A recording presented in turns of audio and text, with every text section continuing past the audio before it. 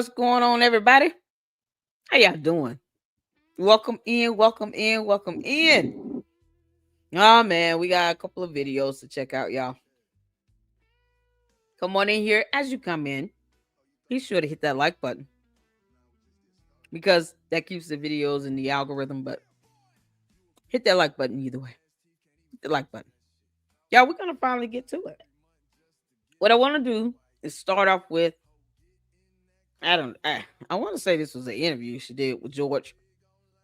Because George is like a bystander at this point, letting all this stuff happen. I heard Turning Point's taking a knee, and somehow they're catering to her, which is absolutely ridiculous. If you ask me, it's ridiculous. They're giving her an opportunity to come in and ask questions as if they owe her something. And that's part of the problem. Candace makes accusations. She's not asking questions. And you would think she would be the one presenting evidence. But she wants to go on this, I guess, interview, fishing expedition, so that they can give her evidence on something and prove stuff to her. That's not how it should work. So Turning Point's taking a knee. That's how I feel about that. Because me personally, I would be like, no, we're not inviting you to come over here. As much as she has dogged out Turning Point and defamed and slandered them, it makes no sense. If anything, they should be suing her ass. But they're sitting here saying, oh, come in and ask us all these dumb questions where you've never asked us before, and you've only made accusations with no evidence. Yeah, we'll invite you on to do the same thing, basically, because none of that is going to change. It's not going to change the candy asses. It's not going to change their mentality and how they feel, the perception of Turning Point. Her going to them to ask questions on their set or them coming to her show or whatever, it's not going to change anything. If nothing else, it's going to be used to further her plot. And Turning Point not smart enough to see that. Yeah, come on. What's going on, everybody? How you doing? Shout out to all of you. Oh, let me take the comments on. There you go. Oh, Laura, how you doing, honey? Shout out to my mods. Shout out to the members, the supporters here, the Luxters. Thank you all so much for tuning in. We're at 29,400 Luxters in the LLC. We're still trying to get to 30. Let's go. Little under 500 subs needed to hit the 30,000 mark. So make sure you guys are hitting the like button and sharing this content. Share the content, post it up on Twitter, on Instagram. Tell everybody about it so we can get the LLC growing. Because, see, I bring the facts, and that's all I know how to do. And I want people to be informed. So when I make the statements I'm making about Turning Point taking a knee, you'll understand why. Because this is going to be, if not the same, probably worse. Because all it is her throwing a tantrum and expecting them to meet her demands. It wasn't a matter of something being wrong where she could prove with evidence. They didn't even know what an endowment was. It's just a matter of, oh, let me go in here and snoop around so I can say more dumb things about it. It's not going to help Turning Point. So whatever they think is going to come out of this, boy, they got it coming. Oh, it's not going to be what they think it is. And that's just based on the last 3 months of her dogging them out. I mean, seriously. When someone shows you who they are, believe them. Yeah, that's the wisdom for the day. When someone shows you who they are, believe them. Believe them. Candace, you've been slandering this company for 3 months straight, girl. So, it's a joke, man. Oh, what's going on, you up 2.0? How you doing, honey? Shout out to all of you all. I think a bunch of people are in the J Witt live still. Oh, okay, yeah. Yeah, I'm going live. I can catch his later. I'm sure he'll catch mine when he can. Shout out to him. That's my brother in Christ.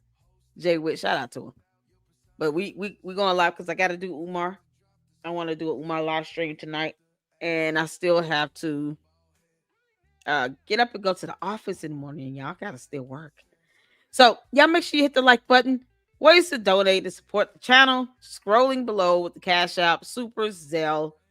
There's a $25 gold stream we have. I'm still going to get the new desk. I just haven't had time to do it. I really haven't. It's just been a lot going on, especially since my mother was in a car accident and I've had a cold. I had a cold. So it's been just a lot happening. And of course, holidays is coming up. So I'm definitely going to get the new desk, but we have the target. And of course, there are expenses related to the channel to continue to make great content. You guys can always support it, but I just appreciate the like button being hit and sharing this content and subscribing here. I have added the new feature to the channel. So for comments to be left, yes, you need to subscribe, even if you subscribe for like a few minutes. That's just because we're going to have the candy asses in the box come in, but when you come back repeatedly, show some love. Let us know how much you love us by subscribing. There you go. It's free to do. It doesn't charge you one red penny. And that's well appreciated. I appreciate you guys so much for tuning in. We're going to get to it in a second. Let me make sure I have that feature on. We're going to kick this off with the interview. I hope y'all saw the thumbnail. This interview she did with George on her show. I guess her way of introducing the world to him, or something to that extent. And then we'll go to the new show she did tonight, and we'll get through that. Yeah, boy. So let's see here. Yeah. So subscribe to the Lady Luck Club. Thank you all so much for tuning in. I appreciate all of you. I really do.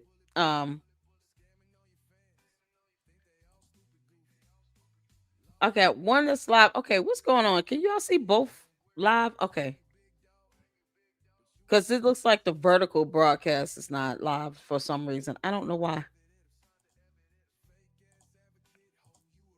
I don't know how to change the duration to what I did. Okay, so cool. So yeah, as you guys come in, feel free to engage in the chat. Feel free to ask questions. Racial slurs and all that nonsense is going to be booted out. You don't have to agree with what I say, but going to the point where you calling somebody a racial slur is stupid. It's just dumb. I'm not. We're not entertaining that. So yeah, you're gonna get booted out for that. Just like you think you have the right to say it, I have the right to not read it. How about that? Everybody got rights. But let's get to it, y'all. I'm so excited. Let me make sure I give some shout outs to all of you all. Thank y'all so much. I appreciate all of you. Oh man. Sam says she will not dare do a live stream with Turning Point USA. She will come up with some BS why she can't do. That's why I think they have done that. Probably. 10,000 views on one vid. I know. That's such a blessing, y'all. Thank you so much.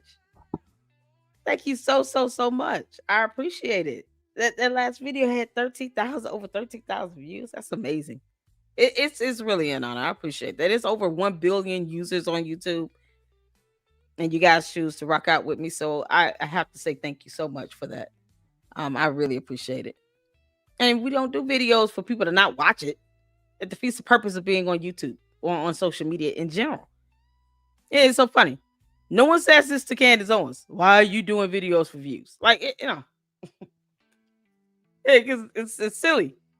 She does videos to get views, but the content she's doing to try to get views is what's gross. Focusing on someone's death for 3 months and then lying about it, and then you're trying to get views with that. That's gross. Talking about her lying about these things and then debunking her. Of course, people are going to do that because there are people out here who just want the truth out. They don't want people to be deceived and swayed. The, the proof is in the fact that there's 5 million people that are still swayed on all the things that she says. And who says we don't have the right to debunk her? Oh, we do. And we're going to do it. That's it. We're gonna call her out. Yep. My son told me that Candace and Charlie had did date. Did they? Yeah, I always said that. I said I think that Candace Owens was in love with Charlie Kirk and he just didn't pick her. He went with Erica Kirk. Wasn't she Miss what you call it? She won one of those pageants. I could be wrong.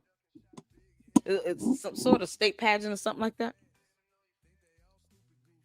I mean, you can imagine like Candace in her mind, I guess she forgets she's a black woman. I don't, she tries to compare herself to people. You're talking about jealousy and envy, girl. They still not gonna make you CEO or Turning Point, Candace. And why try to compete with somebody like he picked Erica Kirk? He obviously knew that was who he was meant to marry and be with.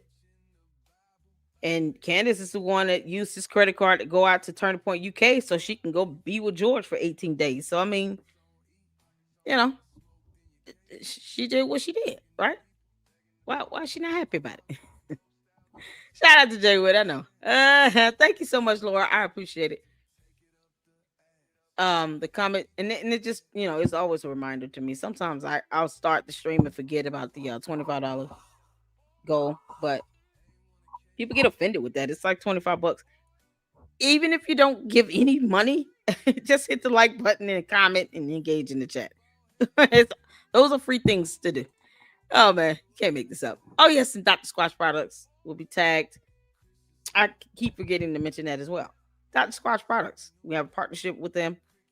Soaps and deodorants and toiletries that smell good and have you feeling clean and fresh. We did do a product unveiling a few months back, and I enjoyed the soap products. So cashmere wood is my favorite scent, and those products will be tagged. So check out the products that's going to be tagged from Dr. Squatch. Christmas time is coming up. Send some soap over to Candace. Tell her to stop being a potty mouth. Now, who am I to talk? I cuss too. Thank you so much. Chris said, happy to find you. I'm too am independent and call things like it is, not biased by any group, and have love for all good people, regardless of color, gender, religion, etc. Love and respect. Thank you so much. And that's what we're here for. The truth is the truth. It doesn't have a color to it. It's not about being a man or woman or Republican or Democrat. A fact is a fact. Laws are laws. And none of those things care how we feel. And that is the goal. There are going to be people who won't favor listening to me and my style of reporting. And some may favor someone else's style of reporting. I don't expect everybody to like me. But I'm not going to change who I am and, lean towards one side or the other when it comes to, you know, sharing the truth, sharing facts and evidence and information that people need to know. Candace has got a rude awakening on, this lawsuit when she goes to court. I hope that she understands what she's getting into if she does go over to Turning Point and do an interview with them. It's going to be recorded. So let's say, they're deciding, okay, we've had enough. We really do want to take her to court. Let's go ahead and invite her to an interview. She still hasn't grasped the concept that everything she says and does could be used against her in a court of law in a lawsuit. So if that is what their goal is, great. But otherwise, it looks like they're taking a knee to me. That's how I feel. Because all she's been doing is just making demands and allegations that have not been substantiated, that have been absolutely false. She's pointed the finger at everybody. She has attacked Mikey McCoy relentlessly. And then they turn around and invite her to an interview. That makes no sense. I'm not going to invite someone that's attacking me and accusing me of being involved in someone's murder to have an interview with me. For what? No, I want you to stay far away from me. You don't invite something like that to your house and to your dwelling, bringing all that negativity and all that evil nonsense and stuff into your business, into your atmosphere. And for what? I mean, unless, like I said, unless they plan on asking questions where she won't be able to answer, or they make demands of her to produce evidence, I don't really see how that's going to be fruitful. I just, it's crazy. TPUSA invited her to their live stream coming up to talk about her lies and accusations. We think she will do it? Beneficial. Hmm. If she doesn't, she's gonna be just like she was with the CNN interview, just absolutely condescending, start yelling and screaming, and dancing around the topic and the subject. She's not gonna answer any question with any truthfulness to it. It's not being done in good faith. So it's like, why do it? That to me is the thing. Now, if, like I said, if they are strategic enough in being able to stay calm, ask questions to get her on the record, that's one thing. But they know how she is. They see how she conducted herself in the interview with the CNN reporter with L, and they saw how she had to remain calm. If it wasn't for, the young lady with CNN remaining calm, Candace Owens would have been yelling, screaming, and going back and forth. She was already being condescending. And it's like you're saying things that make no sense already. Why be insulting with it? Being a smartass for nothing. And still got no answers out of her. She says she had leaks in the FBI. Why is she demanding Turning Point give over responses if she claims that she has leaks in Turning Point?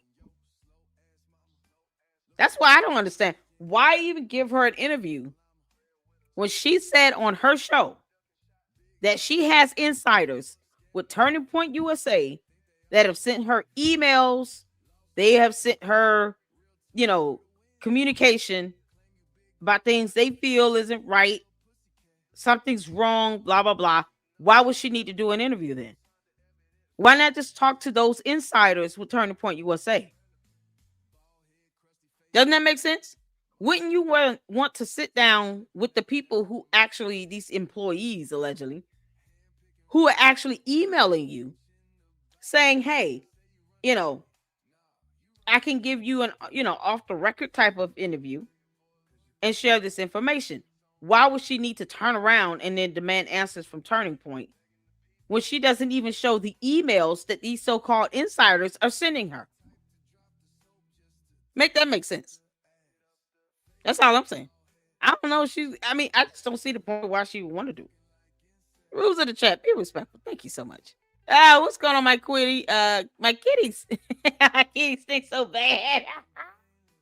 You can't make this up. Y'all need to take on profile names, man. Hey, Queen, favorite rose so oh God, coming in being nasty. My son said they tried to play it off, but that's why she is so obsessed. Oh God, yeah, Candace, you obsessed, girl. We can tell that. Oh man, yes, Erica was Miss Arizona. Thank you, Crazy Lady. I appreciate that telling me that. Erica Kirk was Miss Arizona. Oh man, and after Ben fired her, she flipped. Yes. Hey, Francisca. Shout out to my mods. Shout out to my mods, Laura, Francisca up in here. We got Yuck up in here. We got everybody up in here. People coming in. Thank you all so much. We're about to get to it. I hope y'all ready. Because I'm just gonna laugh at this whole thing. Let's see here. I just want to make sure I get all y'all comments up. Sam Green says, can't wait for Candace to pay for all her lies, which she will. We were gonna be here for it. Yes. We're gonna be tuning in to the hearings, Candace. So yeah, you're not gonna be able to ask the court, can you keep all the media out of these hearings? No, no, ma'am. Nope. Nope. I wish this was a federal lawsuit that they would have filed against her, but it's not. It's with the Superior Court of Delaware. No, those hearings are open to the public, girl. Yay. My memory is on an upswing. Oh, man, y'all ready? All hands on deck because I know it's going to get hot and heavy. They invited her for a debate. Yeah, I heard. Am I being mean? No, I said your your profile name is funny. Diane, what's going on? Anyone here, George, has filed for a divorce? What? That, that would be the news of the day if he did. Inappropriate. Ah, it's- he hasn't said anything weird. You know, we'll be all right. I can't talk about my STDs now.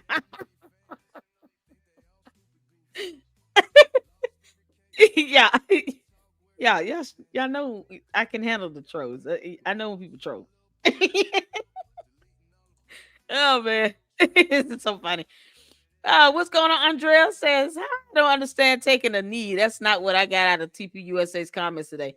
It's how I feel. It's how I feel. I think they're taking a knee. They're bending to her tantrums, all of her derogatory and defamatory accusations, just to give her an interview when she claims she has insiders that could easily be interviewed.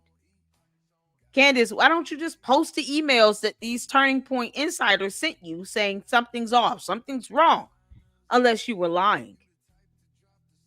Were you lying, Candace? Were you lying about those emails coming from those Turning Point insiders? I'm curious to know, Candace. Were you lying about these Turning Point insiders? Because I think she was lying. Hey, Dan. I think she was lying. They called her out. I have to see. I have to see. Is this going to be in her show? Did they call her out? Did she play the video of them calling her out in the show? Or is that like a post or something? I'm sure one of you all will email me for it. If they called her out, then I must have missed a post or something. I think it was smart of TPUSA to bite her. You know she won't. Hey, I could be wrong about their intention. That's why I said unless they're doing this, because it could be one or two things. Unless they're doing this because they want to get her on the record, which to me would make more sense. And I did say this earlier. I don't know if you heard me say that. Um, and shout out to you. Thank you so much. It could be a matter where they're trying to get her on record.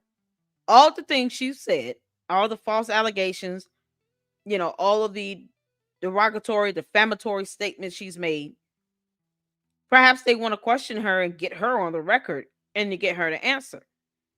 I just see that to be futile considering one, her demeanor and behavior. We've seen her yell back and forth and then say, you can't prove I don't know what I don't know, and I can't prove what I know. Like just giving word salad, beating around the bush, being condescending, more so of what her candy asses are. They call you names and they say dumb things when they can't really make a valid point or an argument. And then they copy and paste the same comment over again. That's how their cult leader is. That's how Candace Owens is. When she can't win an argument with intellectual conversation and give facts and evidence, just like when she was called out by Piers Morgan about not having a degree.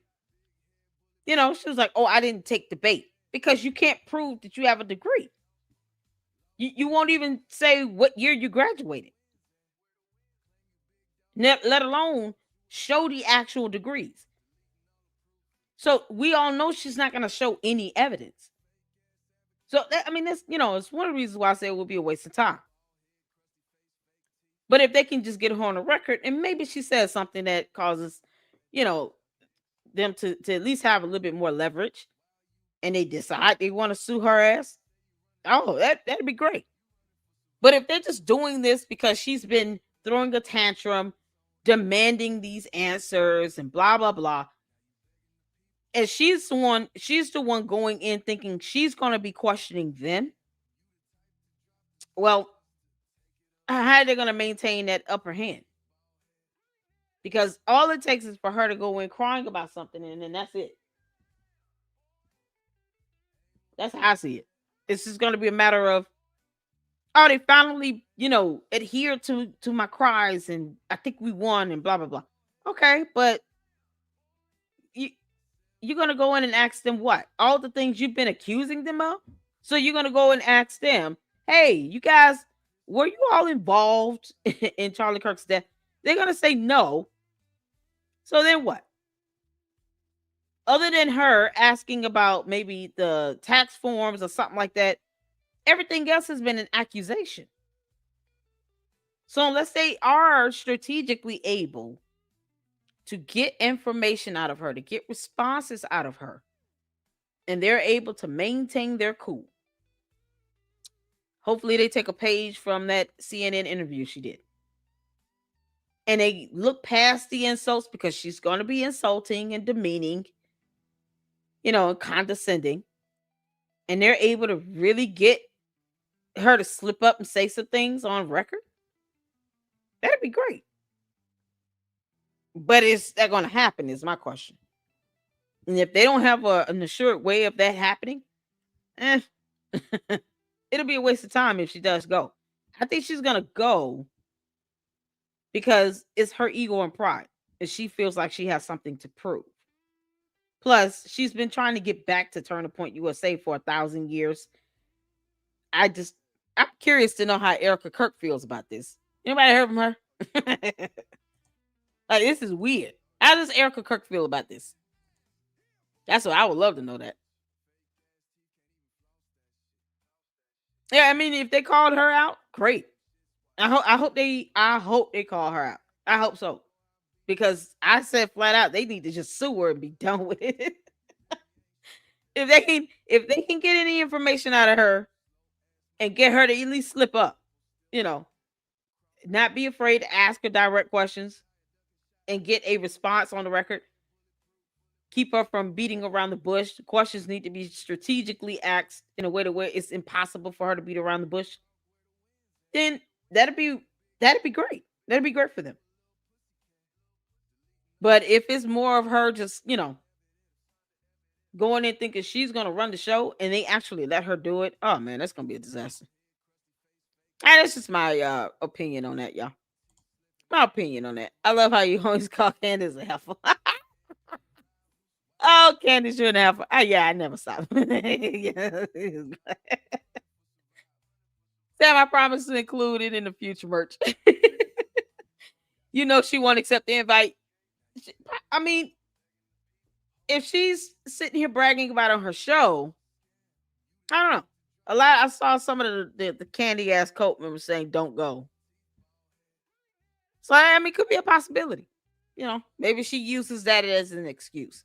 I consulted with my team, and I just decided, if I've been accusing these people of being involved in a cover up, and they're hiding things from the public, and they're not being honest all this time, then why would I go there for them to lie to me in my face? Yeah, I can see that. I can totally see that. I can totally see her using that as an excuse to say, no, I'm not going to go. Just like she didn't go to Charlie Kirk's funeral, because that would be one question I would expect them to ask. Why didn't you show up for Charlie Kirk's funeral or his memorial, or when his wife was given the Presidential Medal of Freedom, or any other event where he was, given some level of honor, a tribute, a legacy, or something? Why weren't you there at the funeral? You would think. And this is before you thought you were, hit with an assassination attempt. You think Candace would have been there at the memorial for Charlie Kirk, but she wasn't. So yeah, I can definitely see that. I can see her trying to flake out of it, just like she did Charlie Kirk's memorial and funeral, and then talk about I'll be listening to Kanye West as she ignores the fact he apologized to a Jewish rabbi on national television. Candace, are you ever going to even talk about? You know what? Never mind. She ain't gonna talk about that. Oh man, Crazy Lady says Turn Point USA also said they will have a show to address all her allegations. I think they are going to bury her. They have had lots of time to listen to her BS, and I bet they have lots to prove she's lying. Oh, we've been debunking her along the way too. Oh yeah, you have a lot of independent journalists, content creators, just people who are disgusted at her behavior, debunking the crap out of her. I'm waiting on what's the content creator's name? Kurtz, to do the Becoming Candace series. Oh, that's gonna be good. Oh, shout out to her. Is it Kurt? Colonel Kurtz? Colonel? I want to make sure I'm saying her name right. But she's doing a Becoming Candace series. It's high time for it. So I can't wait to that. And that's gonna, man, it's gonna debunk a whole lot. And it explains Candace's whole need to just lie like she's breathing air. In her world, she has to create this utopia where things are just this way, as opposed to her just doing some research and reading, looking up the definition of the word evidence.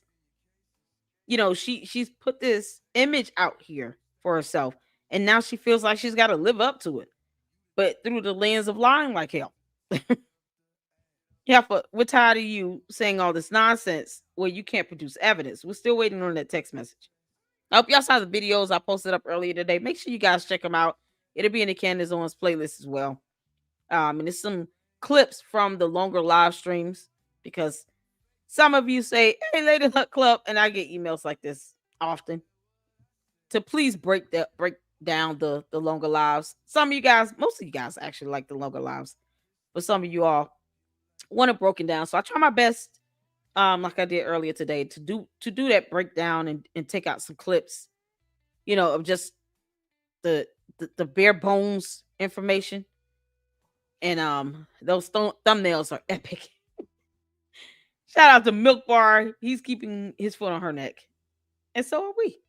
Jay Witt. I mean, the list goes on. Cheer Denise.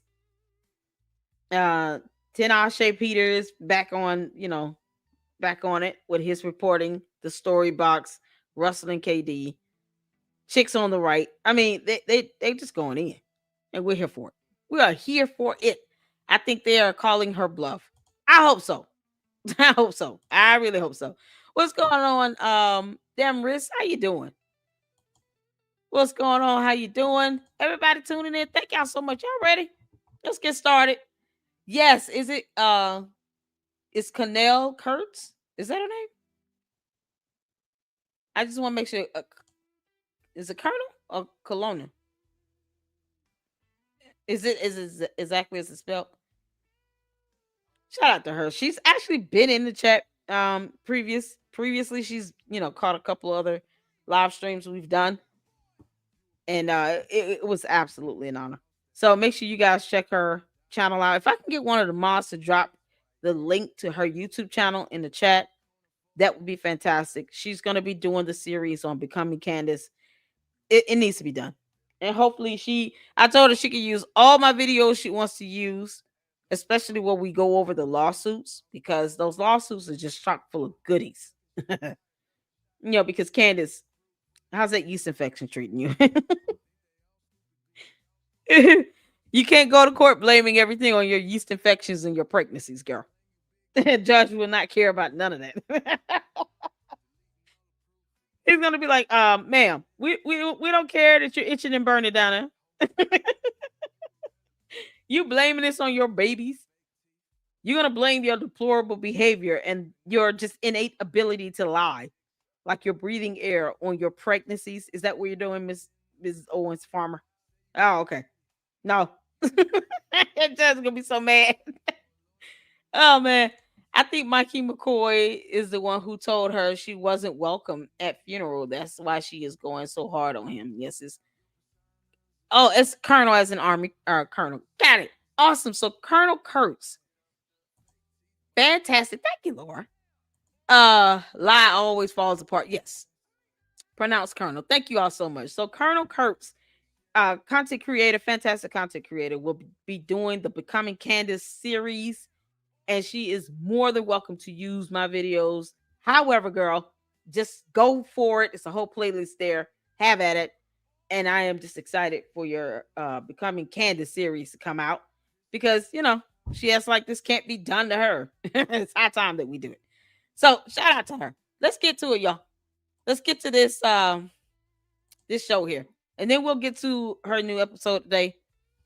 This is Candace Owens.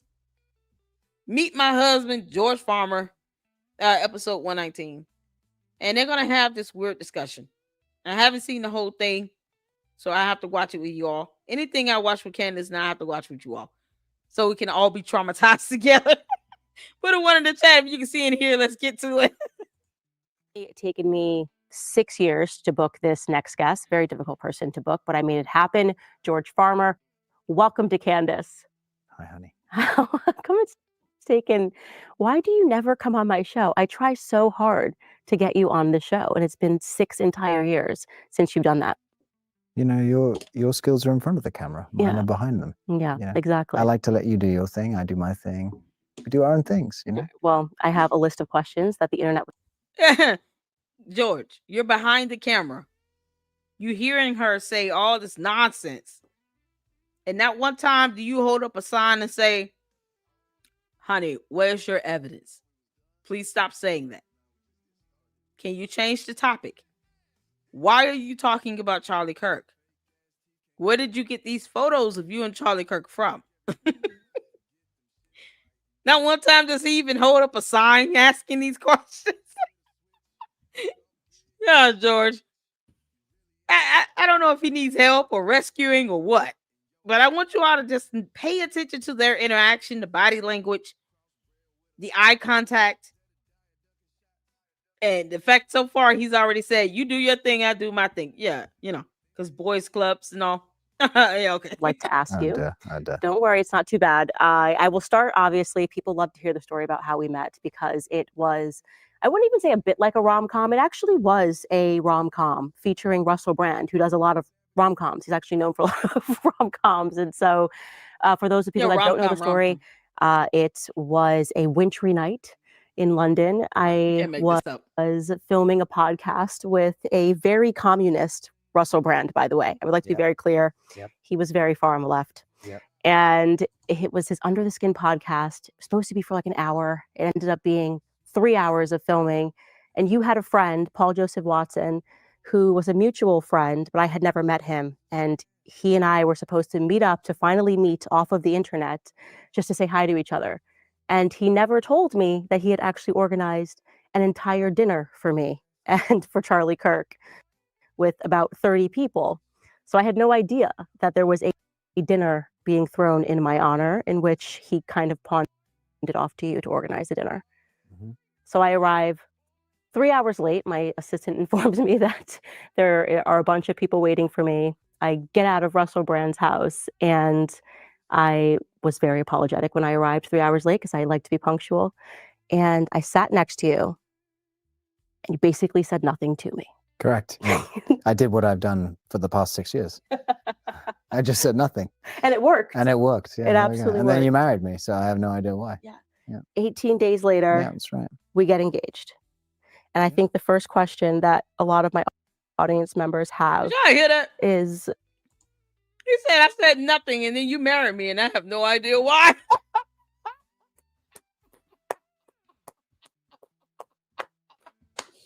George, we're asking the same question, dude. Do you understand, sir? Young man. Young man. We're all asking the same question. Why? Why did you marry her after 18 days? Why? Why do you marry after 18 days? Make this make sense. He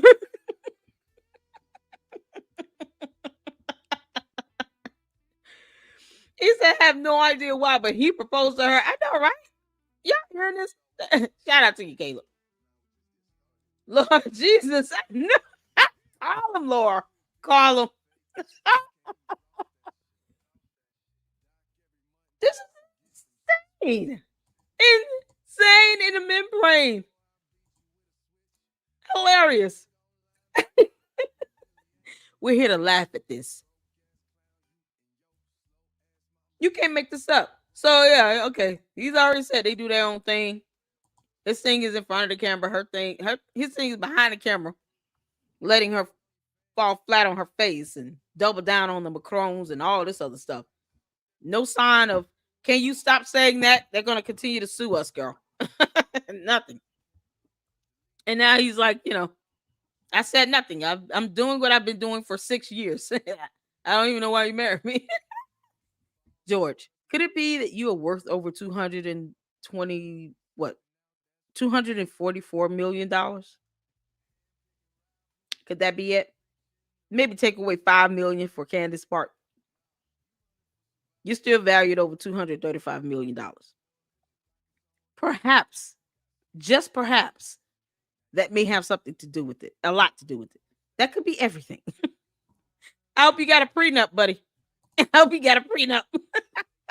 How did your family and friends react to that? This American girl just breezes on in, and then you're like, hey, I'm going to get married to this person that I barely know after 18 days. Ugh, Well, most of my make friends this up. thought that I was crazy, and I'm still not sure they've recovered from that opinion. But the family took it. I can say no, they haven't, because I know I haven't. George, there's something very sinister about you. Something very dark and sinister. Like your wife. Yeah, this is hilarious. pretty well. I mean, my parents were pretty. They again were like a bit kind of like, okay, this is very crazy, very odd, but sort of we'll go along with it and see where this goes. And then they met you. I think that was a big game changer for a lot of people, because when they meet you, they're always as in awe as I was when I first met you. But they were very receptive, and after a while, I think everyone realized that it was real, and that was the really big hurdle to get over. Was that everyone initially thought, is this crazy? Is this just, like a fire-flung romance? And then it was like, okay, this is actually real. This is happening. They're going to get married. And then the mood sort of moved to acceptance, and people got on board, and then they realized how great you were, and then everyone was pretty happy about it. Did you have any friend who, unbeknownst, How long did it take them to make this acceptance? Because it sounds like he just said his friends are still trying to get past that opinion after 6 years. They're on what, 4 kids now? And his friends still haven't accepted the fact that he's crazy. You can't make this up. He makes it sound like an arranged marriage of some sort.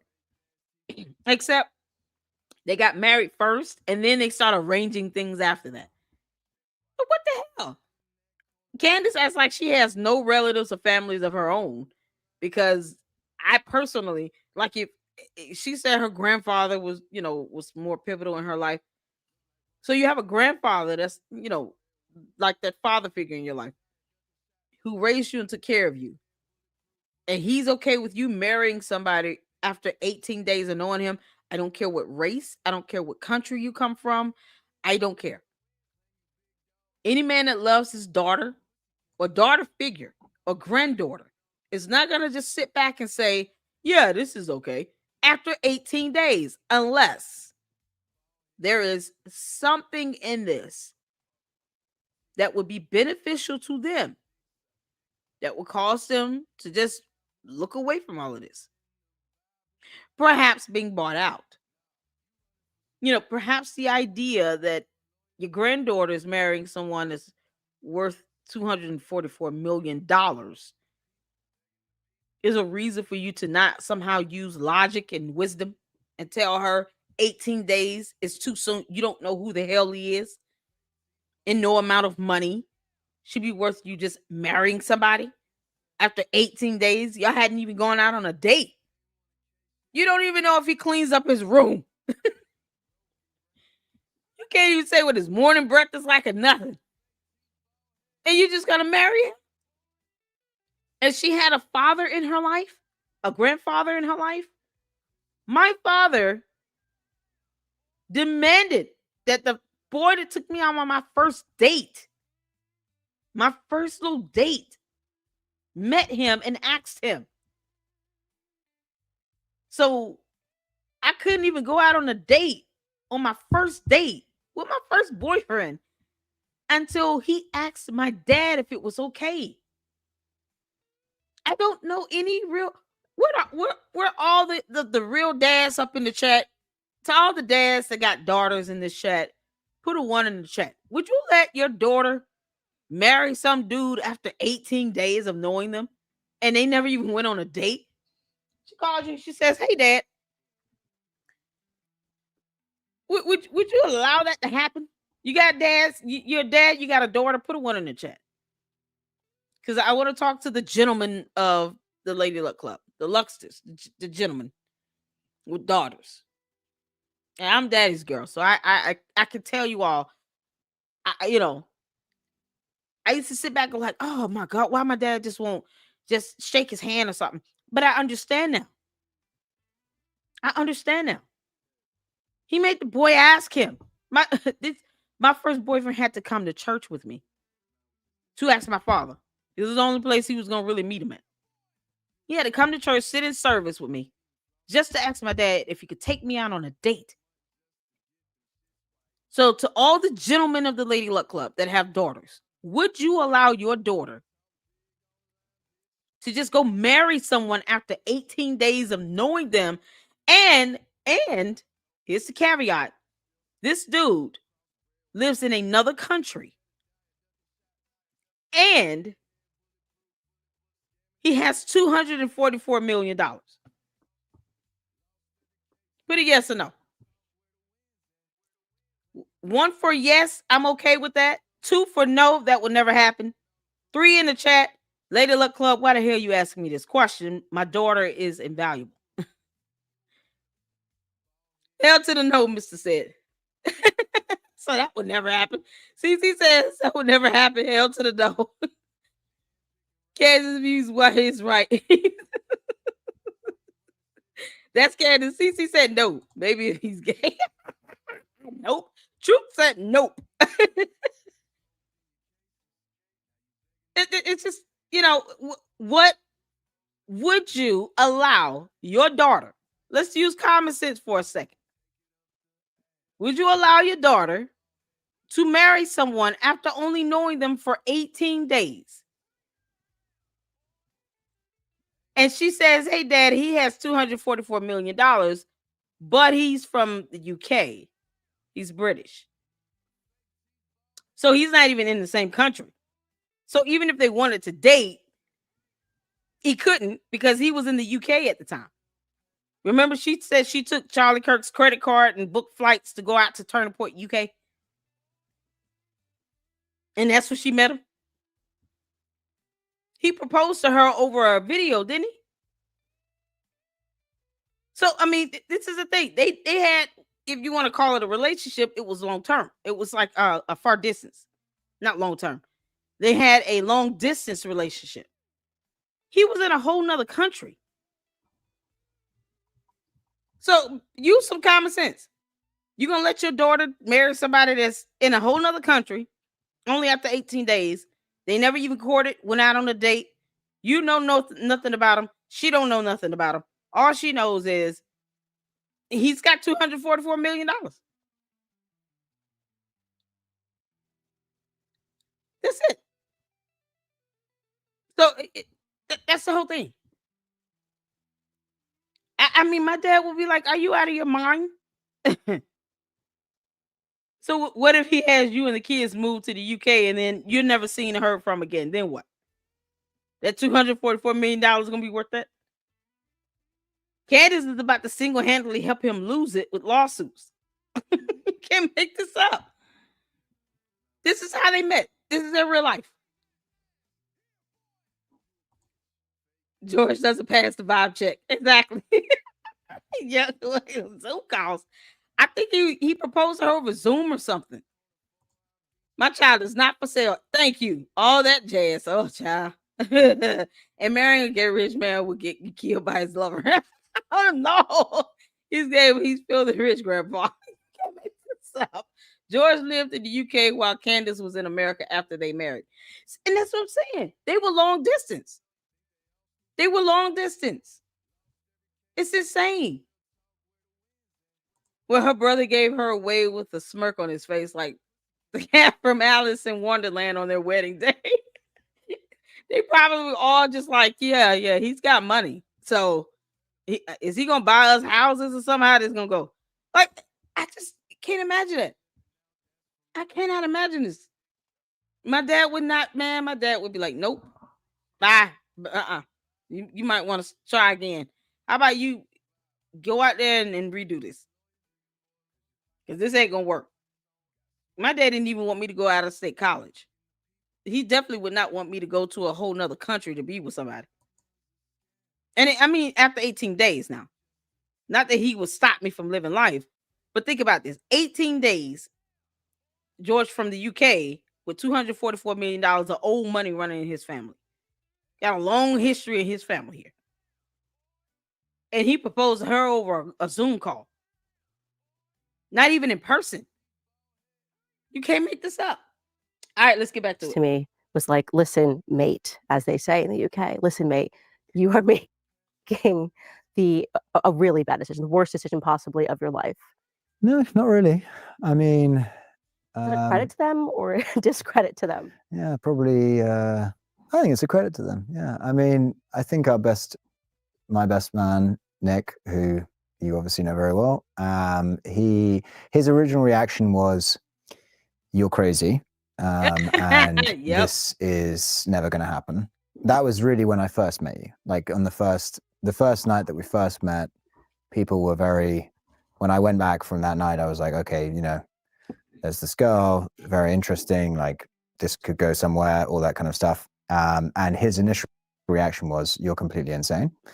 But then by, you know, come January, come February, come March of the next year, which was 2019 when we got married, it was like, yeah, this is happening and this is good. This is good. Everyone likes you. I remember for me, I didn't have anybody in my personal life that was saying, don't do. Yeah, because she didn't have anybody in her personal life. Not even her relatives. She doesn't care about her own relatives and what they think. You don't have anyone in your personal life. Your grandfather didn't say anything. Your brother, none of the men in your life, Candace, said anything to you. You can't make this up. And yet Candace constantly talks about being submissive. I mean, I had to be submissive to my dad before I could be submissive to my husband. Because that was the male leader in my life before I got married. You can't make this up. So she didn't even listen to her grandfather.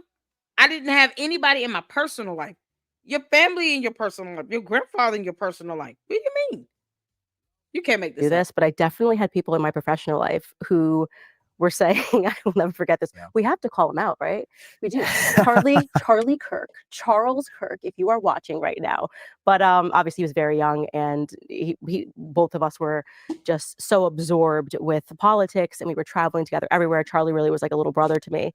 And I remember he's just like, you just cannot do this. You don't know this person. And then one of Duh.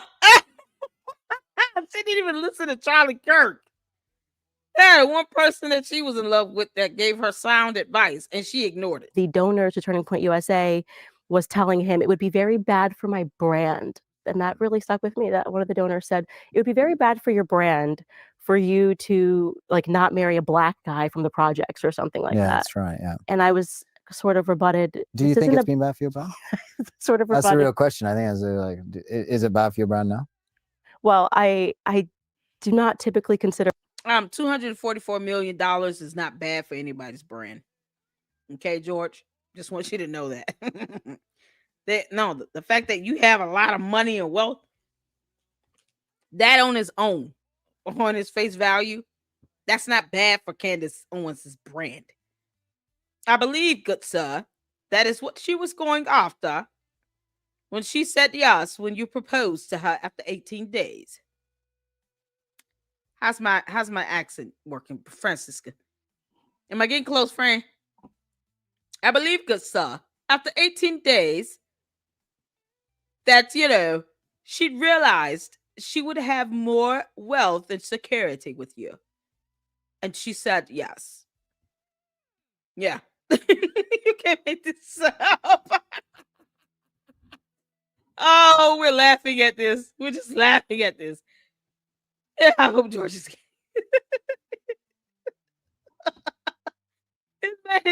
I can't tell what Candace is anymore. She claims to be Catholic or Christian. He says he's a Catholic and a Christian, but then he talks about why he didn't want to be a Protestant anymore in another video. And I'm sitting here like, oh my God. What happened to him? Something must have happened to you, George. Something awful must have happened to you in church. because he just dogs out Protestantism. And you don't have to be. Listen, I'm not Protestant, but I'm just saying he just dogs it out. I mean, you can't make this up. Is it Protestants, Christians as well? You can't make this up. Or who I'm going to marry as a brand decision, which is what I explained Maybe to you them. should. Yeah. You say But gay. yeah, we got married and we proved the naysayers wrong.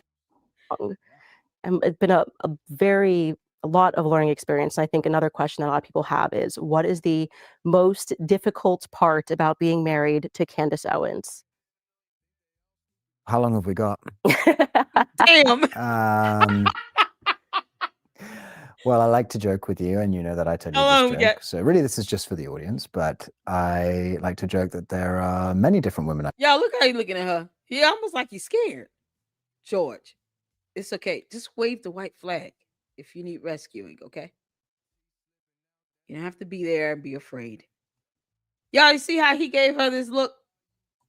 Like his eyes kind of like went back and forth, back and forth. Most difficult part about being married to Candace Owens. Look at it, look. How long have we got? Look at it, look. Well, I like to joke with you, and you know that I tell you this joke. So really, this is just for the audience, but I like to joke that there are many different women I'm married to because I'm never quite sure who I'm going to get in one day. So it's like someday I'm going to get one personality, and the next day it's this personality, and then you've got your investigative journalist hat on, and then you've got... No, she's impersonating an investigator. So, Candace, it sounds like you have multiple personality disorder. Your husband is saying he married multiple women. What kind of response?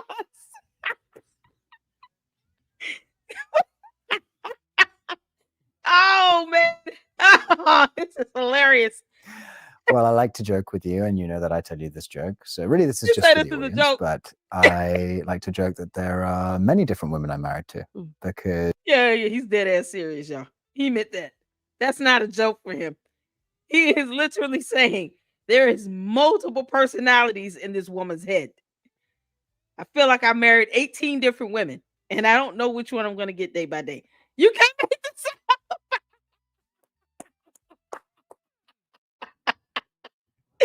Y'all, you say my wife has multiple personality disorder without saying it.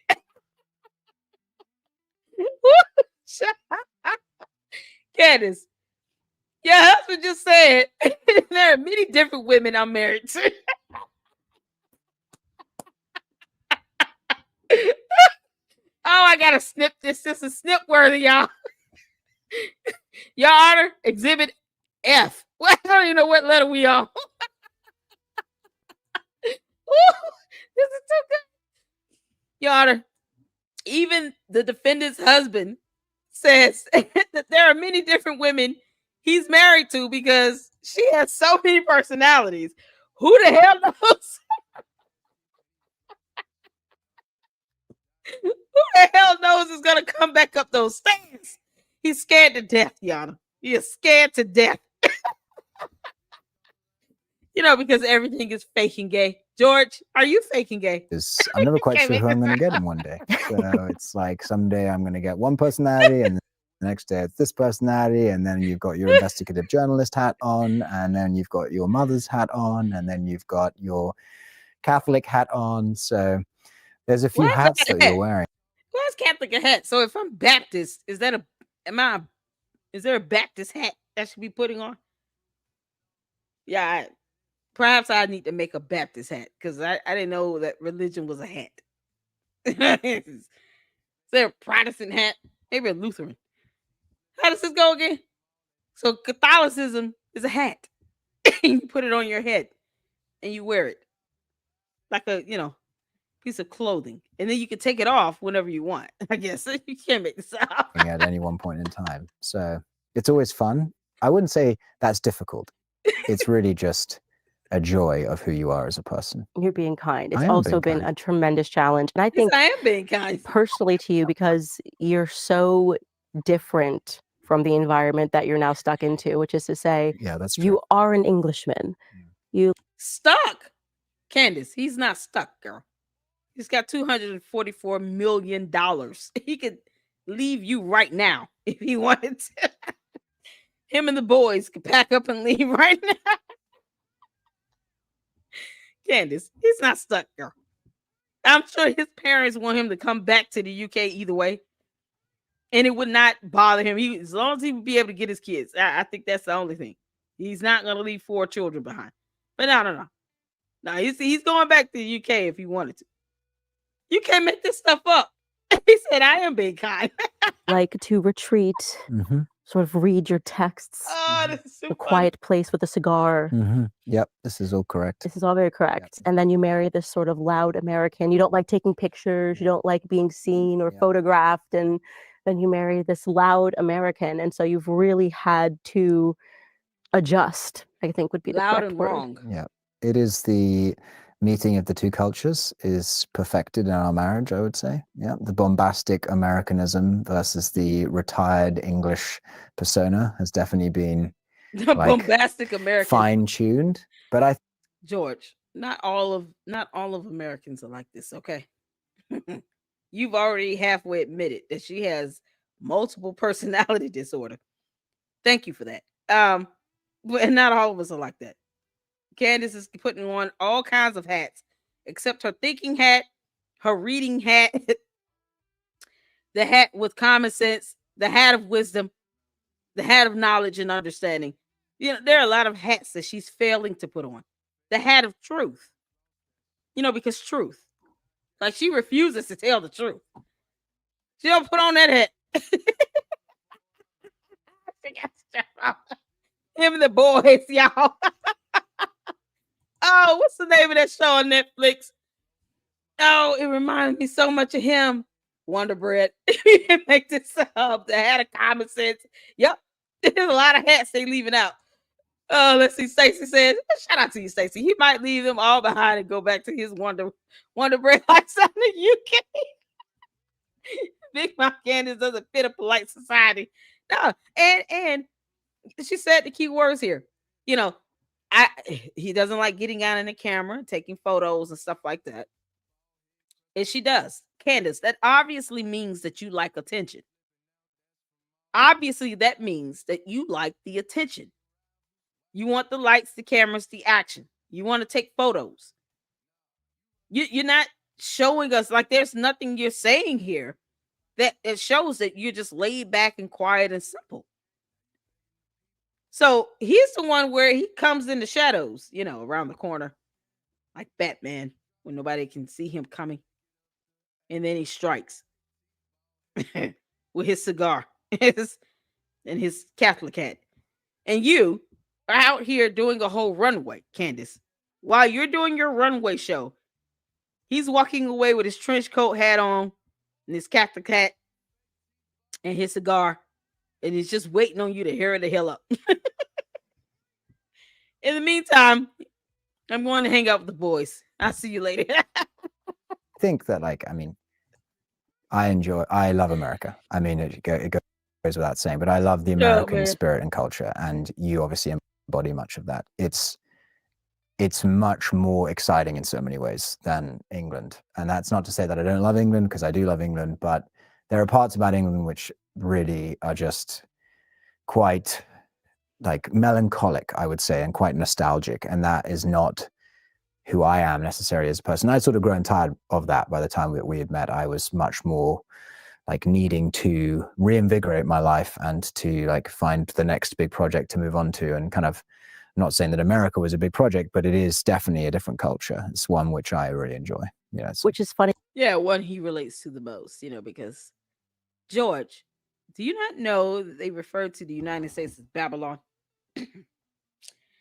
For many reasons. But you would think that you would enjoy a simple, quiet life at this age with 4 kids and all. No. You can see the boys' clubs is just as boring there. I'm gonna keep making that joke. Candace, it's all your fault because you're the one that's always talking about everything being fake and gay. So don't get upset when we start to say that about George, okay? Take it like a champion. Because those are the sort of the elements that I really loved about England, that I really fell in love with, like sort of the You're always Yeah, attracted to the gay. opposite. Yeah. it's England, particularly London, is a bit of a Jane Austen novel, and it's one Oh, I of would never say put those, on at Lucifer. least for me, one of the cities that actually like lives up to the hype. Yeah. It and so It I used to. I used think to, it's like it's faded a bit now, yeah. under Sadiq Khan, who's a pretty terrible mayor. But Many people say that it's changed a lot. yeah, we've had a kind of peak age, Mm-mm. but like it is beautiful. It's a great city. It's a nice city, Damn but it's dinosaurs. also it's changed a lot. But England as a whole, like, is a very beautiful country. I mean, it's filled with beautiful, history, tradition, churches, culture, the universities, the ancient universities like Oxbridge, Durham, they're wonderful places to visit. But it is in danger of kind of slipping into that like European psychosis of just becoming a beautiful museum, and there's nothing invigorating about it. It needs to be revitalized. Like, you actually need to have something which is growing and producing goods and making society work, and kind of it's slipping. Yeah, I think you've definitely made me appreciate a lot of those aspects of American culture, because there is something about England that is quite parochial, and it seems like it's never changing, which is beautiful in many ways, but also. I just want to remind you all that Candace does not know the definition of the words globalism or nationalism. Okay. When she spoke at this Turning Point UK event, she said something along the lines of, yeah, I don't have a problem with nationalism. When you think about the birth rates and all the stuff here in England, I don't have a problem with nationalism. It's globalism that I have an issue with. And everybody was just kind of like quiet because they were like, what the hell did she just say? I actually played the clip in a previous video stream. But if you look that up, you'll see exactly what I'm talking about. And it was the most dumbest thing I've ever heard come out of her mouth. And it showed that she did not know the concept or definition of nationalism or globalism. And guess who was standing right there listening to her say that crap? George Farmer. While she talked about their birth rates. You can't make this up. But then another interview, she says that Englishmen like having a lot of children. So either they have an issue with birth rates or they don't. I mean, I don't get it. And what did that have to do with nationalism again? So sometimes not, because you want things to change, Can't not make this necessarily to up. give up traditions, not necessarily to give up beauty and architecture and taking your time to make things, which I think America could learn from. But definitely, I think in terms of their willingness to confront certain issues, I would probably say, I find the English to be incredibly polite, which I think can be very frustrating. I would imagine can be very frustrating for people that live there. So for What? you, coming to America, moving your entire life here after being a person that's born and raised in London and has lived in this sort of quiet, sleepy, melancholic culture, what has been the biggest change or culture shock? The bacon. Obviously the bacon, which is infinitely superior in America. I would say that. I think it's really important to be honest about your own country and culture. American bacon is just much better than English. And burgers. Yep, the burgers too. Driving on the right-hand side of the road is the right side of the road to drive on. Definitely, having now driven a lot of miles on both sides of the road. But there are other things like, people dress better in England. There's just no doubt about it. They dress better. What would I say is the biggest culture shock in general? Wow. I would say that I'm gonna be honest. I do like the way they tend to be very dapper in England. Okay. I really do. I'm talking about the waistcoats and the trench coats and the suit and ties. It's just very dapper. I can appreciate that.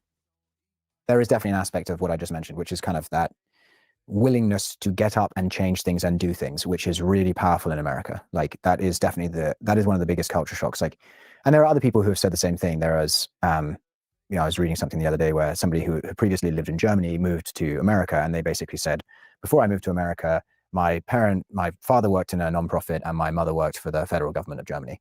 And so no one in my life, and no one that I really knew in my life, had ever worked in a for-profit business. Like, everyone had either been subsidized by other people or subsidized by the state.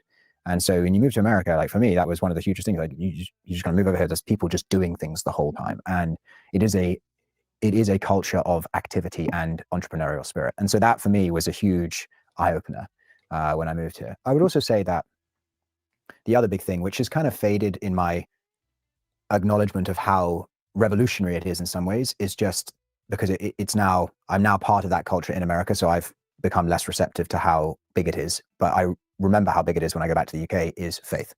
Because in America, faith is a default. It's almost something which people open with in conversations, particularly obviously where we live in Tennessee. You will come across people the whole time saying, what church do you go to? And I was listening to a faith-based podcast, or I was reading the Bible, or something like that. And in Britain, I would argue it is one of the most advanced secular cultures in the world. And you talk about faith in the public domain in Britain, and people look at you as if you've got 5 heads. And it's really just very demoralizing. It's quite hostile, really, to actually organize. Is this just dogging out UK? Is it like that? Is anyone else in the UK? I'm trying to see, like, is it that bad? Seriously? That's all I'm just asking here. Anyone else in the UK? Yeah, Francisca. Where you at, honey? UK is more like Pakistan these days. True. Billy, yep. Capital is yes. I was engaged to a guy from England years ago. They're quite reserved until they hit American soil. I like the English sarcasm. Yeah, I like the fact that, George literally admitted that his wife has multiple personalities and he married different women when he married her.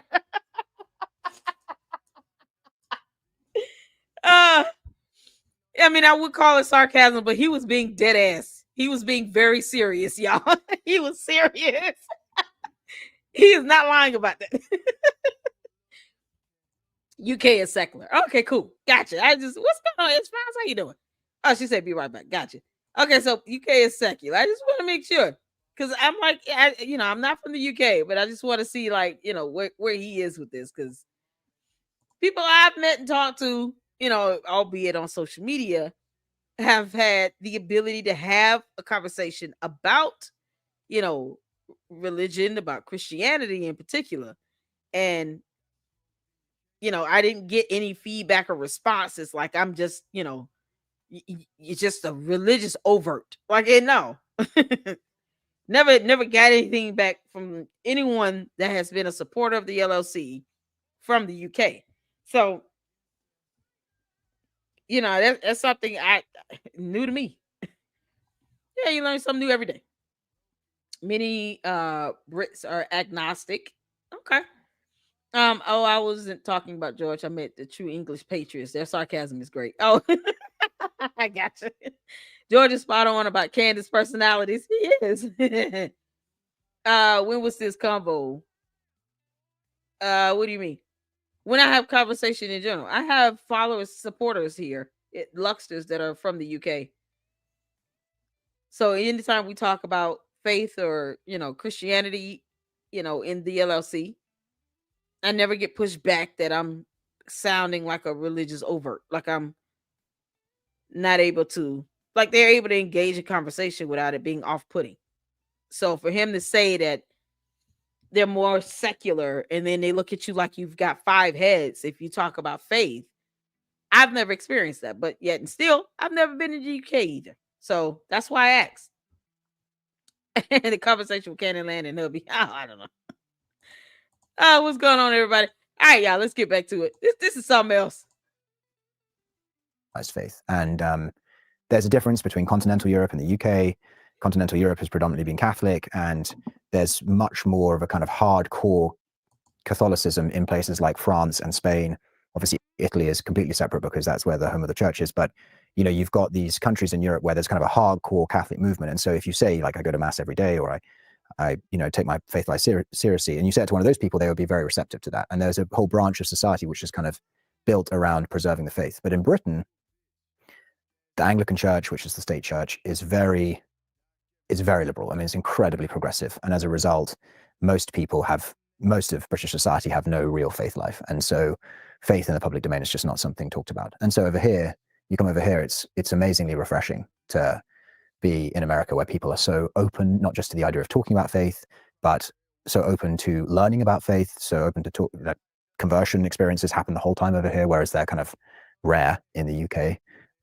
But yeah, that's probably one of the biggest culture shocks, I'd say. Yeah, that's interesting because it's a bit of a paradox when you consider the fact that if you could attribute the beauty and the timelessness and the inspiration of Europe to anything, it would be Christianity. And so to hear so many people say that they've abandoned those roots, it's interesting how they've landed upon that. But that's a perfect segue because obviously one of the biggest questions that we get about you, or the most frequent questions that we get about you, is about your faith. Not exactly a usual scenario for someone to leave the Anglican Church and become a Catholic, least of all, when they were actually raised with a strong faith. So, I guess, can you just speak a little bit to your faith journey? Speaking about your household, how you were raised, whether your parents had faith, have faith, and then let's get into your decision to, we say in America, study theology. You would say to read theology in the UK at Oxford. Yeah. So, I mean, my parents are both evangelical Christians. And as you know, my sisters are also like, they have a mixed faith life. One of them is very devout, the other one is not.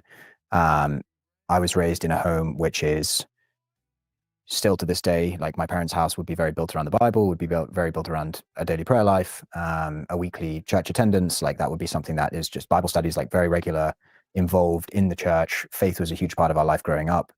You quickly became aware of that in England, just going back to my previous answer about how secular it is, because when you say that you go to church on Sunday in the UK, that is not normal. And so as a result, by the time that you're cognizant of kind of having that discussion with your peers at a very young age, like 7, 8, 9, 10, at a boys' school in London, you become very aware that faith is different.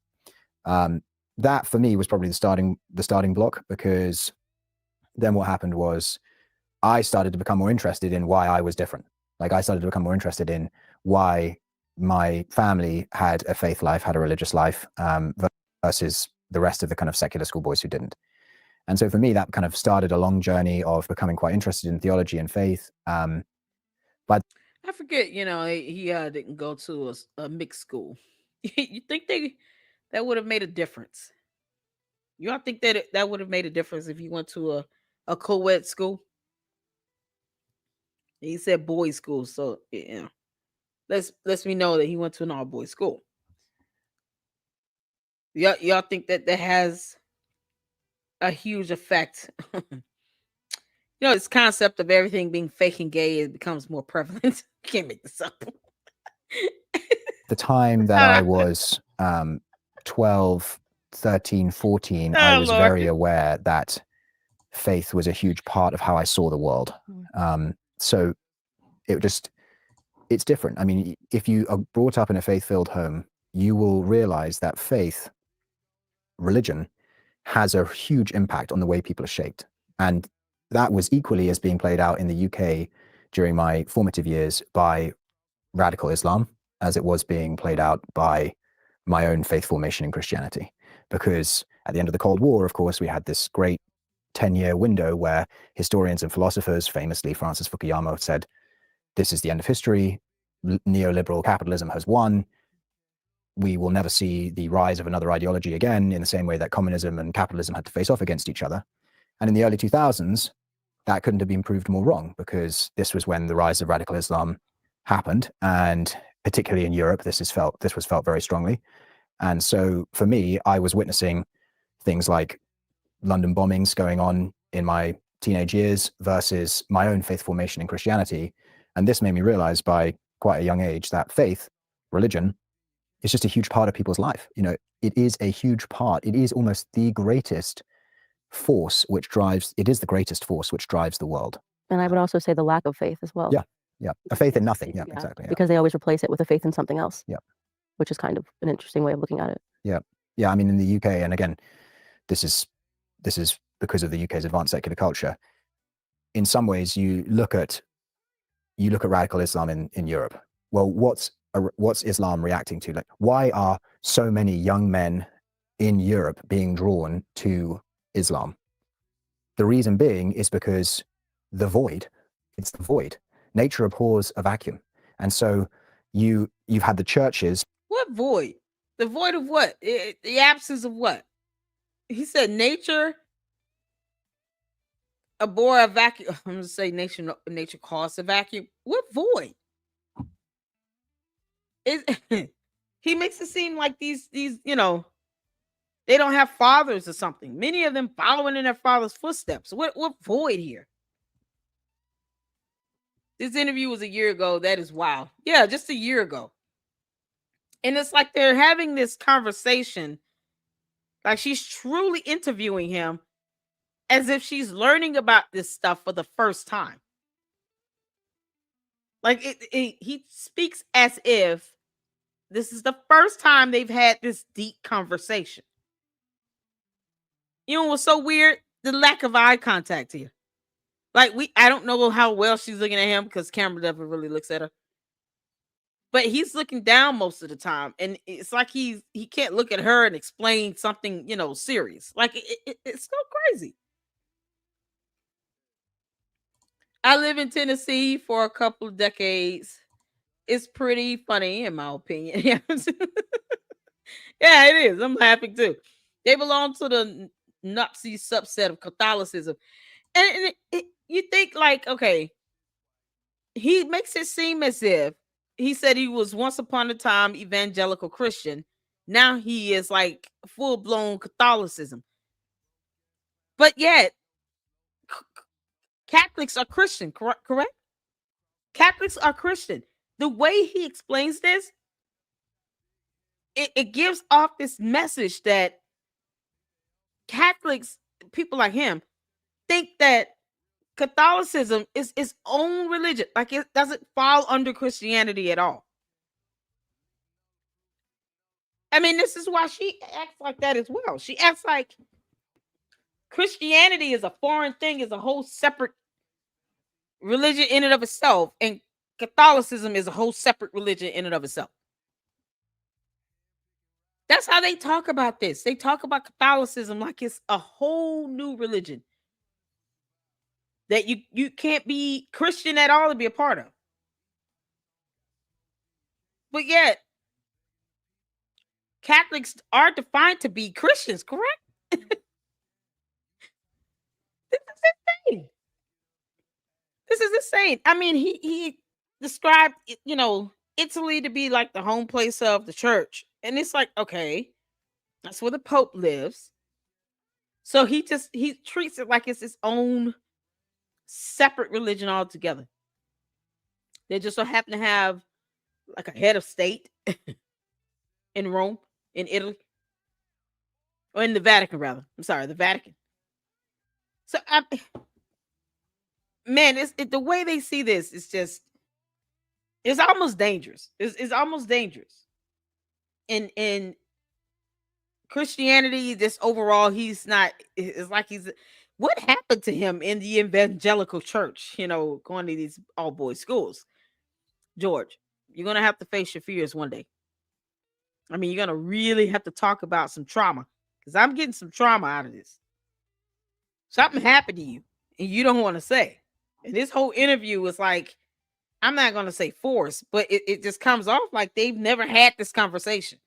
This is their first time talking about this to each other. First time he's explaining this. It sounds like a job interview thing. You can't make this sound. I mean, if we're all to be, as Christians, to love and embrace each other as one body, why do I feel like they think that Catholicism is just its own thing? It's a whole nother person. It's not a part of the body of Christ. It's like a whole nother body altogether. I mean, good grief. What did he go through? And then she can't say why she's Catholic at this point, aside from the fact that her husband's Catholic. Candace just kind of goes along with whatever.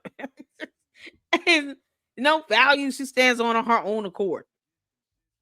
Either she's like hardcore, once upon a time was a hardcore liberal Democrat, and then she had this one thing happen. She didn't like it. Then she became a somewhat, I guess, on surface level, hardcore conservative, and was just all the way there, just extremist in what she does. There's no balance. It's either one extreme or the other. She's either extremely liberal or extremely conservative, and then becomes extremely condescending in the midst. Then she goes from being extremely, running around in Paula White's church, evangelical, to now just extremely Catholic. But when Charlie Kirk got, look how extreme she was with that. Not even thinking beyond just being logical, just extremist in everything she does. And he talks about radicalism. George, you got a radicalist living in your house. You can't make this up. He literally said, I feel like I'm married to several different women all at once. That's not a good thing to say. As a matter of fact, you might have to have an escape plan with the kids. You don't know what the hell she gonna turn into. Candace sounds like she's very extremist. That's why he has his cigar and his, glass of cognac and goes to the boys' club because he's got to get away from all these women he's married to. It's like, oh hell no, I didn't ask for this. I didn't ask for, someone that's got 18 other women in her head. Nope. George is overloaded by the women. Y'all, he has to have some balance in his life. So he goes and hangs out with the boys. It's the only way to do this. In Europe, whether it be the Catholic Church or the Protestant You churches, can't make this up.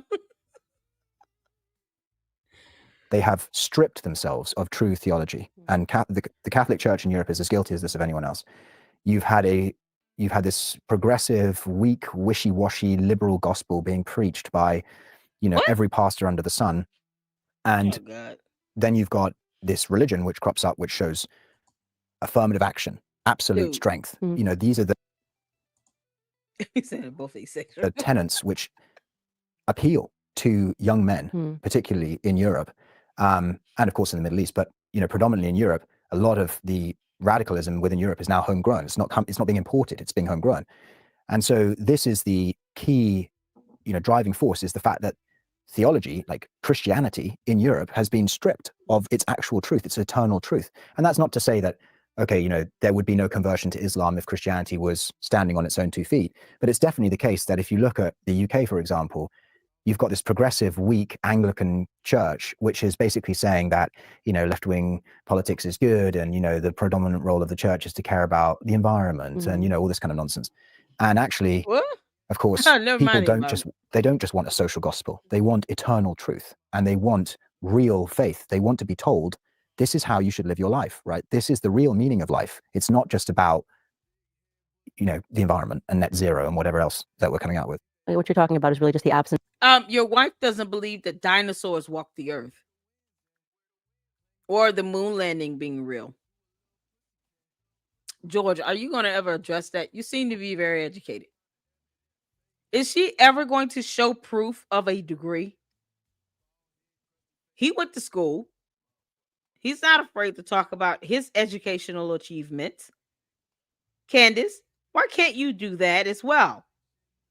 Why can't you post those degrees on the wall? Why must you lie about that? George, you stand behind the camera knowing that she's lying about having these degrees, and you don't encourage her, hey, you might want to talk about these degrees a little bit more. I at least tell people what year I graduated. People can look that up and see that I went to these schools and I have these degrees. Why don't you do the same thing about your education, dear? How hard would that be to have that conversation? He won't even encourage her to be truthful in front of the camera. Candace won't even affirm that the earth is round. Exactly. He's not too smart. He married her. Catholic Charities, New World Order. Yep, the invasion of America. Oh, the Macros. Follow your destiny. I think they are, or the Tate brothers have a video of some GX and used it to force George to marry Candy. What? You know what? I heard that was his best friend. Is Andrew Tate your best friend, George Farmer? George Farmer. Is Andrew Tate your best friend? Really? And you want to talk about radical Islam and all this stuff? This boy has been charged with crimes. I don't understand. How is somebody like him your best friend? See, y'all, listen. when you have certain people in your life, they're gonna have an effect on you. They're gonna have some sort of influence on you and the decisions that you make. They sometimes help shape the thoughts you have, the decisions you make, you know, your view of certain topics. For him to say that he likes being in the US because it's so much more freeing and you have to advance, and it's not like a laid back melancholic traditional blah blah blah, but then talks about radicalism in UK, and he's friends with Andrew Tate. Like, you can't make this up. He's friends with Andrew Tate. What is he talking about? The Tate brothers' connection to Candace, Owens, and George is got to be one of the worst. Exactly. I don't understand. That's his. He's best friends with Andrew Tate, and he wants to sit here and talk about how the UK is just, it's too secular. What do you mean? Wait, why are you still friends with Andrew Tate then? Andrew Tate is a Catholic, is he? Is he evangelical? How does this go? UK is off the chain with radical Islam, and he's friends with Andrew Tate. One is only as good as the thoughts, the habits, and the company he or she keeps, I always say. I ask some wisdom. He says that in his interview, right? I think so. He's Muslim. Andrew Tate is Muslim. Tate claims to be Muslim, and he's talking about radical Islam. Oh my God, how hypocritical is this going to get? Of authority and structure, and people actually crave that in the Oh, end. come It reminds me on. of when I hosted Andrew Tate. I want to say it was a couple of years ago, maybe it was last year, but he similarly said, I pressed him on why he left Christianity. Yeah. And the answer he gave, which was very interesting for me to consider, was he basically said Christianity became weak, and Christians don't defend themselves. They allow people to disrespect Jesus Christ, and how are people supposed to be drawn to something that has been weak? And obviously startling, upsetting to hear, but he is echoing. That's his response. Let me tell you something. Let me tell you something right now. In order for you to say that something is weak, it's because you're not helping it to be strong. If we, the body of Christ, as Christians, when we hear someone attacking Christianity, attacking Jesus Christ directly, it is the charge that we have in us to correct that and to defend our faith. If Andrew Tate converted to Islam because he felt Christianity was weak because someone was attacking Christianity and Jesus Christ, guess what? People have attacked Jesus Christ and Christianity for thousands of years. I'm sorry, did they not put Jesus Christ on a cross? Did the Romans not put Jesus Christ on a cross and crucified him? You had some rabbis and some priests that got upset. The rabbis and the Pharisees and everything that came in, the scholars, the Jewish rabbis and scholars, they didn't like what Jesus was saying. They felt like it was taking them away from the scriptures and the scrolls. They went to Caesar. They was like, look, man, you gotta hang this dude, put him on a cross. You gotta do something. We gotta crucify him. Caesar's like, why? Well, he's gonna start a whole revolution. You want that? And so Caesar agreed to this. He could have told them no. Jesus was attacked then. You think it's new that Christians are being attacked? It's not a new concept. So Andrew Tate obviously was not strong enough to help defend it. It's not weak when he thinks that Christians aren't defending their own faith. Christianity has been attacked for centuries, for thousands of years. You can't make this up. I'm trying my best not to bang my hand on the desk because I already got a couple emails about like, Lady Luck, please stop doing that. It's killing my ears. But Christianity has been attacked for thousands of years. If you guys haven't seen, there's a video about several videos about how the 12 disciples all faced their deaths. And some of them died in the most gruesome ways. The 12 disciples. I mean, Nero, wasn't he the one that had Christians put to death? Trying to accuse them of burning down buildings? Christians in Nigeria was just being slaughtered and killed. You, what are you talking about? Christianity has been attacked and attacked and attacked for thousands of years. Jesus Christ was crucified on a cross. And yet, even in our defense of our faith, we get attacked. If Andrew Tate sees us as weak, then he was never a Christian to begin with. Even the Bible speaks of that. There's a burden to bear. There's a cross you have to bear. Because Jesus had to bear that cross. He had to carry the cross all the way to Calvary. It's not something you just do. And you're like, oh, well, I'm tired of being beat up about this. Let me just become Muslim now. What? It's a test to see if you can stand strong on your faith and defend your faith. For something that's being attacked for thousands of years, I don't think it's going to ever end. You just got to learn how to defend it. And if you stand on your faith and if you stand on the word of God, that's what matters the most to God, not to man. It's all about your obedience and your devotion to your faith. So if he's doing this to try to impress somebody just because he's tired of fighting and defending himself as a Christian, bye. Here's how it comes down. You had Christians. You get Christians being slaughtered everywhere. It's crazy. They only apply when it's Christmas time. There you go. when you're not committed and devoted to your faith, yeah, you'll think you're being attacked. You get people that are actually losing their lives for saying they're Christians. Bible speaks that it's going to get worse in the end days. I mean, people are going to be once again killed for their faith and being Christian. And it's easy to run from something where it becomes challenging, but this isn't a challenge that just started. Christians have been, attacked and killed and burnt alive at the stake and hung. And Joan of Arc was burnt alive for staying committed to being a Christian and staying committed to her faith. And she helped people win a war. You can't make this up.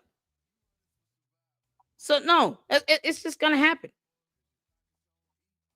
Better read the word of God and pray. Diane said, I don't believe he was Muslim. He will put his Christmas tree up like he did last year. That's what I'm saying. It's child, please. It seems like people just kind of go with what they feel is more fashionable and trending, what gets them views, because he's supposed to be a social media influencer of some sort. So he's probably just saying whatever to keep attention flowing his way because he doesn't know how to make content and do anything else. People like him, they're just famous for being famous. Not because they have any information to offer people. Nothing that they say or do is helpful to humanity. It's just someone who influences people to do dumb things, I guess. He has nothing else to offer. He does nothing. He's not a humanitarian, nothing. So, he doesn't report on information of what's going on. None of that. So Andrew Tate is just, he's just busy trying to be an influencer. The only way they can keep attention on themselves is if they say extreme things and do extreme stuff to keep the views coming in, because let the views stop flowing in and see how that goes. Same thing with Candace.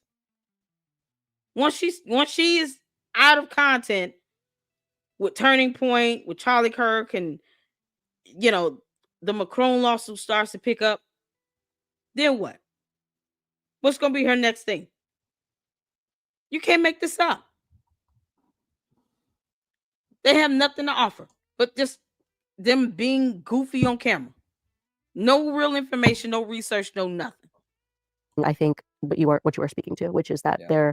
there does need to be a return to a truer faith. Guys, I wanted to throw it to one of our sponsors, Preborn, because we know that every baby's life is raised Anglican pursuits with theology. Yeah. Was it right away? Did you consider a second subject? It was, I sort of thought about history at one point, but it was quite clear to me, I think, that theology was the answer. I was very interested in it. As I said, I was just very, very interested in it. By the time I was 15, I had begun the conversion experience that I then went through for the next 5 years to Catholicism, which culminated in me converting when I was at Oxford. Let's slow this part down because this is pretty big, obviously, especially as, like I said, someone raised Anglican. So you're at Oxford, you're studying theology. What moved you as an evangelical to the Catholic faith, which I imagine you were raised with a different understanding, a different perspective? Evangelicals do tend to hold a lot of, I would say, strong feelings against the Catholic faith, both here and abroad.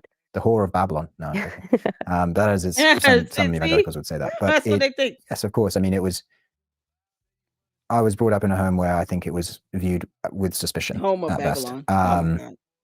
Although, to give my parents credit where it was due, they had always basically said that it was a personal relationship with Jesus which mattered more than anything else. And so, my dad has frequent examples of Catholics he had spoken to who he definitely knew had personal relationships with Jesus.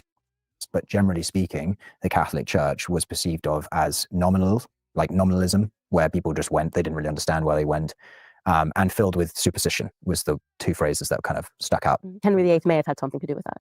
Well, for the corruption of the Catholic Church in England was started with him for sure. But the persecution, actually, I should say. But basically, smells and bells was a phrase that frequently stuck around in my head from when I was growing up, because that was how the Catholic Church was perceived. But for me, smells and bells, in part, there was kind of a numbers component to it. And this is just something which I think is how my brain works. But I didn't really understand how we could be. George, how does your brain work? What is smells and bells? What does that mean? What is he talking about? Sifa said there's a criminal who bragging all over about his crimes and how he pulled it off. How he pulled it off. Oh my god, yeah. He was charged with multiple criminal charges. This is this guy's best friend. Oh my goodness. George, I can't take you seriously. She's trying to act like it's true love. It's not real, in my opinion. It's not. I don't get any realness out of this. I mean, Christianity is oppressive towards women was probably a stepping stone for him. I'm not oppressed. I'm say that, and that's the thing. Catholicism is a subset under Christianity. So what? Why is it coming off like it's a whole separate thing? Is it where Catholics don't want to be considered Christians anymore, or what? How's this going? It's so crazy. George's mom dresses like Norman Bates' mom. The church didn't allow Henry to get a divorce because it was a no-no in Catholicism.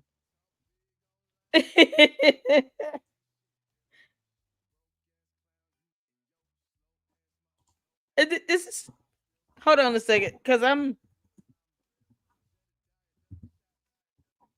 okay. Let's see here. Amy says, "Hey, Amy, I watched her live, and let me tell you, she makes me want to throw up, and that talked a lot." Candace Khan, she's even mesmerizing George. Takes a lot. Oh, I get you, honey. It said he had a big disagreement with the church and started his own church, the Church of England. We're talking about King Henry. Islam isn't exactly soft on women either. Exactly. Tate used Islam in case he was found guilty in prison. Muslim protection. Oh man, actually, Catholicism is the mother to all Christianity. denominations, the Protestants protested against the Catholic Church. Um, Hold on a second. Denominations, the Protestants protested against the Catholic Church. That's where the title Protestant comes from. Yeah, I mean, because there was a whole lot of things going on in Catholic Church that was more. Some of the concepts was based on paganism. Correct me if I'm wrong. And then there was a bit of a control with the power. I mean, you have a whole Vatican where it's like a state now, a statehood of some sort, where the Pope lives. So they felt like the Catholicism was, gaining too much power when it came to government as well. And then of course the paganism. Yep. Yep. Concepts of paganism. Yeah, Henry. It's kind of common school knowledge here, UK. Gotcha. Wanting a divorce because he married his dead brother's widow. He did. If that video is like a dating show, they definitely don't match. That's why they're a business partner now, literally and figuratively. Exactly, Mirror. Thank you, Mirror. Because are y'all feeling the love in this video? Can't you feel the love tonight? I don't feel it. It's not flowing saying here. that before 1517, we just had this big kind of black hole of Christianity from the time of the apostles until Luther crops up. And so for me, that was like, okay, well, what's going on? Like, there must be some living faith in this 1500-year window, even if you want to call it like a 1200-year, 1300-year window, because for the first 200 years, you have the kind of... Dude, 1500, 1300, 1200. That's the big differences. Pick a number. Pick a number. Apostolic age. So, what's going on in that period? And for me, that was like well, we're not just going to write off this entire period of history.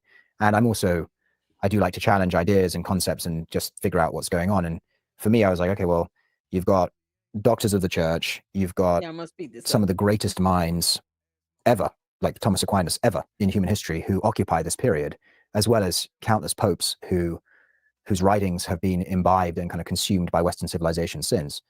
So what's happening with these guys? Like, are they Christians? Are they not Christians? And so that was really kind of where it began for me. That was the early church. The first 700 years was what I then went on to study, but that was kind of really where I began my inquiry. Was like, this doesn't make any sense. I just don't believe that there are no Christians here. So let's figure out what's going on. And so that was kind of where I started. And I had this great priest at school who was actually an Anglican priest, but he ended up becoming a Catholic as well. But he was very good at rebutting many of the preconceived ideas that I had about Catholicism. And so he started to really kind of challenge me on a lot of my positions. And that was kind of where it all began. Okay. Was there a singular moment that you can recall in your mind when you went, this is it, I'm actually going to convert to the Catholic faith? I wouldn't say, no, not really, no. I mean, there was a moment, I remember the first time that I went into a Catholic church there were two moments probably. There was once where I was in a Dominican monastery in Croatia where I very much felt that there was a calling. Georgie boy, you've been all over, huh? Dominican? Yeah. And I'm assuming it's still this all boys school concept. He went to a Dominican monastery in Croatia. Georgie's been all over the place, y'all. Been all over the world and back again. I'm not feeling no love between these two at all. Yeah, they probably need more than 18 days, I would assume, to actually date, court, before they sit here and talk about an engagement. You can't make this up. I very much felt that there was a calling. It was, in some ways, I know this is a weird thing to say, but it was kind of the silence of the place. I just felt, I'm drawn to silence. I think you know that. But I like drawn to silence. The silence. I like the reflection time. It's like the early church fathers, who were the desert fathers, have always had an appeal to me because they wanted to lead this contemplative life, studying the Lord, like in silence. And so for me, it was something about the silence of this church, which I just found very kind of inspiring, overwhelming in some ways. So that was one moment. I think I must have been about 15 or 16 at that time. And then there was another moment, which was the first time that I went into a church, and that was in London, Westminster Cathedral. And I sat at the back and I prayed a rosary for the first time in my life. And I didn't really know what I was doing, but I just wanted to make that first step. And then when I did that, Why are you praying to a rosary? Why not pray to God directly? You do understand that you can pray straight to God. You don't have to pray to an object. You can just pray to the Lord. If he's saying that he wants to study the word in silence, then you can go pray. That even the Bible says that you who those who go into their to pray straight to God, you can go in your secret place in your closet and pray, and their God will reward you. Your Father in heaven will reward you from that, as opposed to praying loud and boisterous out on the streets. Your reward is there when you go out and you showboat. But when you pray to God in heaven, you go to your secret place. You go to your closet and do it. The Bible refers to it as a closet, but just wherever you commune with God and speak to God, where you can do that in silence. Do you need to become Catholic to do that? Because the Bible speaks of that as well. Why are you praying to some beads, man? Hey, they changed the Ten Commandments. Are you kidding? I bet the Croatian monastery was fine. Argos is nice, but I don't trust it. They changed the Ten Commandments. Oh Lord, I swear they use magic, and the employees are all secret trolls, and they are ogres. Is that Candace Owens' husband? Yeah, it is. Talking about he prayed to a rosary. Some Catholic Church is like all churches. Some of the people are true believers. Yeah, yeah, they all. I mean, he's saying that he became Catholic because he likes things done in silence. But as a Christian, you can still pray in silence, and you wherever your place is, where it's just you and God.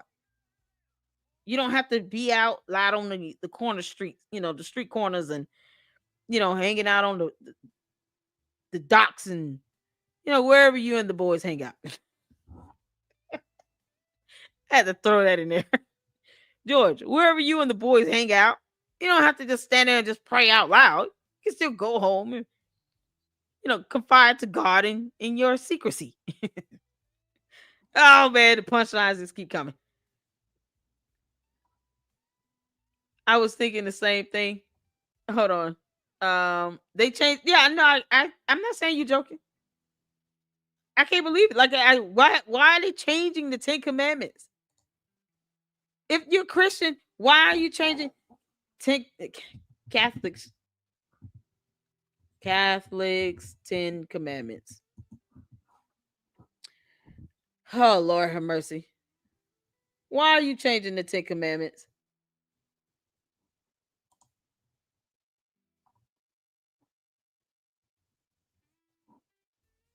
The Catholic 10 Commandments serve as a moral foundation for believers, guiding them in their relationship with God and others. You can't make this up. Why are you changing it? Yeah, Candace. You should not bear false witness against your neighbor. George, you gonna do anything about this? Because Candace does that daily.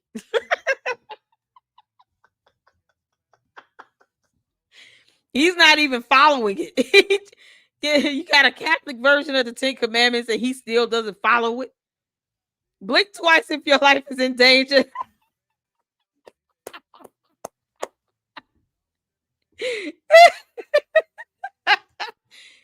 Yeah, George, if you're sitting here, you're just kind of shunning evangelical Christians and all, that's between you and God, because Judgment Day is going to be a rude awakening for a lot of people.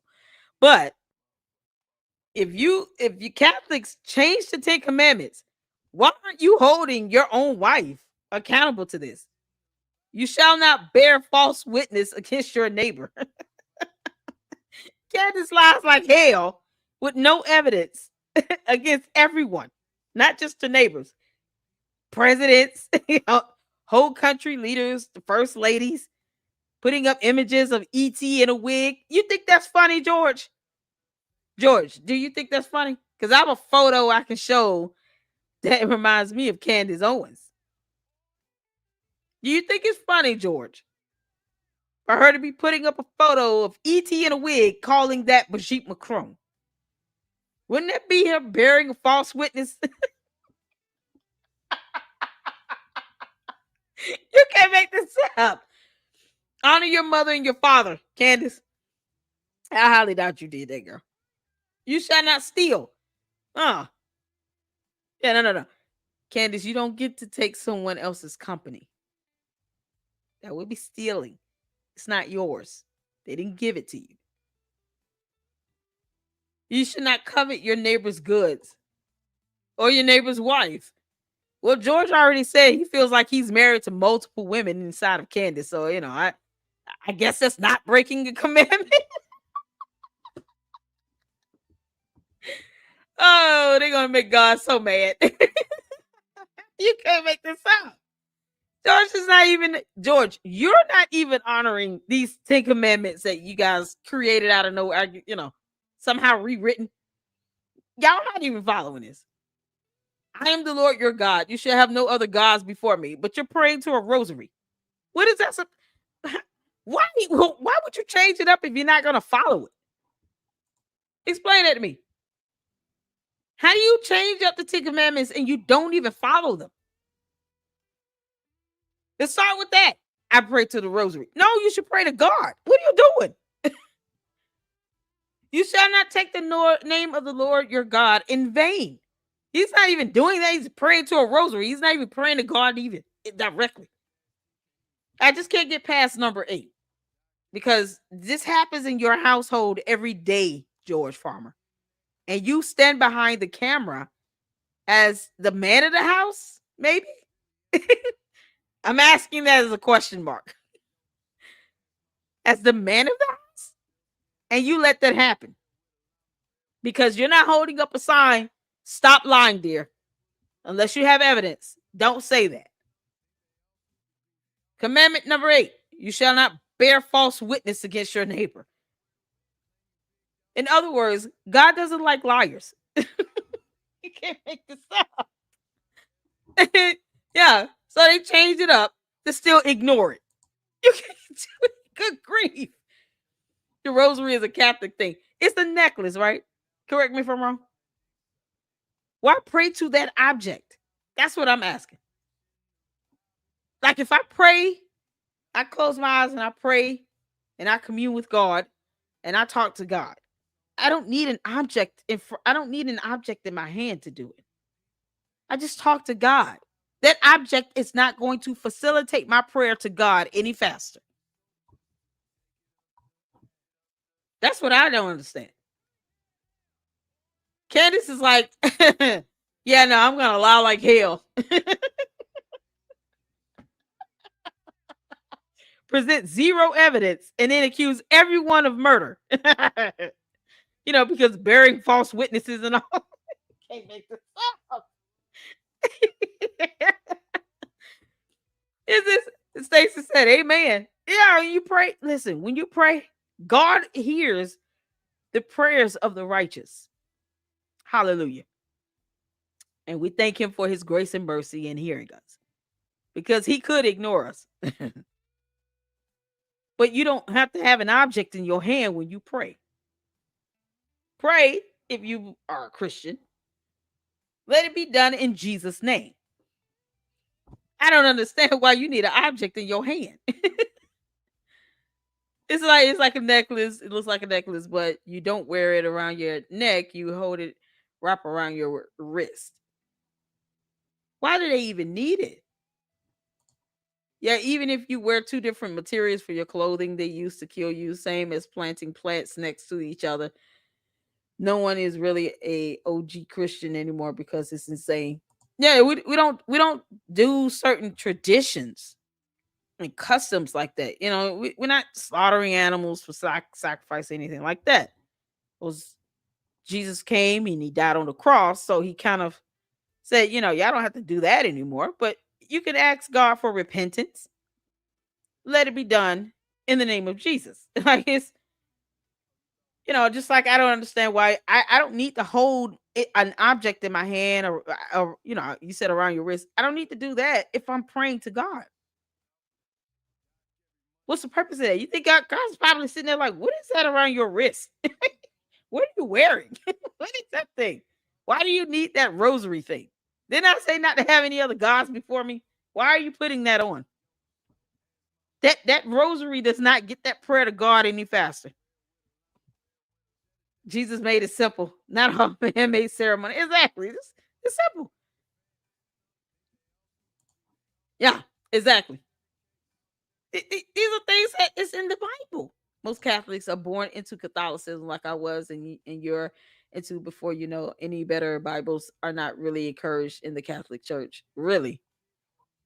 Man, with the Rosary, they say, "Hail Mary, glory be to Father and the Lord's Prayer." It is a tradition, a bit like the Muslim have their prayer beads. That's what. So he sits here and talks about radicalism, and they use similar objects when they're praying. Yeah, let me tell you something. God doesn't care if you have a bead around your wrist, a ring on your finger, a hat on your head, shoes on your feet, a cloth, a mat. He just wants you to pray and be genuine. It's to help them count. The rosary basically helping them to count as they repeating the rosary prayers. How many times they have to say it? Oh man. Just read Hebrews. Oh yeah. Yeah, I definitely have read the Bible. I'm always reading the Bible. I study the word of God. It's the only way we build our relationship with God. It's to study the word. That's why I don't understand why anyone needs to have any beads or anything, any objects in their hand. So if they don't have the rosary in their hand, they feel like the prayer is null and void. Is that it? It's like it's a moot prayer if they don't have the beads. We learn something every day. It's rosary beads. They're arranged in a specific order. It's 10 beads for Hail Mary prayer, then one bead separate. That's the Lord's Prayer, and the medallion and the cross is a Jesus prayer. Oh my goodness, y'all. Yeah, I'm gonna say this as a Christian, I don't need to have any of that stuff on me to just pray. Just be sincere with it. And even if you're wearing those beads, it doesn't mean that the prayer is sincere if you're trying to be repetitious about it. Just be sincere. Let God see your heart. It doesn't have to come down to how many times do I say this. Just be sincere when you say it, even if you say it once. Amen to that. All right, y'all, let's get back to it. So, okay, yeah, me either. It's not in the Bible. Let's go. That I prayed before the Blessed Sacrament, which was also a huge kind of, for me, that was something which I had really begun to appreciate. Like this is Christ. This is not just bread. This is Christ. And it was not an easy thing to tell your parents. In fact, you didn't. I didn't. That's right. Yeah. Most kids are like hiding drugs from their parents. You're hiding a rosary from your parents. Yeah, just was like I was very nervous about it. Why is that a And I didn't comparison? really know. I was confirmed, and then I sort of carried on living. And for me, it was something that I didn't want them to kind of know about to start off with. And But why?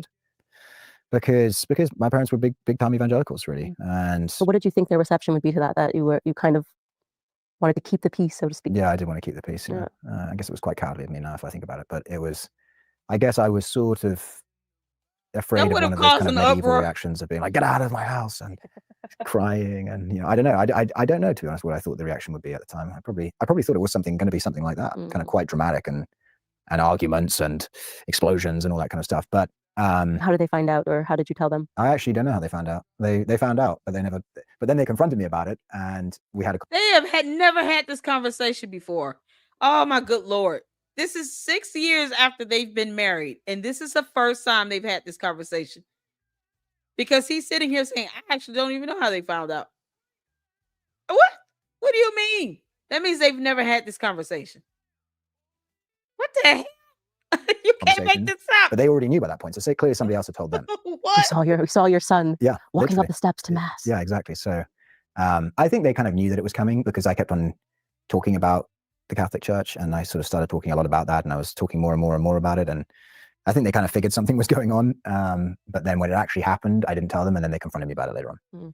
So now that you're in America, and I think there's a lot of faith Oh discussion boy. happening now, what would you say your perspective is? Because it's something that you and I discussed. There are these slight differences. It's kind of difficult to speak to regarding the way that certain topics emerge in the UK and certain topics emerge in America. Like, we are brother and sister, but there are some differences. You know what I mean? And one of the things that I had kind of spoken to you about was even evangelicalism. Faith is so different. Like, when I think of your parents who are evangelicals compared to evangelicals in America, it just feels different. You know, it just feels very different. So what would you say are some of the differences that you can speak to in, I guess, whether it's She religion, can't faith, say or how another it's different topic, at all. when it comes to politics across the She can't pond, even say as opposed to how. here on a variety of It's subjects: like two abortion, faith. strangers, y'all. Yeah, I mean, faith obviously is one that I've spoken about already. I mean, abortion is something which is an interesting one because, again, abortion is not really discussed in the UK. It's kind of a settled topic, which over here it is very much not. I mean, the funny part is that the perspective of many Brits to America, and I'm sure there'll be people in the comments who will be like, I'm British and I disagree with you on this, but generally speaking, the perspective of Britain is that America is kind of a bit crazy, and Europe as a whole, Europeans tend to, and I don't agree with this, but this is often the way, they tend to look down their noses quite a bit at American culture. Like, Europeans think of themselves as quite highfalutin, and they kind of are like, sort of Americans, they're crazy Americans. Didn't he just say this about Candace in the beginning? He said there's so many personalities. I feel like I've married several women. She's the bombastic American. They've said this in the beginning of the interview. She referred to herself as a bombastic American. And he's the laid back Brit that has the cigar and he's quiet, and he just likes his boys club, maybe some golf or bullion or whatever they like to do for fun. You can't make this up. This is what they already established in the beginning. Okay, amen. But they established in the beginning. Bombastic Americans is what he said. What she said. Bombastic American, like, I don't know which personality I'm gonna get. So he's already confirmed this thought process about Americans. You can't make this up. Y'all, this interview between them two, yeah, he's a coward. George, if you're scared, just leave the house. He obviously have no idea who or what you married. He doesn't. I don't know. Brits copy a lot of American culture, though. I mean, Amazon bought Black Friday to the UK shares. Probably, yeah. He said he didn't like, the British, the melancholy of it all. It's too quiet, laid back, I guess. And then he calls America, home of the Babylon. Like I said, many countries think of America being Babylon, basically. But he prefers to be here in America than in the UK. Even though he has no idea who or what he married. He feels like he's married to several different women all at the same time. You can't make this up. This is ridiculous. But of course, really what that actually is a reflection of is the freedom of the intellectual mind, right? And actually the reason that they say it's crazy is because Americans have this great inquisitive attitude to things. They don't accept standard norms. They are willing to challenge.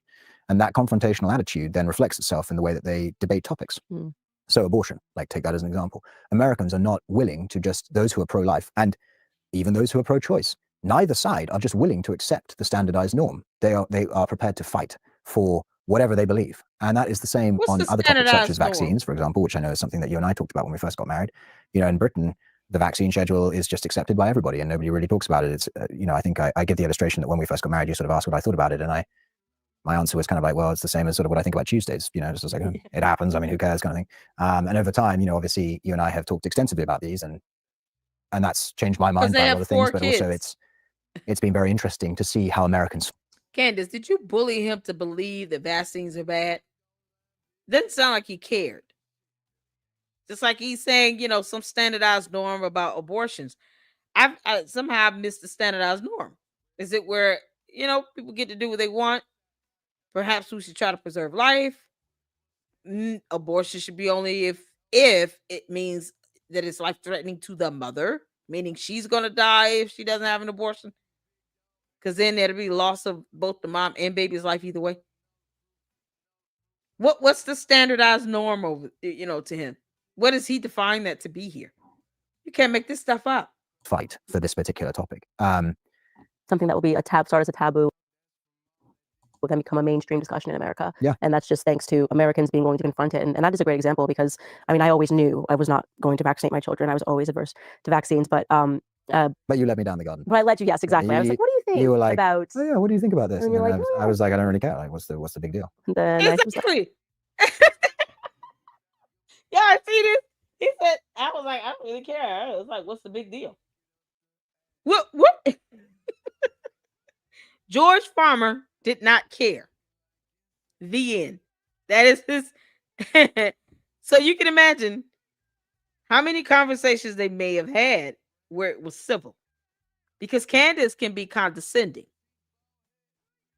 And in order for her, I guess, to outbest George Farmer, you can imagine what that conversation was like. I highly doubt it was peaceful. Look how they're having this conversation here. Abortion is accepted in the UK. Got it. Vaccines don't kill. I'm not dead. I get vaccinated. I mean, he's not a real man. Can you imagine them trying to have a conversation about her saying yes and him saying, I don't care? What's for dinner tonight? Well, I figured we would do pot roast. Well, I kind of wanted chicken. No, George, we're having pot roast because the kids need the iron and the vitamin A in the red meat. Do you not understand red meat? How do you not understand where cows come from?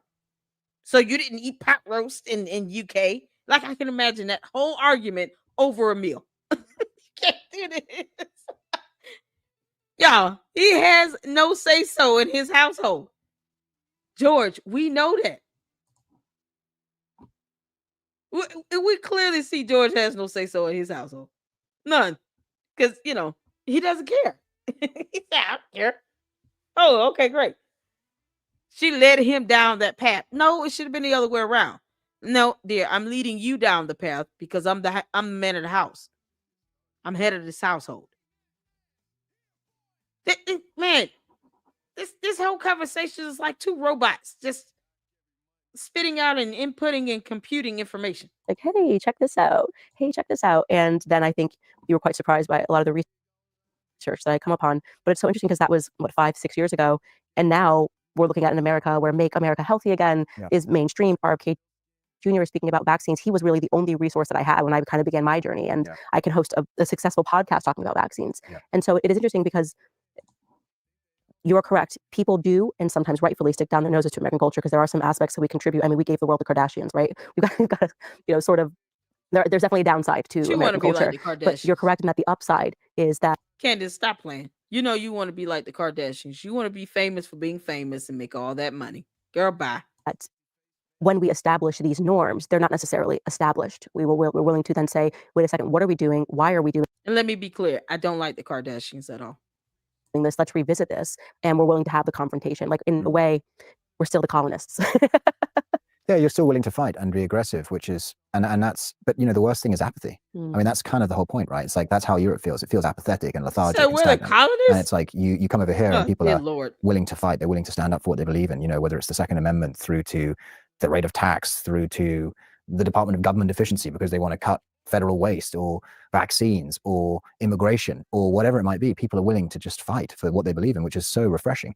And that is the greatest difference between Europe and between the UK. Because as I said, in the UK, there is this kind of, it's like a malaise. It's a malaise of the mind. It's a malaise where people go, life's kind of okay. And, we're fine and we're just plodding along and all this kind of stuff. And it's an unwillingness to better oneself or to improve the world in a better position. And that's a terrifying place because then you just become subject to all kinds of tyranny. Yeah, absolutely. And I think it's probably quite challenging because I always think of the other side. Like my brain sort of naturally goes, okay, if The it's being left presented to she me as a does. mainstream That's a acceptable lie. position, I want to see what the unacceptable position is and see where I land on various topics. And that is a flat out lie, Candace. Because if you did that, you would not be falsely accusing people of being involved in a murder plot. Are you kidding me? Did y'all see what she said? Candace lied her ass. Candace, you don't have to put on a front for him. He already called you basically multiple personalities. So you, you can't make this stuff up. She said that she tries to look at the others, always think of the other side. You can't make, what a lie. Wait a minute. Can't wait. Candace Owens is being proud of America giving the Kardashian to the world. She's so shallow. Exactly, because she wants to be the Kardashians. No. She wants the wealth and the fame that the Kardashians have. And still, she doesn't know that they're just famous for being famous. Really, they're famous because their father represented O.J. Simpson in a murder trial. That's it. Otherwise, no one would know who they are to this very day. And then maybe because one of them ended up in some sort of tape with Ray J. That's about it. They're famous simply just for being famous, not because they gave the world something. It's so crazy. So being truthful isn't being rude, Francis. This is everything that's bad about Megan worse. Her transphobia is going to cost her $1 billion and she deserves to be sued. Let everybody have their opinion. I don't think that it helps her to see, hear, and to claim that someone is transgender when they're not, or she doesn't have any scientific evidence of it. But then it wants to, demean the LGBTQ community, but yet you want to assume that everyone's a part of it. Everything is fake and gay, Candace. You're a contradiction to your so-called, beliefs of being heterosexual and having a husband and having him be the head of the household, which obviously George isn't. You're a contradiction to that. When you want to assume that everybody is faking gay or everybody is a drunk. You know what she said about people in Hollywood? I've never seen Angela Bassett get drunk or Mariska Hargitay. There are a few people in Hollywood, Candace, that have been very successful in being actors and actresses. They've achieved and made strides and goals, and you have no idea what they do in their everyday private life. They barely have a scandal. Never seen Chadwick Boseman before he died, may you rest in peace, go out and act like a buffoon. You didn't hear everybody doing that. Everybody in Hollywood is not some drunken old drug head. No. There's some formidable people and couples, married couples that have been married for decades, at it for a long time. Samuel L. Jackson and his wife. How many of you all know who Samuel L. Jackson's wife is? If you don't know, it's because she don't put herself out there like that. Her name is LaTanya Jackson. There are a lot of people that are doing positive things in areas where she doesn't think they exist. But because she generalizes everything, she doesn't care. She doesn't research anything. She doesn't go out here and try to actually look up information to see the other side of anything. If she did that, she would not have been so quick to point fingers and to blame people in Turning Point USA of some cover up or having something to do with Charlie Kirk's death. Look how she's blaming the Macrons for some assassination plot simply because they're suing her. Does George try to stop her and to pull her down from that? No. He stands behind the camera and his punk ass let her do it. George, you're a coward. And I want you to know that. You stand behind that camera and you let her falsely accuse people of doing things they did not do. She has no evidence to prove. People being doxxed. People are being cyber harassed and cyber bullied. And you stand behind the camera and you let this dumb crap happen. And now she's mad because she's being sued for it for once. The Macrons are showing people how it's done. Now you have the bully being put down to rest. Take it to the court of law. Let's see how this goes. And she's crying about it. It's so crazy. What's going on? She wants subpoena power, though. She wants to be sued and get subpoena power. Candace is not getting subpoena power. She doesn't understand the concept of subpoena power. Let me pull that up right quick so I can destroy her hopes and dreams on that. Subpoena power.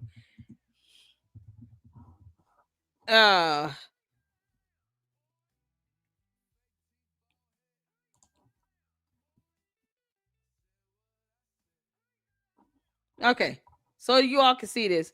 Subpoena power is the legal authority to compel individuals to testify or produce documents in legal proceedings, and it plays a crucial role in both civil and criminal cases. What is a subpoena?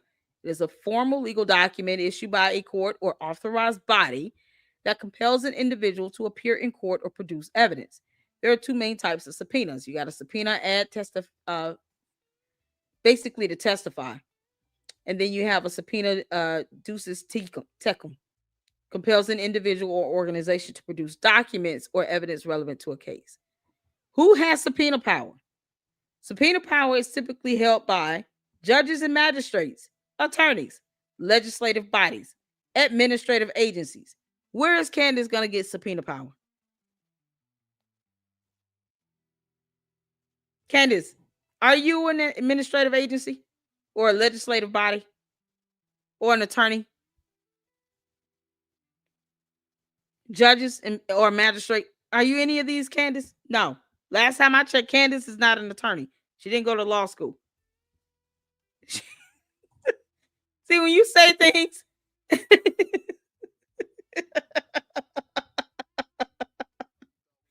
Candace, when you say things like you want subpoena power, this is why I laugh, because you don't look anything up. You can't take this serious.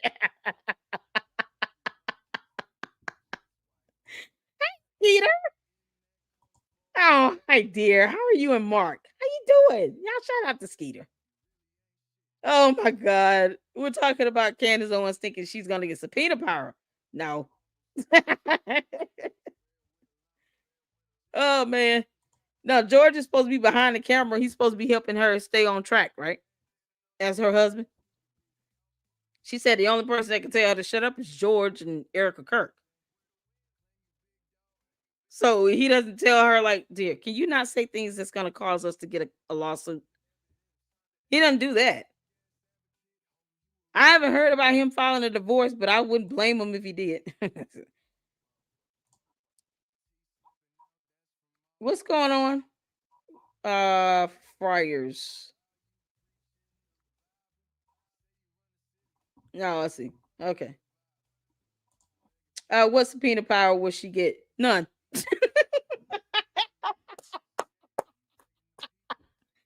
Candace, you don't get subpoena power, girl.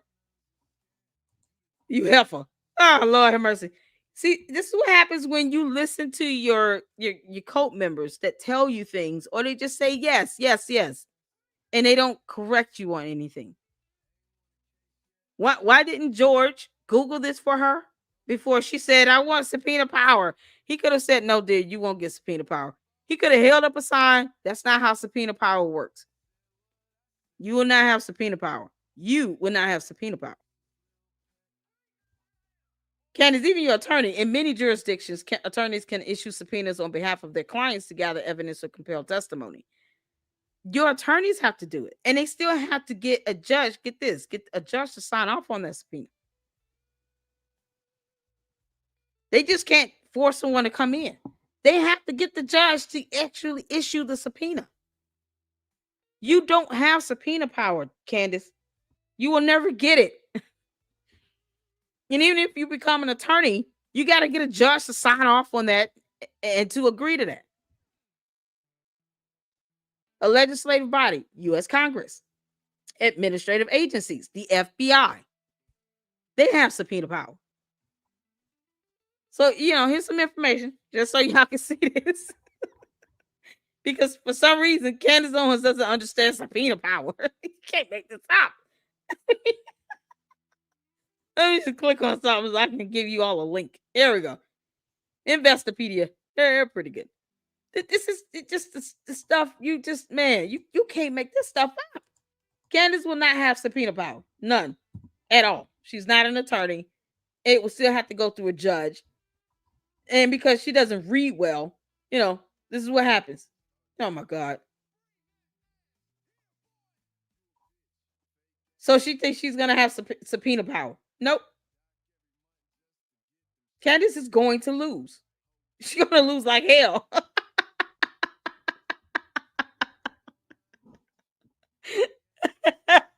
George loves her even more now, does he? Okay. I believe when I see it, it's a waste of energy. We got a debunker. I'm a debunker. Candace could easily have her attorney subpoena them. No, they have to take it to the court of law. And then the judge has to sign off on that. They have to still get that subpoena signed and agreed upon by the judge. That's how that works. It will be a hearing, and then she would have to actually get the judge to sign off on this. And honestly, this is why you have a hearing. Because if you try to subpoena somebody in, simply because Candace wants them to come in and give testimony, doesn't mean that they would provide any relevant testimony to the case. They might not even be required to testify in the proceeding. So let's say with this Macron case, Candace sitting around here bossing around her attorneys after outing them and all this nonsense. They can't even work in peace now because Transformers are living on Earth on the top of a roof as a red crane. Shout out to Optimus Prime. And then she goes to her attorneys and say, I want the DuPonts to come in and testify in this because my research showed this, that, and the third. They're gonna be like, who? What? What do they have to do anything with this lawsuit? The DuPonts are not required to come in and testify on anything with this lawsuit. They're irrelevant. They're not witnesses to anything. What are they going to testify to? See, that's why you don't let people like Candace Owens think that she has subpoena power. And even with the attorneys, they have to get the approval from the court, from the judge. Because the judge has to hear argument on it. The other party would be able to object to that. No, I don't think that person should be subpoenaed. They have nothing to do with this lawsuit. Who is Pierre DuPont? We don't care. She'll be the subpoena if Candace actually, Lord have mercy. If she thought she could bring in, everybody at Turning Point USA in her lawsuit, she would. No. Candace, you don't have subpoena power. You don't have it. And your attorneys will still have to go to court over it. Clown shit. Like she could have easily looked this stuff up. This is information. This is called facts. People need to look up and read. Candace's attorneys won't even tell her this. That's what's so crazy. And yet she says those things and people just believe what she says simply because she said it. But they don't take time to Google subpoena power. And the process as to how you get a subpoena and how you get that issue. And then the person you think you're, issuing a subpoena against, guess what? They can object to it. So it's not that straightforward, even as an attorney, to get something like that. Even for an attorney to get a subpoena signed and approved from the court, it still would not be that straightforward. When you don't know how it works, read and research. Candace don't know that. That's a damn lie. She doesn't know that. I want subpoena power. She would never say that if she did, because she would never get subpoena power. She doesn't know that. You don't know what she knows. Are you kidding? You clown. They try to come in and try to say what she knows. She knows nothing. She doesn't even read. No, that don't hurt my feelings. They had to subscribe to be able to comment, by the way. You can't make this up. The candy asses in the box, boy, they something else. So they come in and try to say what she knows. She knows nothing. Because she would never make that type of statement if she knew exactly how subpoenas work. The process to getting a subpoena issued, approved from the courts. Then the person you're trying to bring in under some sort of subpoena would be able to object to it in writing. There will be a hearing on it. Candace doesn't know how that crap works. She's not that smart. Child, please. I can't see for big man. Candace is big mad. Yeah, listen here. I never care about the candy asses throwing a tantrum. They're going to come in and say the same old thing. It's copy and paste. Then they get mad and leave because you say something they don't want to hear. But never mind all the words that's on the screen that they can read. Because reading is fundamental. Reading is fundamental. So it's not that straightforward to get a subpoena.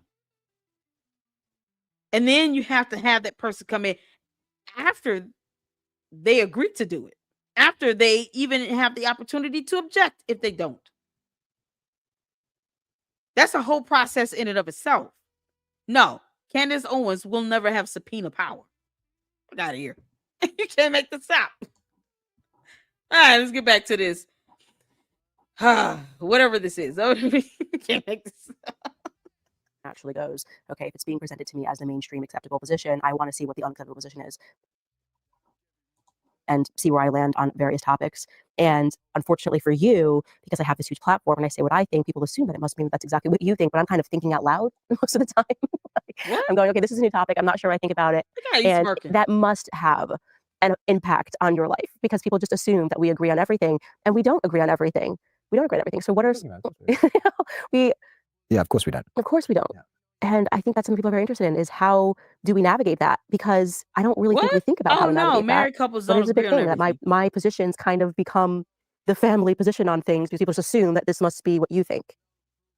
Yeah, I mean, I think my answer to that when people have confronted me about this personally is always like, well, do you agree with everything your wife says? Or do you agree with everything your husband says? I mean, it would be weird if everyone thought with a hive mind because it would just become the de facto, like...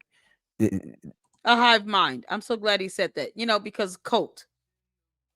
I'm glad you're understanding what a cult is like, George Farmer. My question to you is, why did you allow Candace Owens to become a cult leader? Because now she is. There are people defending her on things that are so mundane, it's not even funny. Because they fail to read. They just believe what she says and they don't verify it. Your wife is now a cult leader. Congratulations. And does he even care half the time what she says now? It seems like he doesn't even care. I don't think George cares about half the stuff that she says and whatever she believes in. Candace, more than likely, does this for a show. It's a show to her. Just like, how she takes the time to create pictures and photos for thumbnails. Like, see, they like me. They invited me over to Turning Point. Like, she took the time to take a photo for that thumbnail. That's not coming off very authentic. So for him, in his mind is, I'm just the guy behind the camera. I don't really care. She's also adamant about this vaccine stuff. And he's like, I don't really care. How many conversations do you think they really had about the COVID vaccines? One, maybe. He doesn't care. He doesn't seem like he's going to go back and forth with her on that. He doesn't care. She's the only one that's animated or at least gives off this presentation. Maybe Candace doesn't care either, and it's just a front. It's just a show.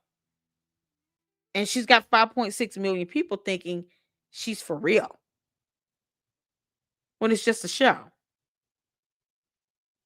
Very disingenuous. That's weird. That implies that you share an absolute belief in everything, right? Which is very odd. And I've never met anyone who has had that. So I think that what we agree on, because the individual topics themselves are highly nuanced and quite difficult to always reach conclusions on, but I think what we agree on is the process. And I think that actually is more important than almost the end result, because the process that you and I have is one of a dialectic, and it's one of a discussion, a process where we challenge each other on what we perceive to be, well, there is truth. We know that there is truth. We know that Jesus Christ is the Son of God, and that is truth, and here's a transcendental. Truth is a transcendental. But the point being is that beyond that truth, how does that truth reflect itself in the world that we live in? That then becomes the process, the hermeneutic, if you want to call it that, through which we then try and establish other truth. And we don't always reach the same conclusions. Now, there are certain areas where, like, it would be very weird if we didn't. Like, we both obviously agree that, abortion is wrong. And we both agree that the transgender lobby is far too powerful and, is seeking malevolent aims and all these kind of things. There are plenty. No one, listen, you're making them more powerful. Your wife is making them more powerful than they need to be. Because she wants to assume everyone is transgender now, where everything is fake and gay. George, aren't you late for the boys club meeting? What? She's literally accusing the First Lady of France of being a transgender woman.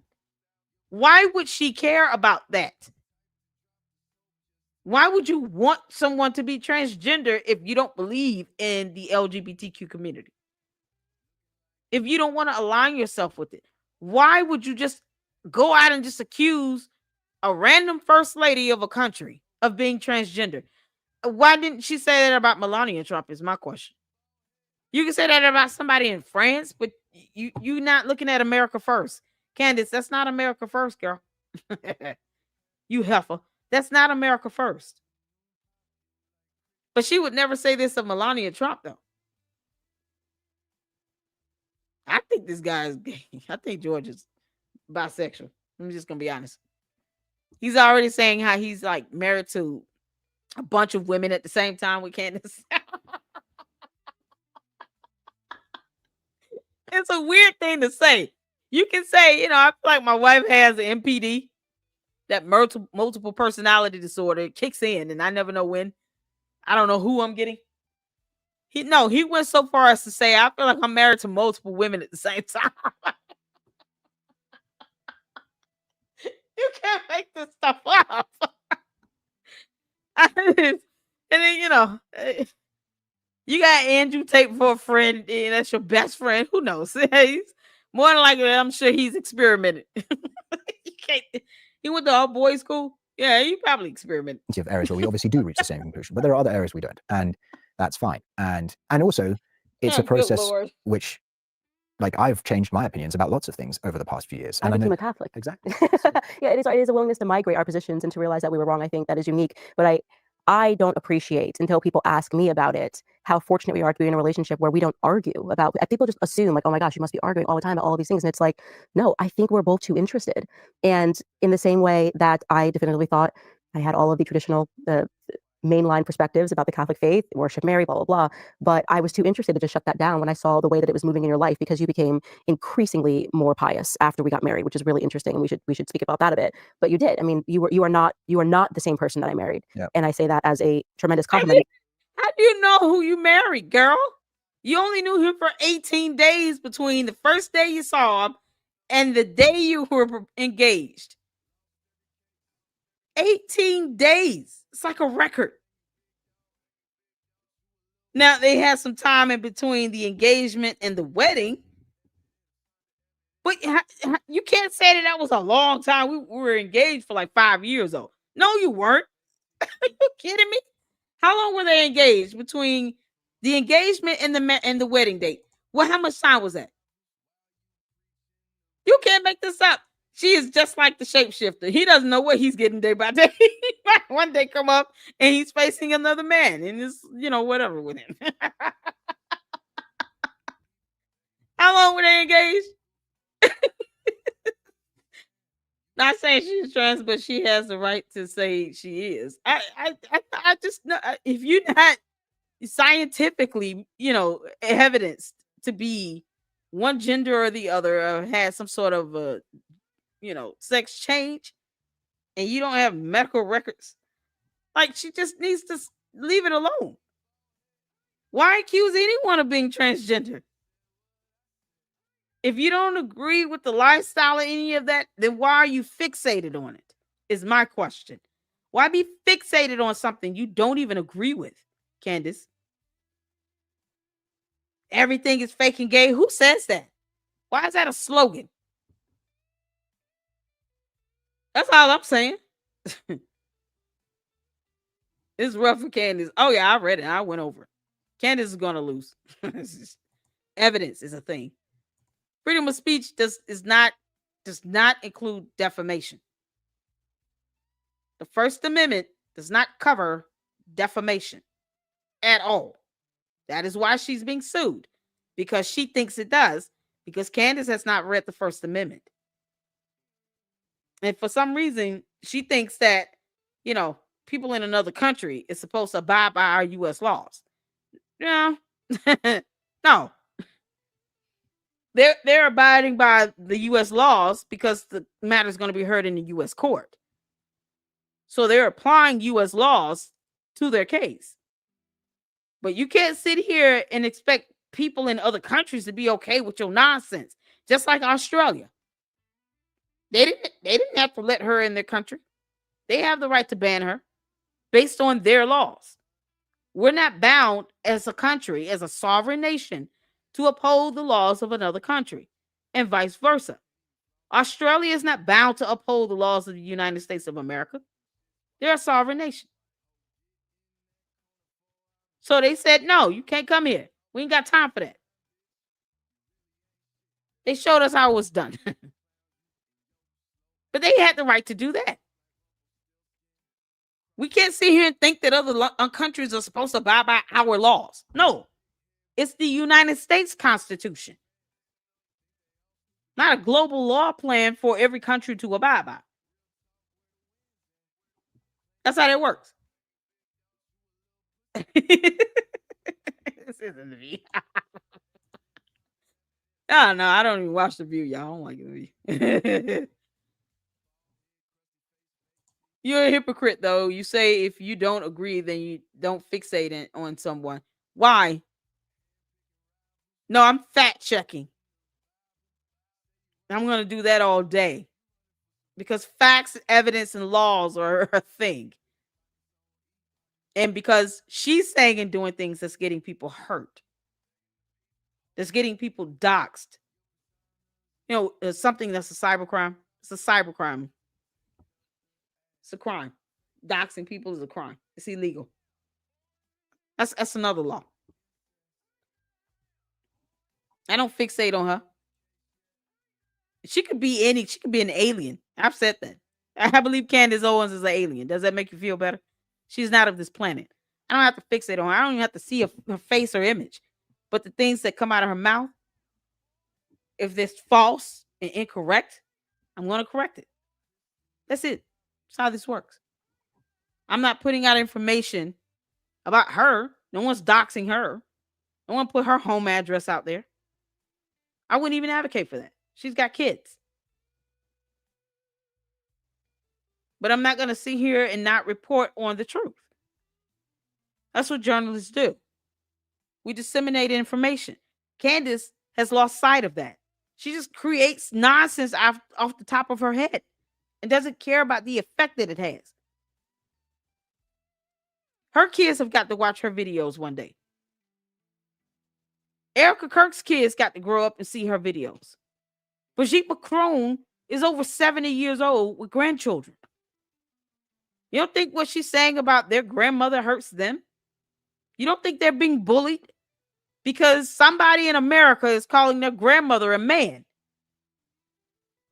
Are you effing kidding me? So if it's hypocritical to correct someone for being that vile and not caring about anything or anyone else but themselves, then whatever. I'll be a hypocrite. Candace is still an alien from another planet. She said that herself. I'm not even saying anything that's new. She's fixated on Charlie Kirk. Exactly. And then she lies about the things she says about Charlie Kirk.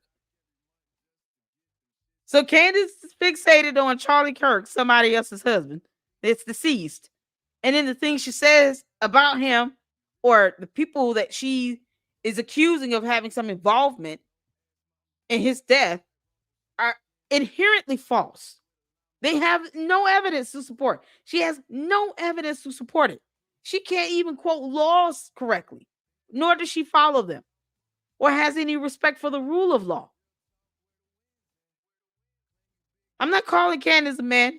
I'm just putting up a photo that's funny to me. Candace gave birth 4 times. I'm not here to take away her motherhood. Why is she doing that to Brigitte Macron? Because she wants to think everything is fake and gay. Now everybody has to be a transgender. What the hell is wrong with her? But if someone says it about her, then she gets mad. The candy asses go into a frenzy. They can't handle it. The bots start copying and pasting the same comment. They're not even original with it. All of this and for what? Because Candace Owens falsely accused someone of being a transgender or being born a man. And then get a tantrum when she gets sued. And thinks she has subpoena power when she didn't even look that up. You can't make this up. This is what we are. And yet I get comments about, oh, she has thousands of viewers. Yeah, more people she's misleading. Why is that a good thing? We're not using the common sense God gave a Billy Goat, I see, Candace. Oh, okay. Even though I thought you were perfect the day that we got married, I now look back and I'm like, wow, to see how much faith has moved you. When I say to people, I was so interested. I'm too interested to just go, okay, well, he's just dabbling in a heresy, you know what I mean? Or, he's just worshiping Mary. And I think society has grown so accustomed to being dismissive. Whether you want to say, well, this person's a conservative, therefore they're racist. This person doesn't want to vote for Kamala, therefore they're a sexist. This person has this perspective, therefore they're anti-Semitic. Whatever the name is of transphobe of the day, I'm too curious. I'm too curious when I see something, people moving in a certain direction. I want to follow them. Even if I find out that I don't agree, I want to see where they're going. Yeah. And I think that is kind of what makes us such a unique partnership, is that we're genuinely curious. Mm-hmm. Going back to that movement in your life. So you were a Catholic when we got married. You were not an active Catholic when we got married. And now I would say you are an overactive Catholic. You are about as Catholic as it comes. You attend the Mass multiple times a week, morning Mass. You go to confession every week. What was it in your life that pulled you in that direction? Because I still don't really comprehend it. What? Wait, what? These two are married people. Do I have to put a disclaimer up? Warning, the video that you're watching is a video of 2 married people that supposedly live in the same house. He's still here. How you looking like? Are you kidding? Are you serious? Y'all, that's the look of a man that is wanting to say a lot of things, and he just realized, that's right, we're on camera. Smile. You're on candid camera. This is the look of a man realizing he's on candid camera. Y'all remember that show?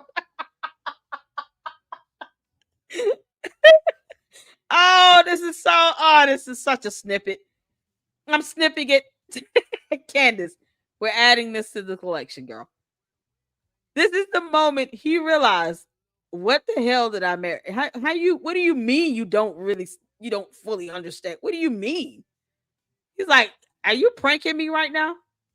That's the look of someone that has no idea what's going on in his life.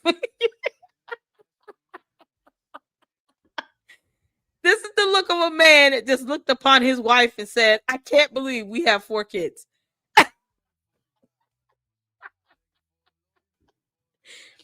George is shooting her the most cynical, whimsical smile, this smirk of a smile.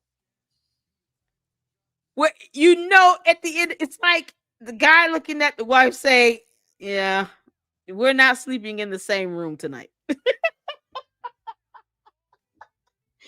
I'm sleeping on the couch. You kidding me? It's like he said to himself, she really is an asshole. Yeah, I can go on and on. You can't make this up. He's like shocked at what she just said. He was like, what? Wow, I can't believe this. Wow. Yeah, look at this. You should have prayed for me. Yeah, He's like, It was wow. just- He just kind of rolled his eyes up.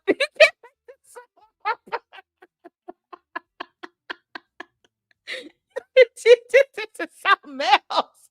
Yeah, he's sleeping on the couch. He's sleeping his ass on the couch. He was like, yeah, okay. Yeah, uh-huh. Yep.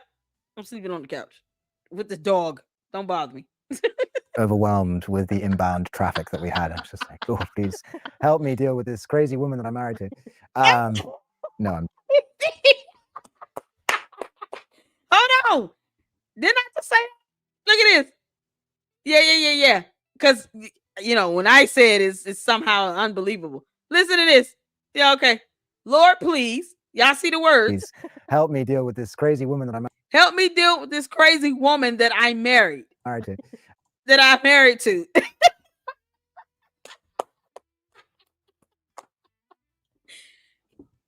You can't tell me that look he shot was not the epitome of this. Lord, please help me deal with this crazy woman that I'm married to. He said it himself.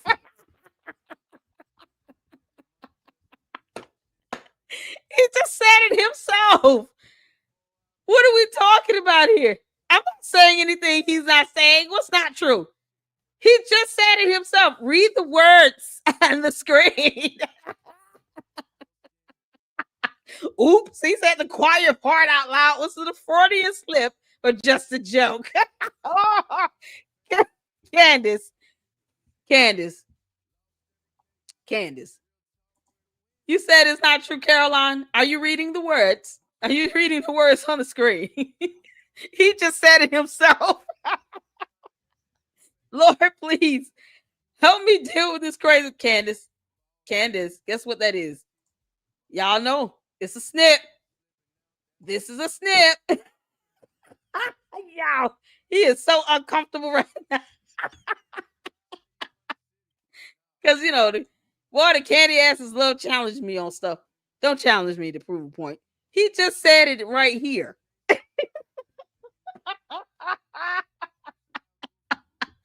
Lord, please help me deal with this crazy woman that I'm married to.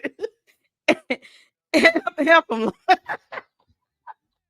George, it's called a divorce. Just get it. You can't make this up. You can't make this up. He said, Lord, please help me deal with this crazy woman that I'm married to. Because he didn't really know who he married in the beginning. Because only 18 days went by between him meeting her and proposing to her. 18 days. Not even a full 30 days, George. You couldn't even go a whole month. 18 days. It's 7 days in a week. That's 14 days. That's 2 weeks and 4 days. And that's who we're counting from sun up to sun out. 24 hours at a time. 2 weeks, 4 days.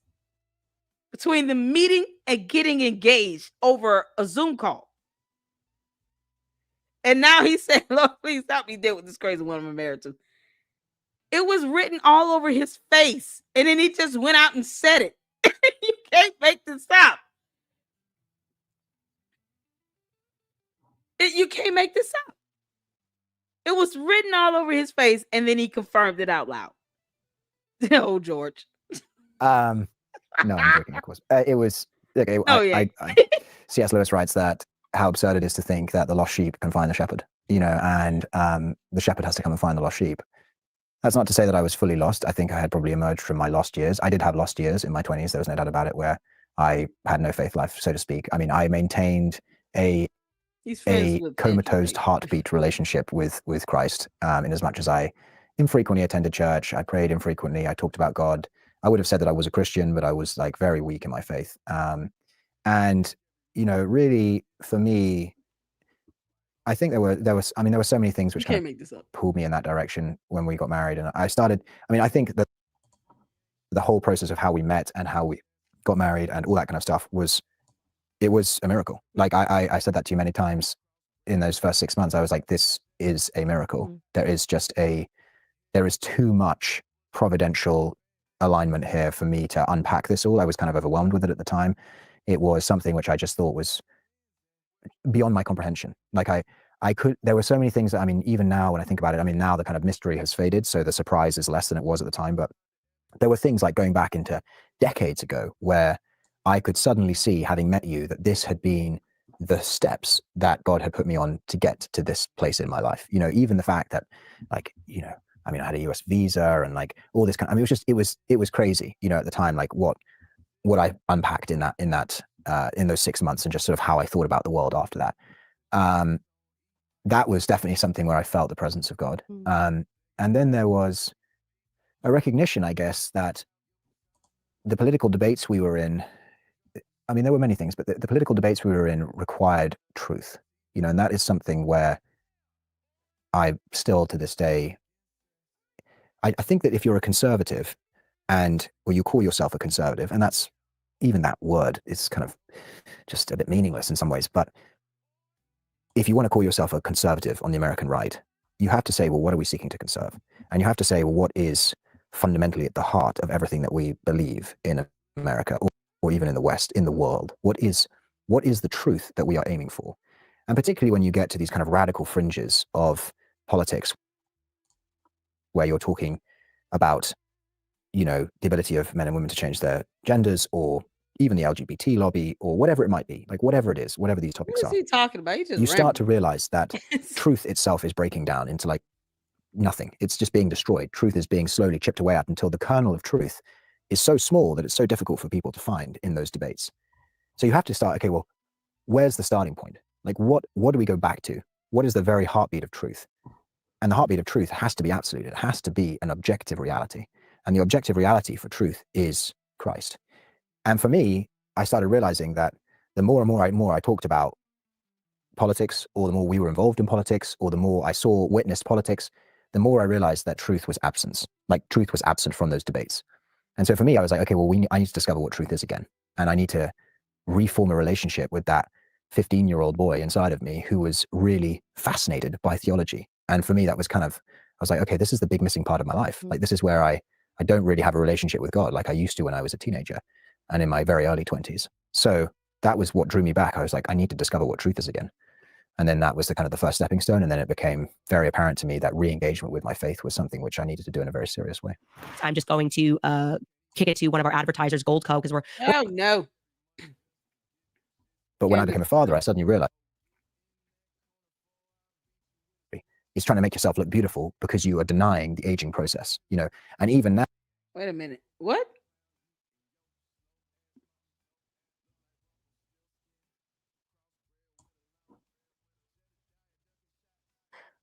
a very big sea change, I think, for all men. Is it? I don't know. Maybe some men are like, no, actually. No, it is. I mean, yeah, being a dad is huge. I mean, you want the best for your children, and so I want, I love my children. I mean, there are so many ways that fatherhood changes you. I mean, being a father both motivates you to be the best dad you can be. It motivates you to stay alive, which is a funny thing to say. You become very aware. I became very aware within months of our first child being born, of my own mortality. I suddenly became very aware of, like, I'm going to die. And in a non-morbid way, I think about death a lot. And that is because I think our world has lost the perception of death. We do everything to try and avoid talking about death. We don't want to cover the topic. And death is perceived of as this great, like, we mustn't talk about death. Like, we must avoid death. And even everything we do is kind of like in the constant culture of trying to extend life, like plastic surgery. It's trying to make yourself look beautiful because you are denying the aging process, And even now, when we are inevitably going to die, we must be in control of that process through euthanasia. Like, the UK has just voted through this assisted dying bill, which is a complete abomination. But this is how we are now perceiving death. We have to control this process. And so natural death is totally pushed to one side. But when I became a father, I suddenly realized that I was like, okay, I'm going to die, and that's just going to happen. And I need to sort out my relationship with God, and I need to be aligned with him. and not just be aligned with him, but I need to promote Christ in this world, and I need to promote Christ to my children, and I want them to be raised in the faith. So I want them to have the best relationship with God. I say okay. So, having studied medicine, one thing we're taught to do is first do no harm. When I think of an assisted death of some sort, it's because there's a patient that is suffering. They don't want to suffer in pain. Maybe the life that they have, the quality of life, is going to be so beyond, reasonable or realistic. And they don't want to agonize and suffer through it. So if you have laws in place and there's a case for someone to say, they have this diagnosis and it's going to cause all of these symptoms where the quality of life is going to leave them, you name it, from blind to mute to, deaf to breathing from a tube to using the bathroom from a tube. I mean, it's just going to be beyond reasonable. They're going to have pain. They're not going to remember anything. And they decide, okay, you know what? Before it gets to that point, I would rather just make peace with it and just avoid the agonizing pain. Should someone be forced to endure, the torture and agony of symptoms and pain where they won't have relief to avoid having an assisted death? I'm asking here. God bless you, Tony. It's like, why is that such a horrible concept?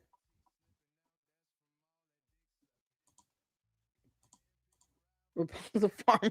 This is an airport. No need to announce your departure. What are you talking about? Oh no.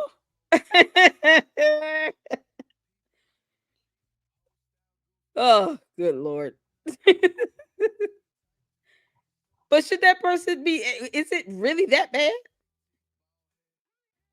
Is it really that bad? Is it an abomination to say, I don't want to have this agonizing death? So before I know all these things are going to come about, let me just go to court, go to the hospitals, the doctors, to figure out a way to have some sort of assisted process here. That's all I'm saying. People with depression are trying to use it. I mean, should they be forced to? Let's say it's a physical diagnosis. I saw, actually, this was something that, and it's not foreign. When the AIDS pandemic was really first fully known, and people were diagnosed, and they realized, okay, there was no cure, there was no medicine to help them even with the symptoms of it. Let me just arrange something to where if they, once they found out they were diagnosed with AIDS and they knew they were going to die, and they understood these are all the things that I'm at risk of having, some of the symptoms and diagnosis they were already experiencing, and they said, I want an assisted death. That was something that was happening at the time. Was that bad? Was that an abomination? They should just suffer? That's what I'm asking. He's saying it's an abomination. Is it? Would he want his parents to just be in pain and suffer if they had some diagnosis or disease?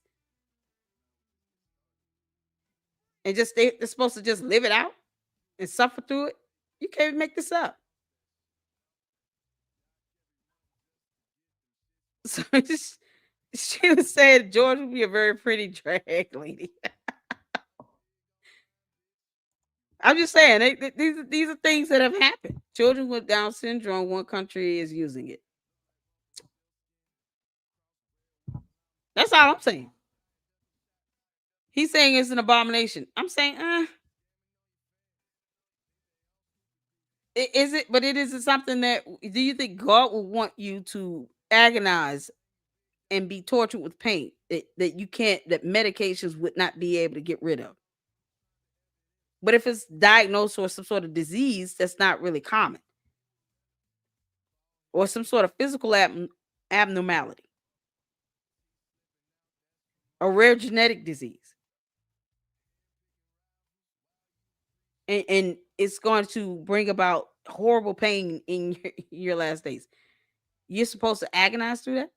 You think God wants you to torture in that?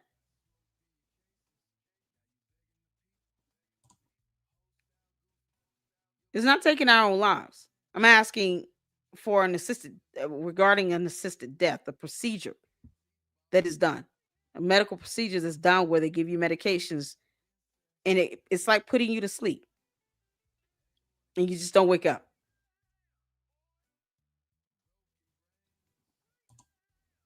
I'm just asking. I'm just asking here for y'all thoughts on that. Let me know. I don't know. I feel like having worked in medicine and healthcare and seeing people, have their last days spent in hospitals.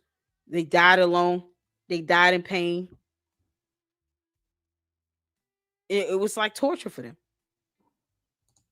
And you have a process in place, like a medical procedure that kind of puts you to sleep, and it, just assists in you being able to go peacefully to death or transition. That's an abomination. So God wants you to torture through your pain and physical ailments. And granted, this is not just because you want it.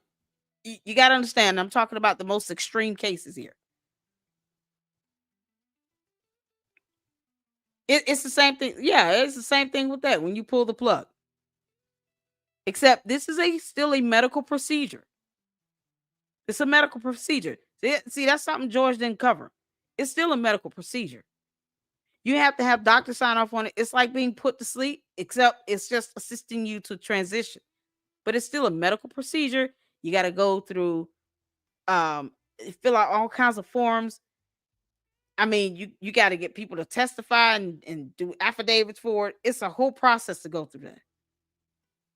It is a medical procedure. It's not just shoot something in my IV and be done with it. No, it's an actual medical procedure. If you have a terminal illness, hey GB, how you doing? I agree with the procedure LLC. We should be more humane when we are at that point. We should be able to elect this. That's what I'm saying. If it's a terminal, and I'm saying to a very extreme thing here, like a rare genetic disease where the symptoms are, inflammation, pain, you know, um, complete discomfort to where medications might not even really be, helpful at some point. It's going to bring on a onslaught of other symptoms where your quality of life is gone. An assisted transition is still a medical procedure. Is that an abomination? Doctors have to sign off. Yes, it is a medical procedure. Yes, it is. Doctors have to sign off on this stuff. And they have to actually do testing. They have to weigh the odds. You got to get others to kind of testify and as a witness. So is it something that's an abomination? He's calling it an abomination.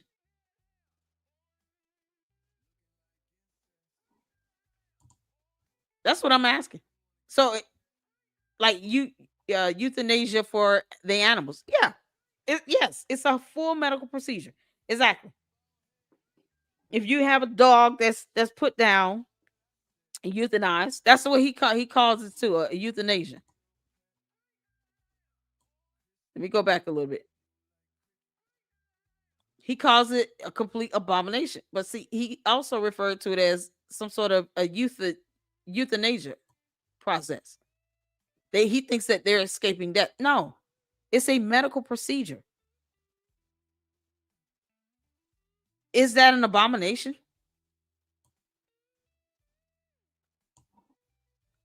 Like, it's not someone trying to just maintain, or slow down the aging process here.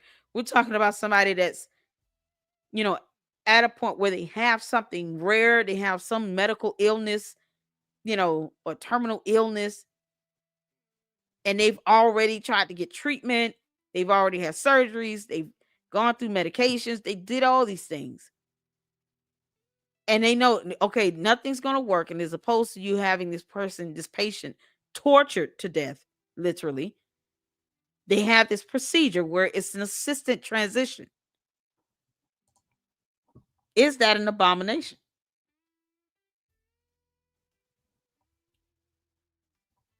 Because I know we do that here in the U.S. It's a lot of paperwork to go through, but it's still it's still a medical procedure. It's still a process you have to go through. It's not that simple as he makes it seem. I don't have a heart for that. I understand. I do the best I can for my loved ones and put the rest to God. I can't judge it as being an abomination. I don't know that. And that's what that's what he's just calling it an abomination. It's like, wait, what?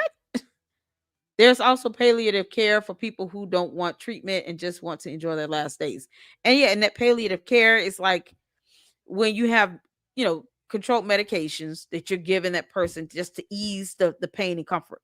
What happens when that has been done and that doesn't work? Where their symptoms, the pain they're going to go through is beyond what medications can even give comfort to. And they're like, oh no, my quality of life is going to be agonizing. I'm not even saying this is for everybody. I'm saying for the most extreme of cases here. Is that still an abomination? We're talking about a man that admits that he prays to some beads, to a rosary. Not to God directly. He has to have some rosary beads around his wrist to pray. He calls that an abomination. I just,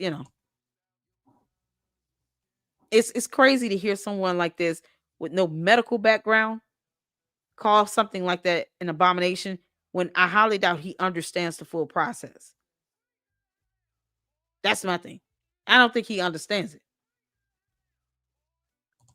I believe in this wholeheartedly, LLC. Thank you, GB. I appreciate that. And I'll say this because I actually studied biology pre-med. That was my major in college. I wanted to be a doctor, pediatrician, neonatologist. So I had to study these, these types of procedures. I've worked in healthcare. I worked in hospitals. I've seen patients, begging for payments. I've seen patients that were terminal. Some payments worked to ease their comfort, some didn't. But what we're taught is to first do no harm.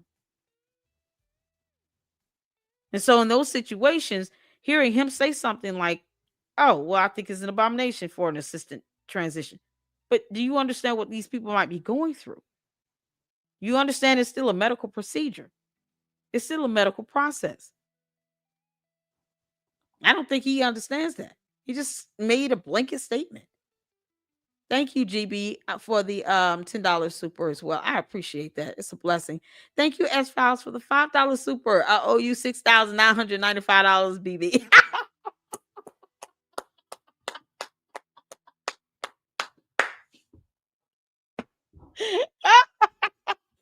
Oh yeah. You can't tell the candy asses that they go, girl, they gonna run off. They gonna say, well, there's BB Netanyahu's hiding as the S Files over there on Lady Luck Club. He's paying her $5 at a time.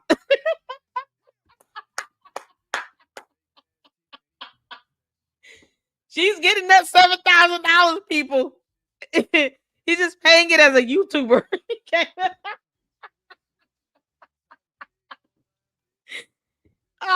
The candy ass is gonna have a field day on that one. You can't make this. Ooh, they gonna be so mad.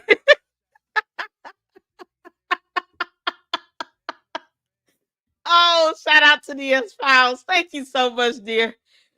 Oh, y'all better not come for my mod either. Oh my God, word was spread like fire. Y'all, BB Netanyahu is giving content creators $5 at a time. and then telling him he has an IOU. You can't let this. You ain't gonna believe this. We actually saw someone get $5 from BB Netanyahu. He's hiding in YouTube accounts. Oh, Candace, get your dumb cult members under control, girl. I'm like, yeah, let's get back to this. When we are inevitably going to die, we must be in control of that process through euthanasia. Like the UK has just voted through this assisted dying bill, which is a complete abomination. But this is how we are now perceiving death. We have to control this process.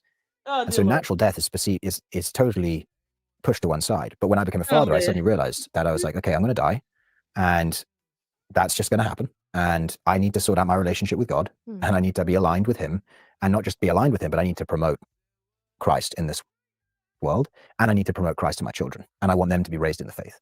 So I want them to have the best relationship with God, because that's the ultimate gift that I can give them, more so than money, more so than anything else. Like, stability is good. Of course, it should be sought, but there are plenty of children who don't grow up in stable homes who I would still wish the same for them, that they know the truth of Jesus Christ.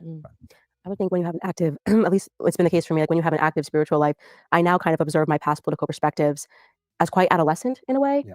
Like I look at me going around college campuses and speaking about these issues, having removed Christ from the conversation, or if I'm, saying Christ on stage, it's not with the fullness of truth, I guess is the best way to say it. It's more kind of like a political talking point, and truly believing at that time that I had landed on truth, and now I'm like a lowercase truth of, well, the left hates family, oh, the left hates social cohesion, oh, the left loves, racism because of this or that, oh, the left, feminism, this.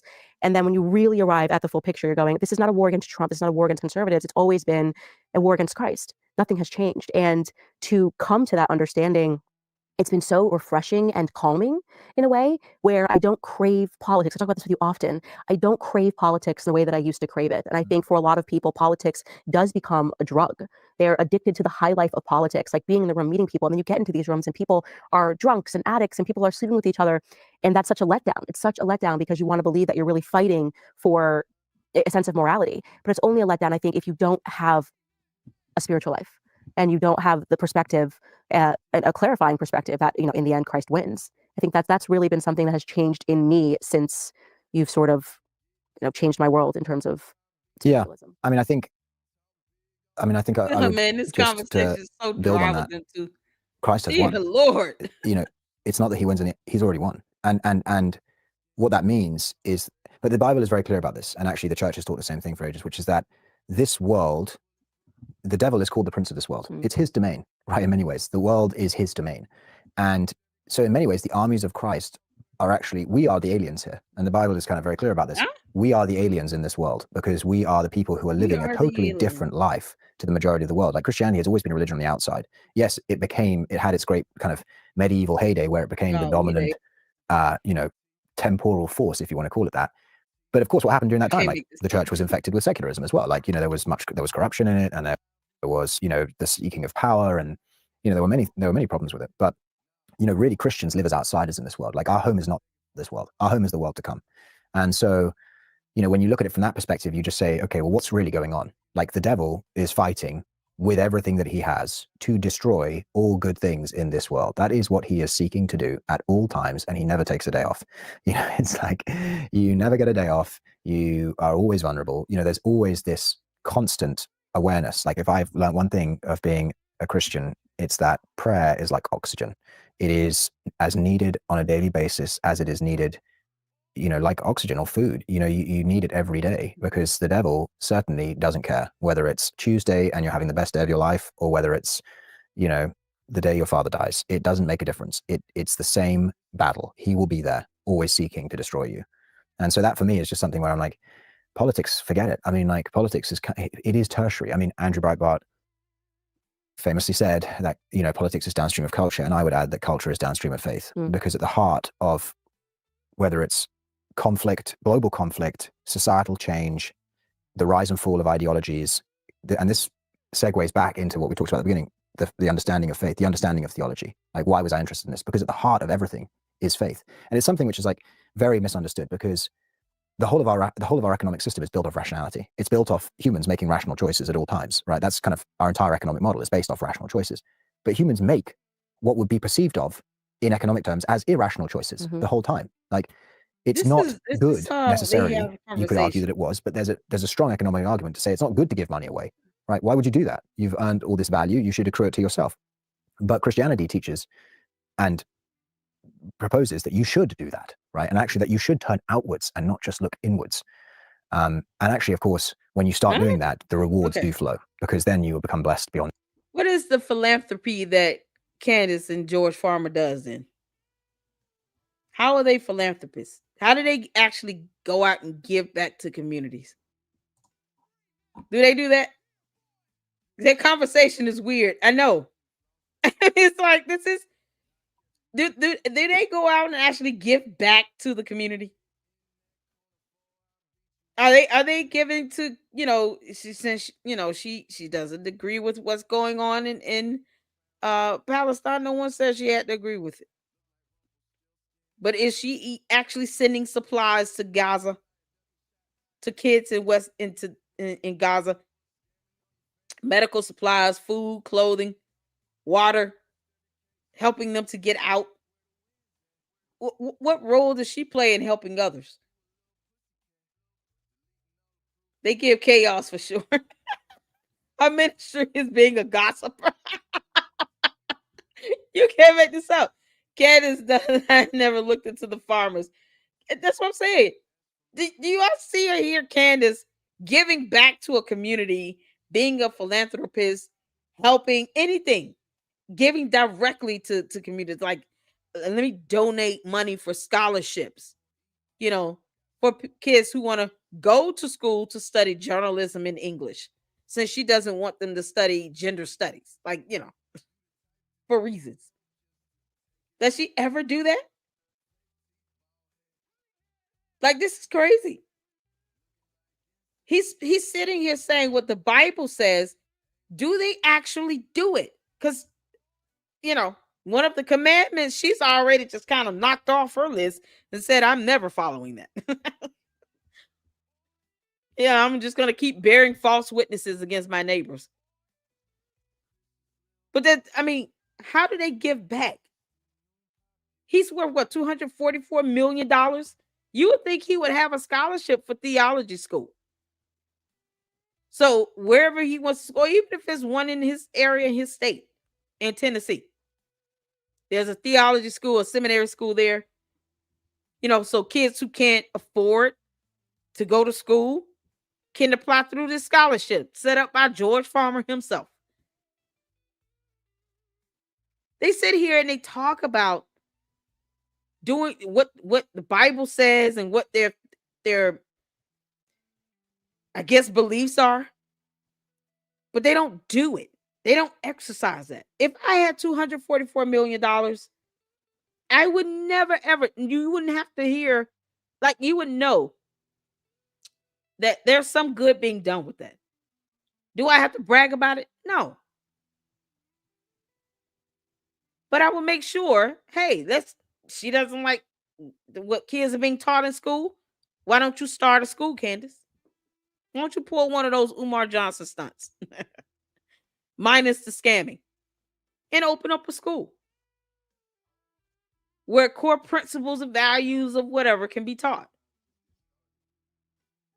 Why don't you start a curriculum to where other mommy slews that are impersonating CIA agents, that decide they want to homeschool their kids, because, as a parent, I don't tell people what to do with their kids. But you want to homeschool your kids, fine. Why don't you create something to help other parents create a curriculum? How does she give back?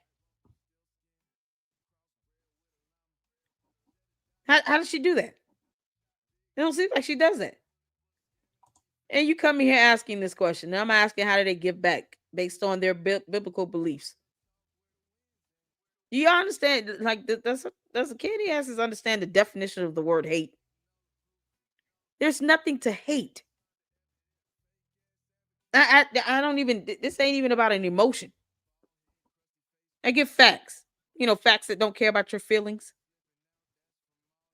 I'm asking, how is she a philanthropist? How does she uphold the word of God? Any of this biblical principle that she has by actually giving back and helping people in her community? How does she do that? And the candy ass is right on cue. Ask about why is someone hating on her. Like we can't criticize her. No, we're gonna do that all day because she's not God. You out of your mind? It's so crazy. This whole conversation. Let me go through this. And they talk about something else. Nuclear weapons. Favorite memorable holiday. Man, this is the most boring conversation that a married couple could have. No one's laughing at this. You barely heard them two laugh. Oh my God, they're so dull. I don't even see them barely smile. If he smiles, it's like he's saying, "Oh God, I'm married to this To woman." close this, some on a topic that is very fun. Okay. Online conspiracies, they are my favorite. Okay. They're amazing. People come up with such Yeah, she loves online conspiracies because they're not true. You can't make this stuff up. You can't make this up. You can't make this up. Okay, so I want to get to Colonel Kurt's videos right quick, and then tomorrow we'll go over what she did today. Her whole show was like an hour with this Turning Point USA throws down the gauntlet sort of thing. But we got to talk about this, and I want to get to Colonel Kurt's videos. She's going to be Yes. doing a Becoming Candace series, and it's about time. Thank goodness. Let the candy asses and the cult members and the bots call it hating. It doesn't stop anybody else from expressing their opinions of her or debunking her. Debunking her, meaning when she's lying like hell, take time to research and share the truth. Give people the option to at least know the facts before they just sit here and just go on believing whatever she says because of reasons. Now, shout out to Colonel Kurtz. She has great content on her channel. I'm trying to share this video. There we go. I'm going to drop the video link in the chat. If I can get one of the mods to drop her YouTube channel in the chat, that would be fantastic. That conversation was so boring. So it is what elites do, rich people. Yeah, Candace is a elitist, and she doesn't want to admit it because I guess it goes against whatever. But yet she just, she just expressed how happy she was to enjoy online conspiracy theories. She's literally telling on herself. I mean, she doesn't care if it's any facts to what she says or any truth to it, meaning you have evidence and documentation. If it's a conspiracy theory, those things are fun for her. Doesn't matter how false it is. It could be a flat out lie from the pit of hell. If she believes it to be a conspiracy theory, she's all in on it. Conspiracy theories to me, it's just someone's way of being too lazy to research. They would rather just believe something to be what it is without doing the research on it. Even when it comes to the moon landing, Candace, why don't you get Andrew Tate, you and Kanye, all y'all come together, put y'all money together, get Elon Musk to build you a rocket ship, and just take your ass to the moon and see if someone actually landed there. You don't believe the earth is round? Go to space and go find out for yourself. Like, it's just a lazy way of just saying, I'm just going to accept this information without vetting it to see if it's actually true or not. She doesn't believe dinosaurs walked the earth. Never mind the actual evidence to show they did. Oh, Lord have mercy. Giant animals walk the planet.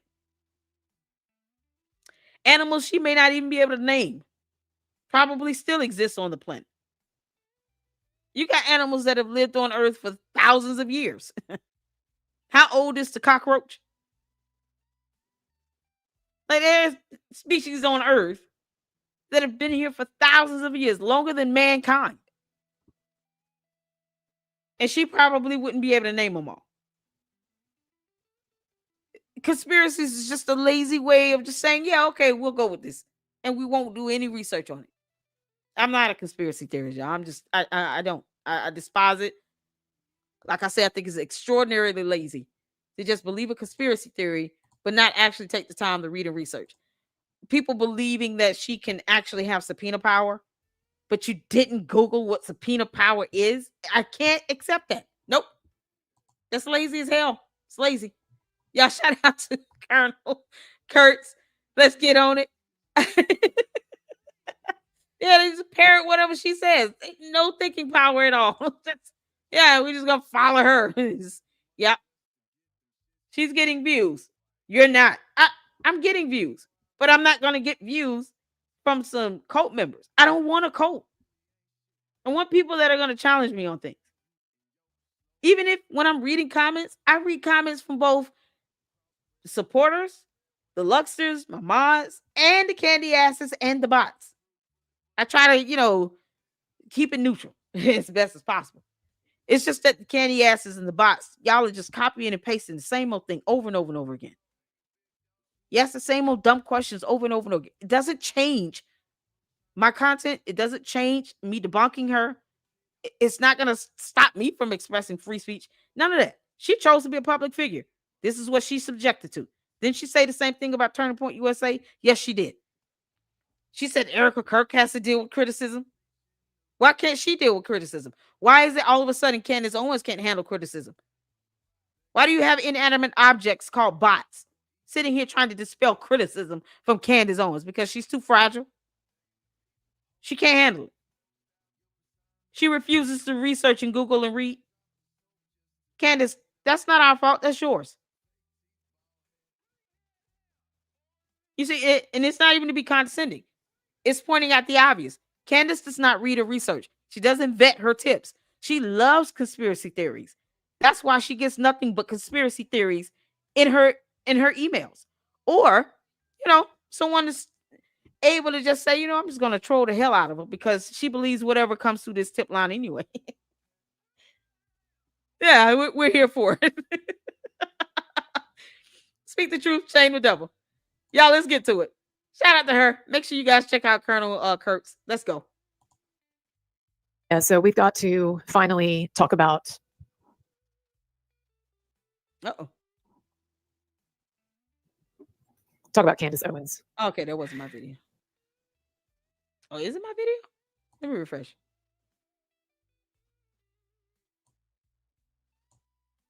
Let me refresh it right quick.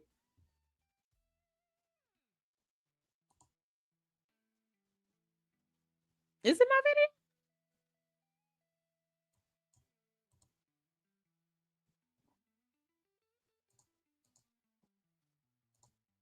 Yeah, I just refreshed it. Tips from trolls who she won't see vet anything. Exactly. She don't pay their bills. Yeah, nothing. So we've got to finally talk about.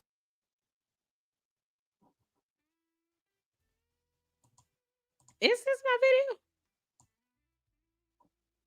Days. You can ask her how much I was not wanting to get into this conversation. Huh. She happened to watch the multi-part series that Candace did. This is so weird.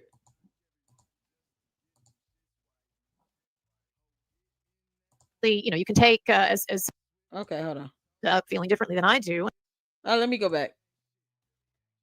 Maybe it's the beginning of her video because it seems to pick up after a certain part. It's not opposed to this idea. So I said to my mom, I said, hey, watch this with me.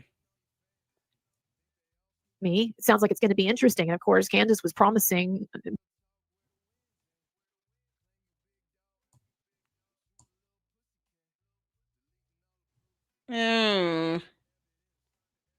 Yeah, I'm just going to fast forward a Day little after bit. day as each episode came out. And both of us came This is something else. Hold on. to the same conclusion. And by the way, let me say rather independently because my mom. Okay, maybe this is what? Yeah, maybe this is mine. Disagrees with me on all kinds of things. And in fact, I told her when we started the.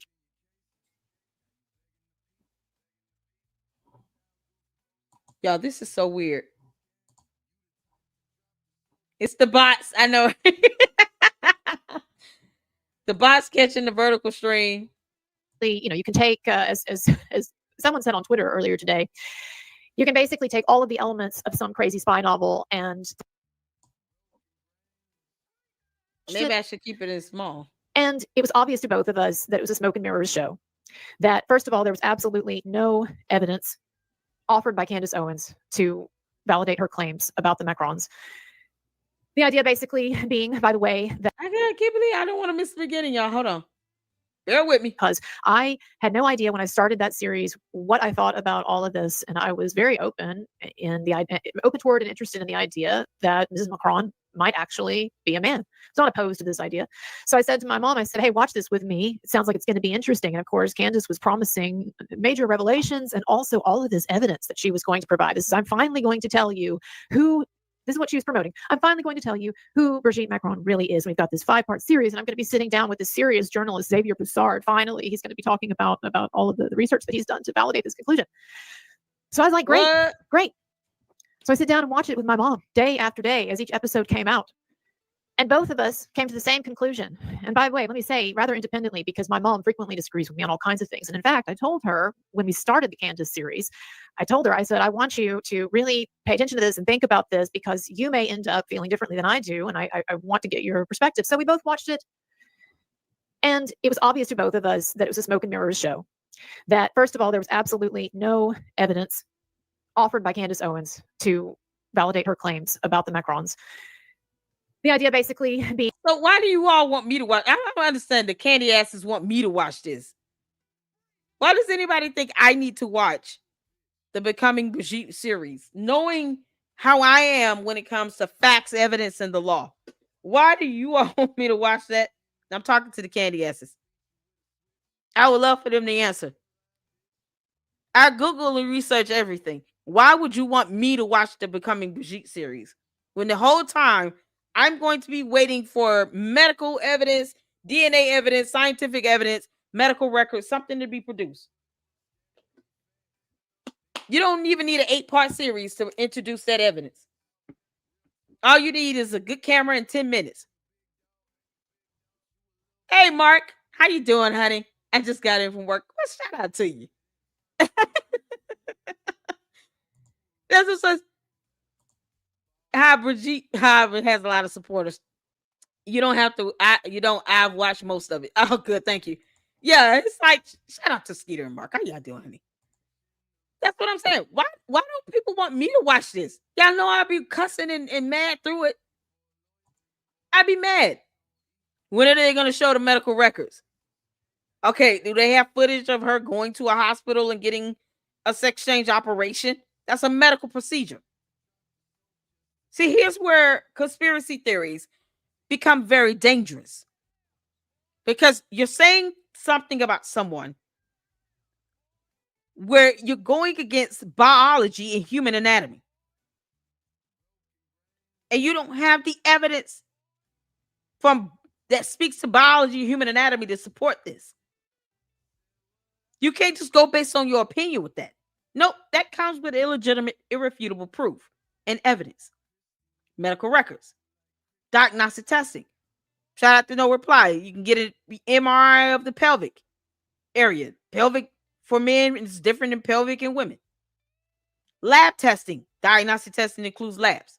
Blood work. Genetic testing.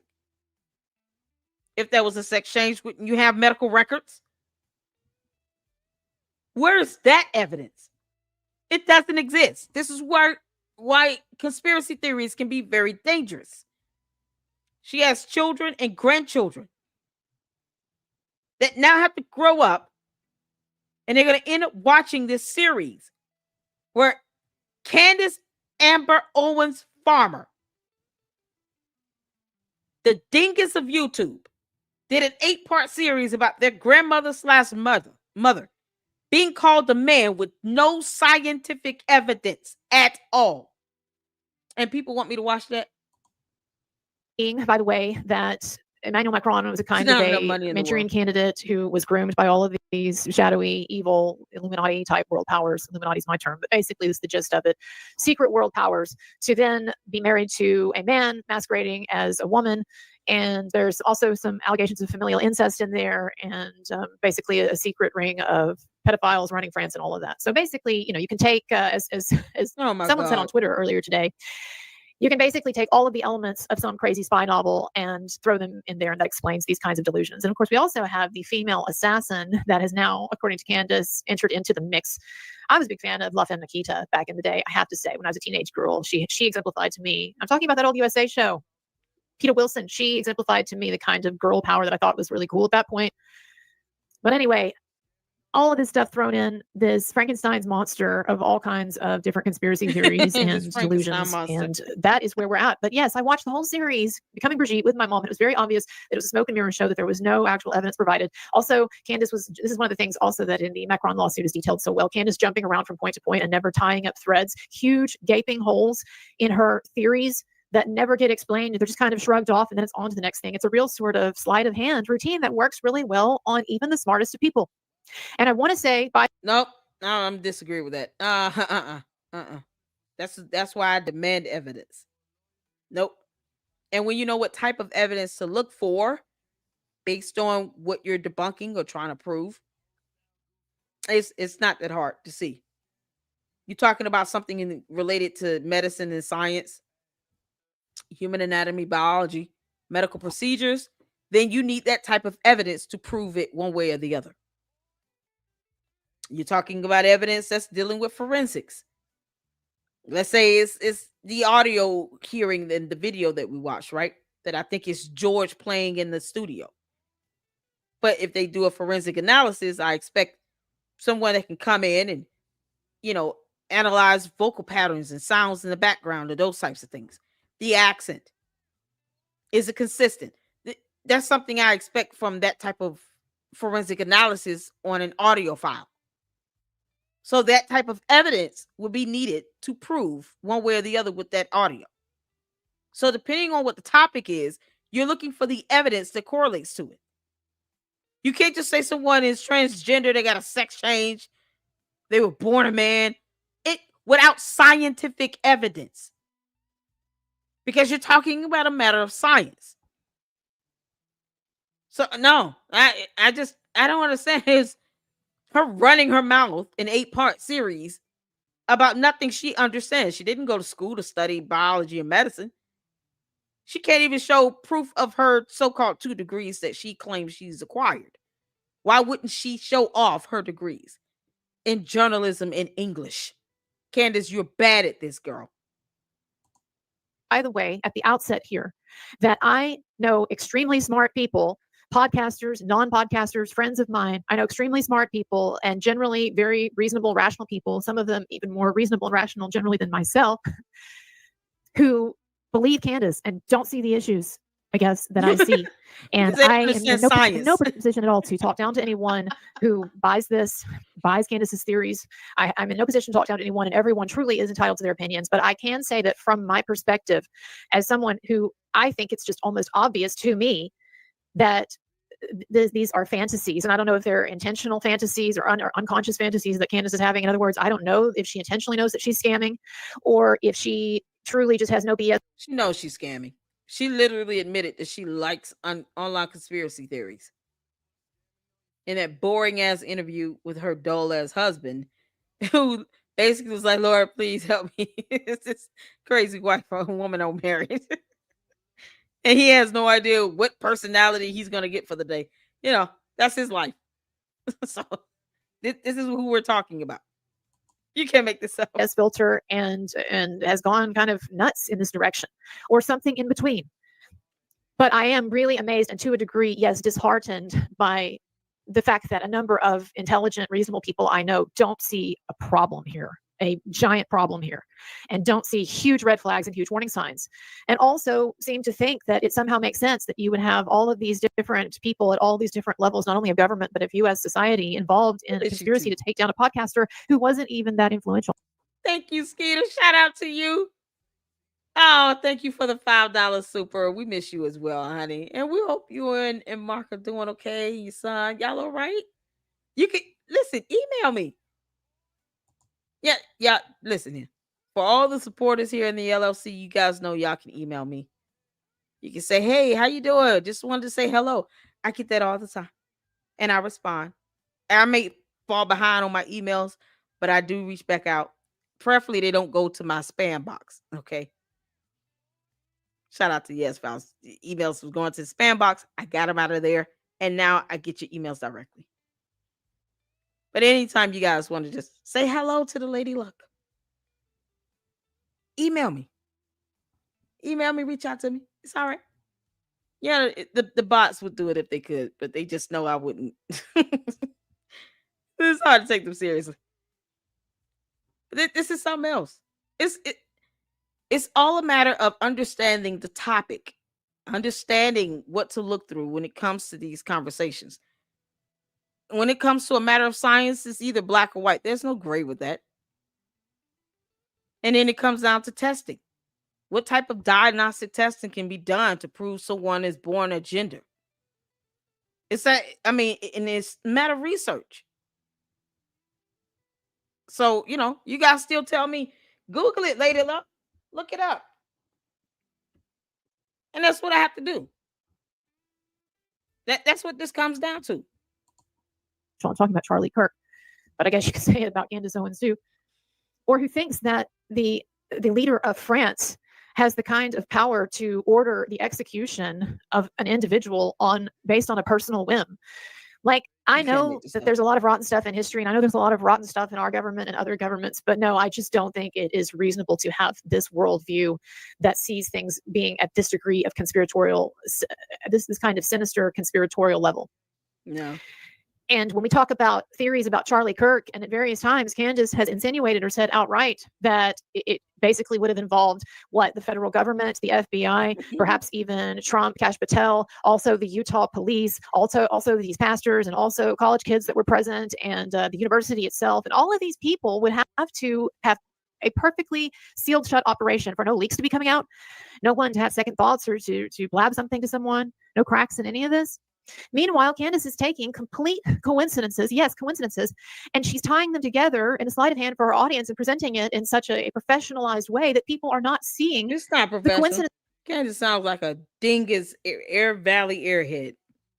Ain't them There's nothing professional about the way she presents anything. To say you were born a man and you would die a man because you got hit with a lawsuit. That's why you're going to court, Candace. That wasn't very professional. It wasn't professional at all. You have 3 attorneys and you outed their law firm. She doxes people. There's nothing professional about that. It's called the cybercrime. She encourages people to find people for her. So they have to do what's called cyber stalking. They have to go behind looking up information that they may not be privy to, or information they probably would not look up on a normal day. All because they're under the command of Candace Owens. She posts up photos of kids in school because they're wearing a green hoodie or because one wouldn't give her an interview. And she thinks that's professional. No, it's not professional. Candace is not being professional at all. And I'm not, snapping off on Colonel Kurtz here. Shout out to her. It's the concept that Candace actually believes that what she's doing is some level of truth of facts. No, it's not. Candace can't define the word truth because you need facts and evidence to make it truth. You saying it over and over again, Candace, does not make it true. It could be a flat out lie. And just because you're repeating it does not make it any more true. Even if you said it 50 times, it's still a lie. So for those who are smart and intellectual, it comes down to common sense and logic. If you don't have any evidence to support what's being said, if you go and research this yourself and you don't see a shred of evidence to support that or to prove that someone was born a man, then you have to question the validity of what the person is saying. And there's nothing wrong with that. Candace Owens is not God. No one owes her anything. Not loyalty, not devotion, not worship, nothing. You got people out here that are willing to risk their liberty and freedom to impersonate investigators and CIA agents to pull up personal information on people and dox people. They're willing to do that.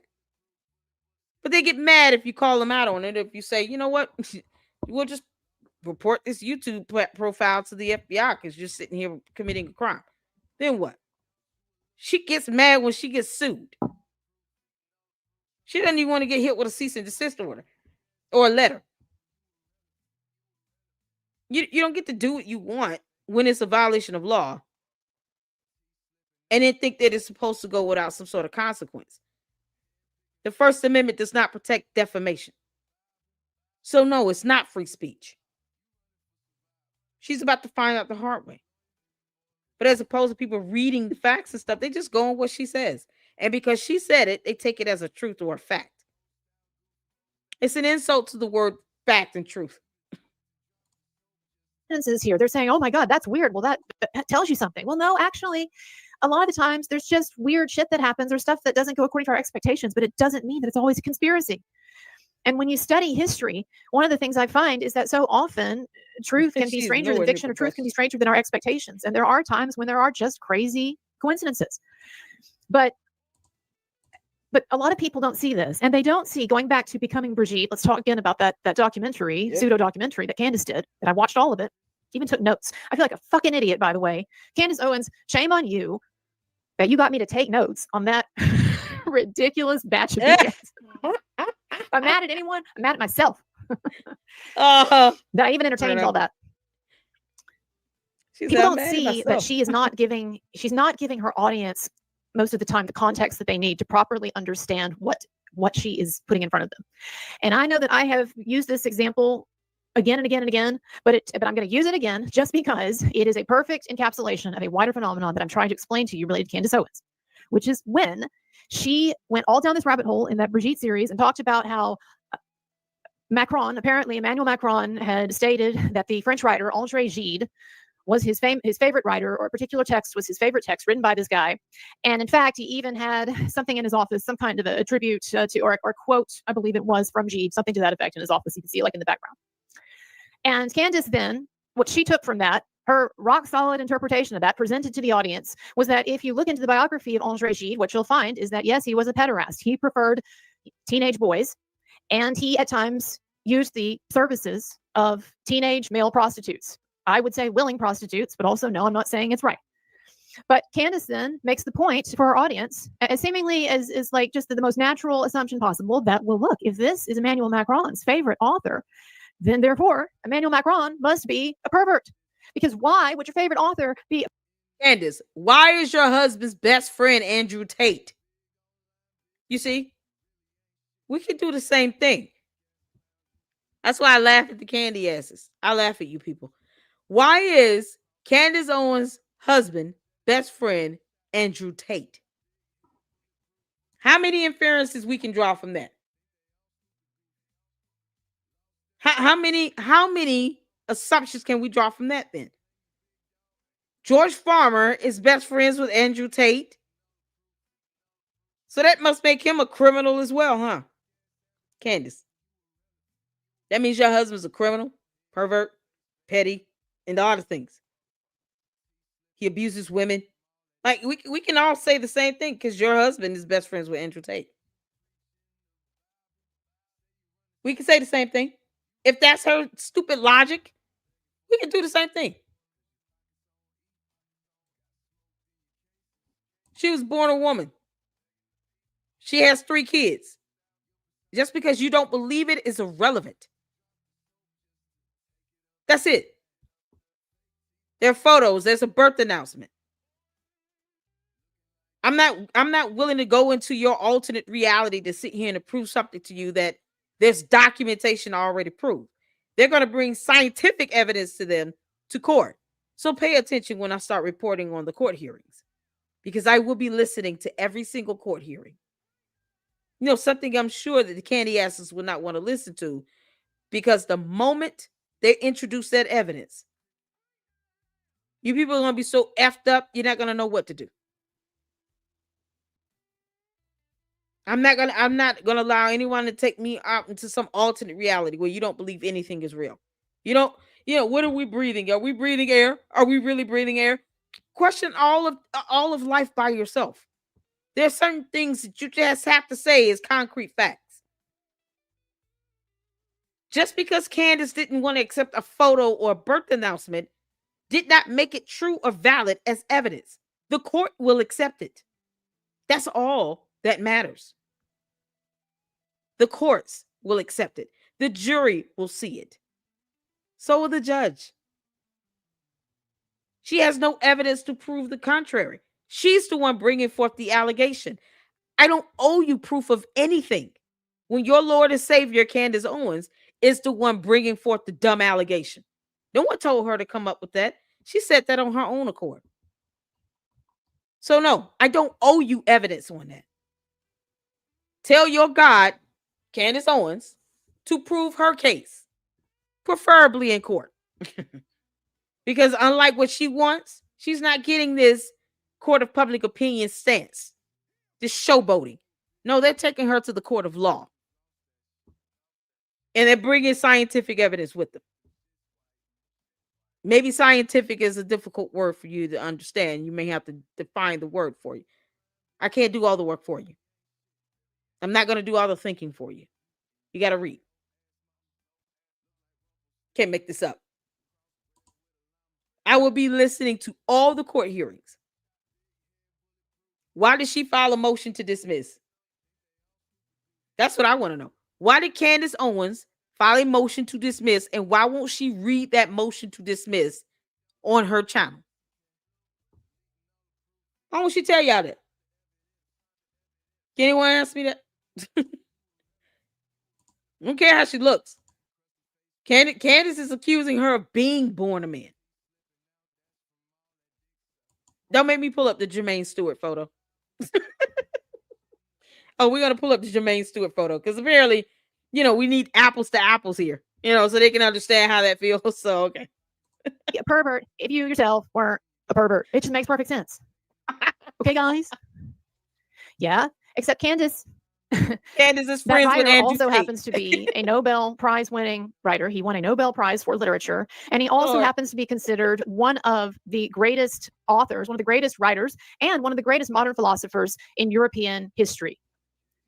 So much so that when I was getting my degree, my PhD in English, I happened to come across some of his writings and even, in fact, used to teach a little bit of André Gide's writing in the college classes that I used to teach. Oh my God, I must be part of some horrific cabal, right? So yes, of course, it would make sense that if this guy, André Gide, this writer, this classic writer, is like basically one of the biggest literary superstars in the history of France, it would make sense then that yes, maybe the president of France might think that's his favorite writer. There's another explanation besides, the president of France must be some kind of pervert. She doesn't provide that for her audience. There's rarely any kind of Occam's razor with Candace Owens and her analysis where things just are as they are, or they are for a normal, uninteresting, non-conspiratorial reason. And the fact that I have seen so many instances, that's not the only one. I didn't just cherry pick that. There's others. The fact that I have seen so many instances of Candace Owens taking a roundabout way to explain something, getting into conspiratorial analysis where it is not necessary or even logical, and then also withholding valuable context from her audience that would explain it, and engaging in seemingly deliberate. Candace, that would be lying by omission. You're withholding information that the audience would need to know in order for you to establish that point. You're lying by omission, Candace Owens, farmer. You're lying by omission. You know that thing somehow you understood when you accused the Israeli prime minister of doing that? Simply because he didn't release an entire letter. But you purposefully, willfully, and intentionally withhold information because it doesn't fit your moot point. You rather it be conspiratorial than for it to be factual.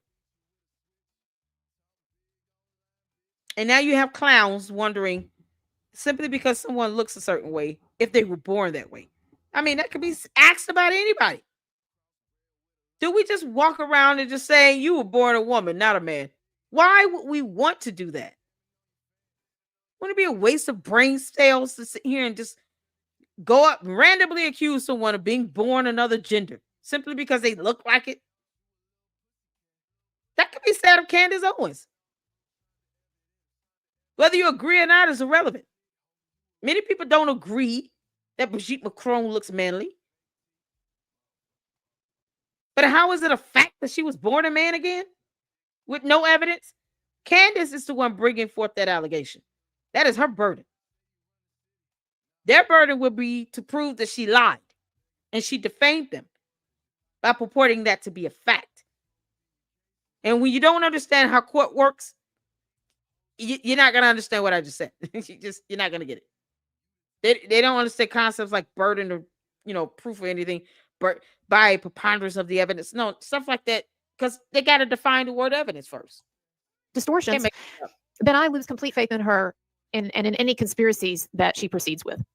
And I thought that it should have been a giant wake-up call to everyone, especially the people who so far have not been doubting her. I think it should have been a giant wake-up call to people when she posted on Twitter several days ago that she had just found out that the French military trained with the American military, I believe it was in California, around the time of Charlie Kirk's assassination.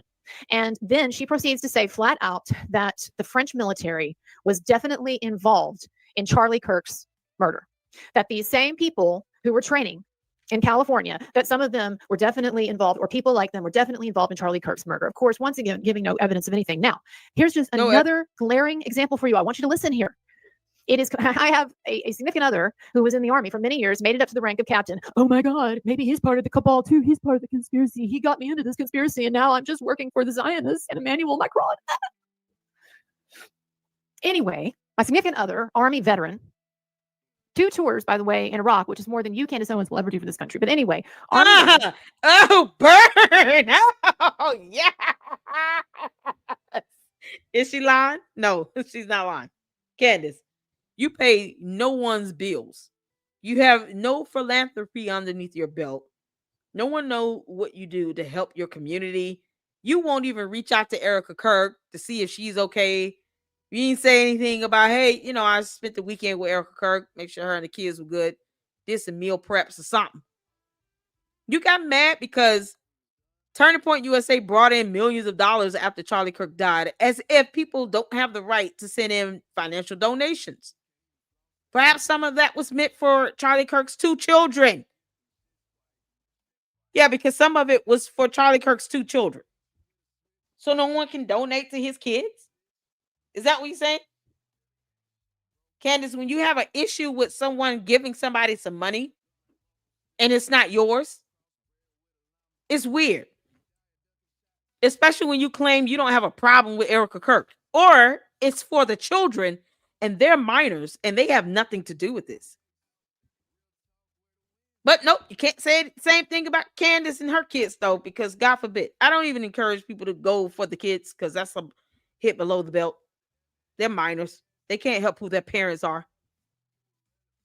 But the idea that people sent gifts and money to Charlie Kirk's 2 children disturbed Candace Owens. And Wolves of Finance, or Wolves in Finance, or whatever his name is. When he couldn't even define an endowment, but did a whole video about how, I don't agree with Turning Point USA transferring money over to their Turning Point endowment shell company. It's not a shell company. It's an endowment. When you don't understand what an endowment is and what the intent and purposes of it is for, then yeah, you're going to sit here and say, I don't agree with it. What are you not agreeing to? Because you can't define it. The ignorance of that video he did was staggering beyond belief. He said nothing that was illegal. He even said, this is not illegal. Why are we talking about this? Why are you making it a problem? He felt it was unethical. It's very ethical to transfer money over to a shell company, to a subset. Well, you want to call it a shell company because there aren't actual people employed underneath it? You can, but it's an endowment. They don't need employees and staff listed under. It doesn't have to have a company in a building. It's an endowment. It's insane to think that, oh no, they invested in the stock market. That's what it's for. Those are the things they withheld, trying to make it seem as if Turning Point had financial issues. But yet she produced no evidence to show what the financial issues really were. None. She couldn't even go over the tax documents herself because she's not smart enough to understand how to read those tax forms. But oh no, it was so profound for her to say, yeah, they're right. They're having financial issues. What financial issues? What are those exact issues again? What law is being violated? What policy is being violated? You're talking about ethics? What code of ethics is being violated here? Name it. I tell him about this latest shit with Candace, and he starts laughing, and he says, we always train with people from other nations. It's part of like having, like allies and collaboration. And I know he's right, because when he was in the army, I remember meeting guys socially through him, meeting guys from Jordan, I believe, Yemen, I believe, Australia, I believe, Great Britain, I believe, maybe even France. Right. Yeah, so I wanted to get an expert in here to confirm again what I was saying, that it is completely normal for American military to train with military from other nations. Do you know everything that's going on with Candace, what she's claiming? Just a little bit that France wanted to kill her. I mean, that's close enough. So she's saying that she found out that a unit of the French military was training with American military in California when Charlie Kirk was assassinated, and that therefore that indicates that members of the French military were involved in killing Charlie Kirk. So I want to ask you, is this some weird, rare thing that happens where our military trains with guys from other countries? Well, her thinking that is an indication that maybe she's a little too addicted to conspiracy theories. But yeah, they train with them all the time. I think when you mentioned this earlier to me today, and there was some Gulf War, 1991 Iraq War thing on TV earlier, that I mentioned that, for example, the French the US were on western flank in the big left hook in that invasion. Just to illustrate, yeah, we work with all kinds of military. They train all the time. I'm not like an expert on what France is doing or what some detachment of the French military is doing in California, but it didn't surprise me. My last, at Fort Benning, where I trained, there's all kinds of international training going on. It's mostly students, not necessarily big units, but over in El Paso, where I was stationed again, it's a lot of Germans stationed there. We train up a lot of their missile defense stuff. There's training all the time, and we train over in other countries all the time as well. So yeah, there's a ton of it. It's probably always going on at various times. You could elaborate, but no, it doesn't indicate. You'd have to have some. I don't even know why I'm responding to it, honestly. I mean, it's just a retarded take on it. It's not a very informed take. So yeah. All right, last question. Oh, he's so funny. Oh man, yeah. I try not to use that word, but it's so dumb. Candace acts as if our military can't train with another military. I mean, when she calls it a joint military exercise, Candace, that's exactly what it is. And it's been going on for decades. It is nothing new. For goodness sake. Are you an Israeli plant who has been planted in my life to try to sway my coverage of Charlie Kirk and Candace Owens? I wish I had something fun. Candace Owens, she's just complete out consciously scamming, and she knows it's a bunch of shit and she doesn't care, or she's drunk her own Kool-Aid and she's in this delusional world, some kind of like twisted modern Joe McCarthy. I don't know, or something in between. But she has no BS detector, and I don't know if she's actually talking to someone. She claims that someone high up in the French intelligence service or with connections to French intelligence has now told her that all this information that she's spreading about, she was target of an assassination. It was a female assassination. She was a target of an assassination plan. It was a female assassin. It was Israeli and cooperating with France and whatever. Blah, blah, blah. I don't know who she's talking to or if she's even speaking to someone, because at this point she is engaged in so many obvious. George, why aren't you talking to your wife? We see how mundane your conversations can be. We understand that they are very boring as hell. George, you stand behind that camera and you don't stop her from reading her script, because her shows are scripted, from saying the dumb crap she says. When are you going to be a man and step up? Say, dear, can you stop accusing a whole country of trying to assassinate you with no evidence? Lady Luck Club is asking for the text message you sent to the FBI agent. Are you planning on posting that soon or no? Because I want to see it. When is she going to file the formal complaint to the FBI again? Candace, you're a coward. Stop lying to people. His lies and distortions that I feel like she is capable of just flat out lying. But it's also entirely possible that she is speaking with someone who has totally scammed her. I mean, hell, no one scammed her. The French government itself, if they wanted to throw Candace for a loop, then they would feed her a bunch of weird, crappy, untrue, conspiratorial stuff to properly discredit her as she deserves. But I don't know who she's speaking to. I think it's just someone who's fooled her.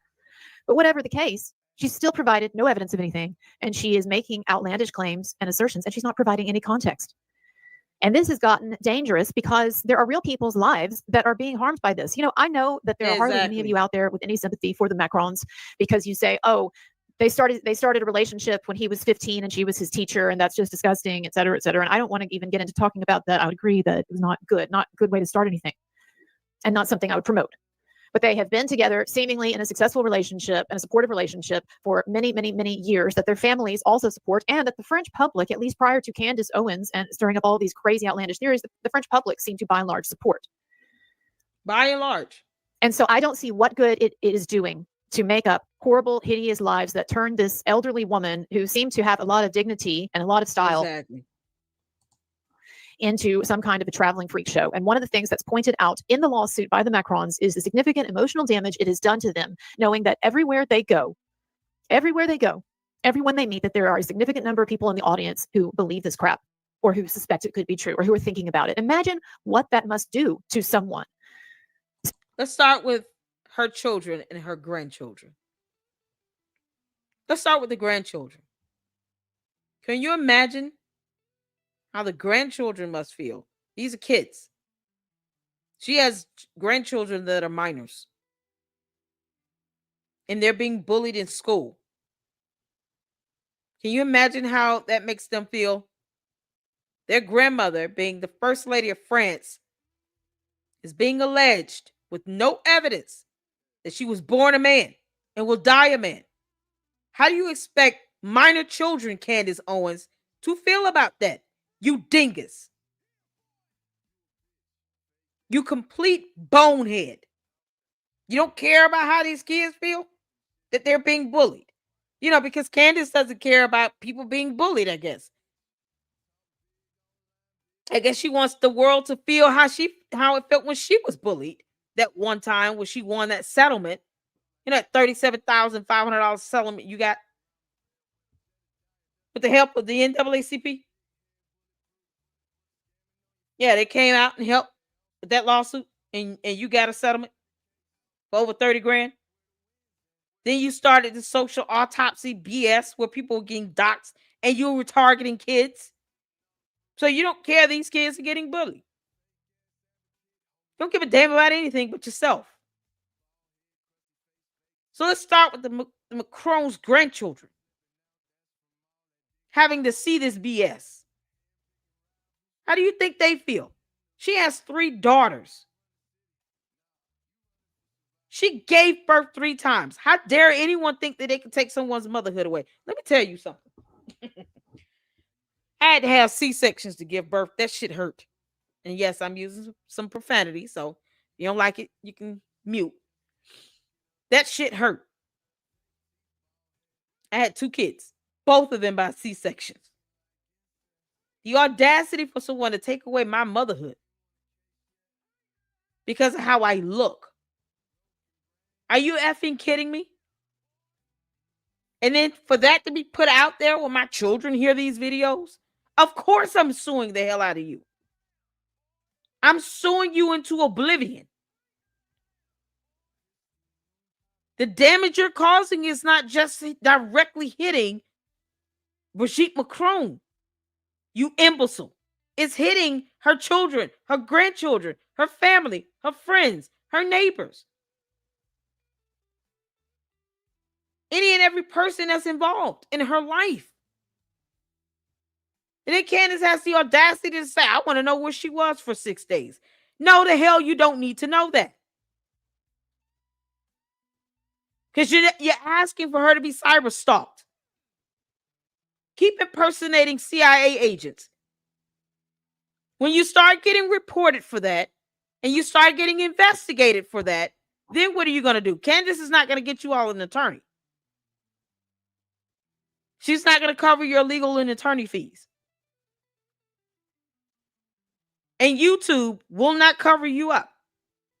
They will give up whomever you are behind these profiles in a hot minute. If it came down to someone suing the crap out of you, Candace Owens will not care. That's why people like myself sit here and tell the truth. Because that is the damage she's doing, and she doesn't have a soul or a conscience to give two craps. She's got a bunch of bots reiterating this BS all over social media. She doesn't care. Somehow, I guess she's sleeping peacefully at night. None of this shit bothers her. I think about the kids and the grandkids in this. Seriously. It could completely destroy an otherwise happy or healthy relationship. It really could. And I know that people are very upset about the way that it started, but you also have to realize that cultures are different, particularly in certain periods of time. 15 was the age of consent in France. Is it still? Or did France not even have an age of consent? But generally, in Europe in general, they do. 15 that's is their a standard laws. age of consent. And, people say, well, Emmanuel Macron, he was just a child. He was just a child. He's just a child. Well, it could be that this child was, in this one instance, actually more mature for his age than the average 15-year-old. Do you want to know how I know this guy was probably more mature than his age for the average 15-year-old? It's because one day he became the president of fucking France. It takes a lot of maturity. It takes a lot of intelligence to climb your way to that position and to maintain it with a degree of dignity. If you don't like his policies or whatever, or you think he's a joke, fine. They said that about, look, that's said in the U.S. Let's focus back to the United States of America here. How many people can say that they've liked every single president? Do we not have the right to express our disdain towards our own government? Yes, we do. You know how many people don't like the last 3-4 presidents that sat in the position? That's why I get to say this, because I'm not left or right. And I truly believe in free speech. You have people, I have supporters that don't like none of the presidents, the last 4 presidents that have been presidents. That's their right to say that. It doesn't mean that they're born one gender or the other. It has nothing to do with that. France's laws are not upheld in the United States of America. So whatever their consent age is, there is nothing that a United States court can do about that shit. That happened a long time ago. She's trying to take this to court like that's the issue. No, it's not. Candace's motion to dismiss is not even based on that. It's based on a lack of jurisdiction for those who didn't read it. There's nothing that the United States Court, the Superior Court of Delaware, is going to do about the Macrons and how they met and married and what age he was, any of that in the country of France, where they adhere to their laws in their country. The U.S. court is not going to do anything about that. There's no penalty or punishment that she's going to suffer.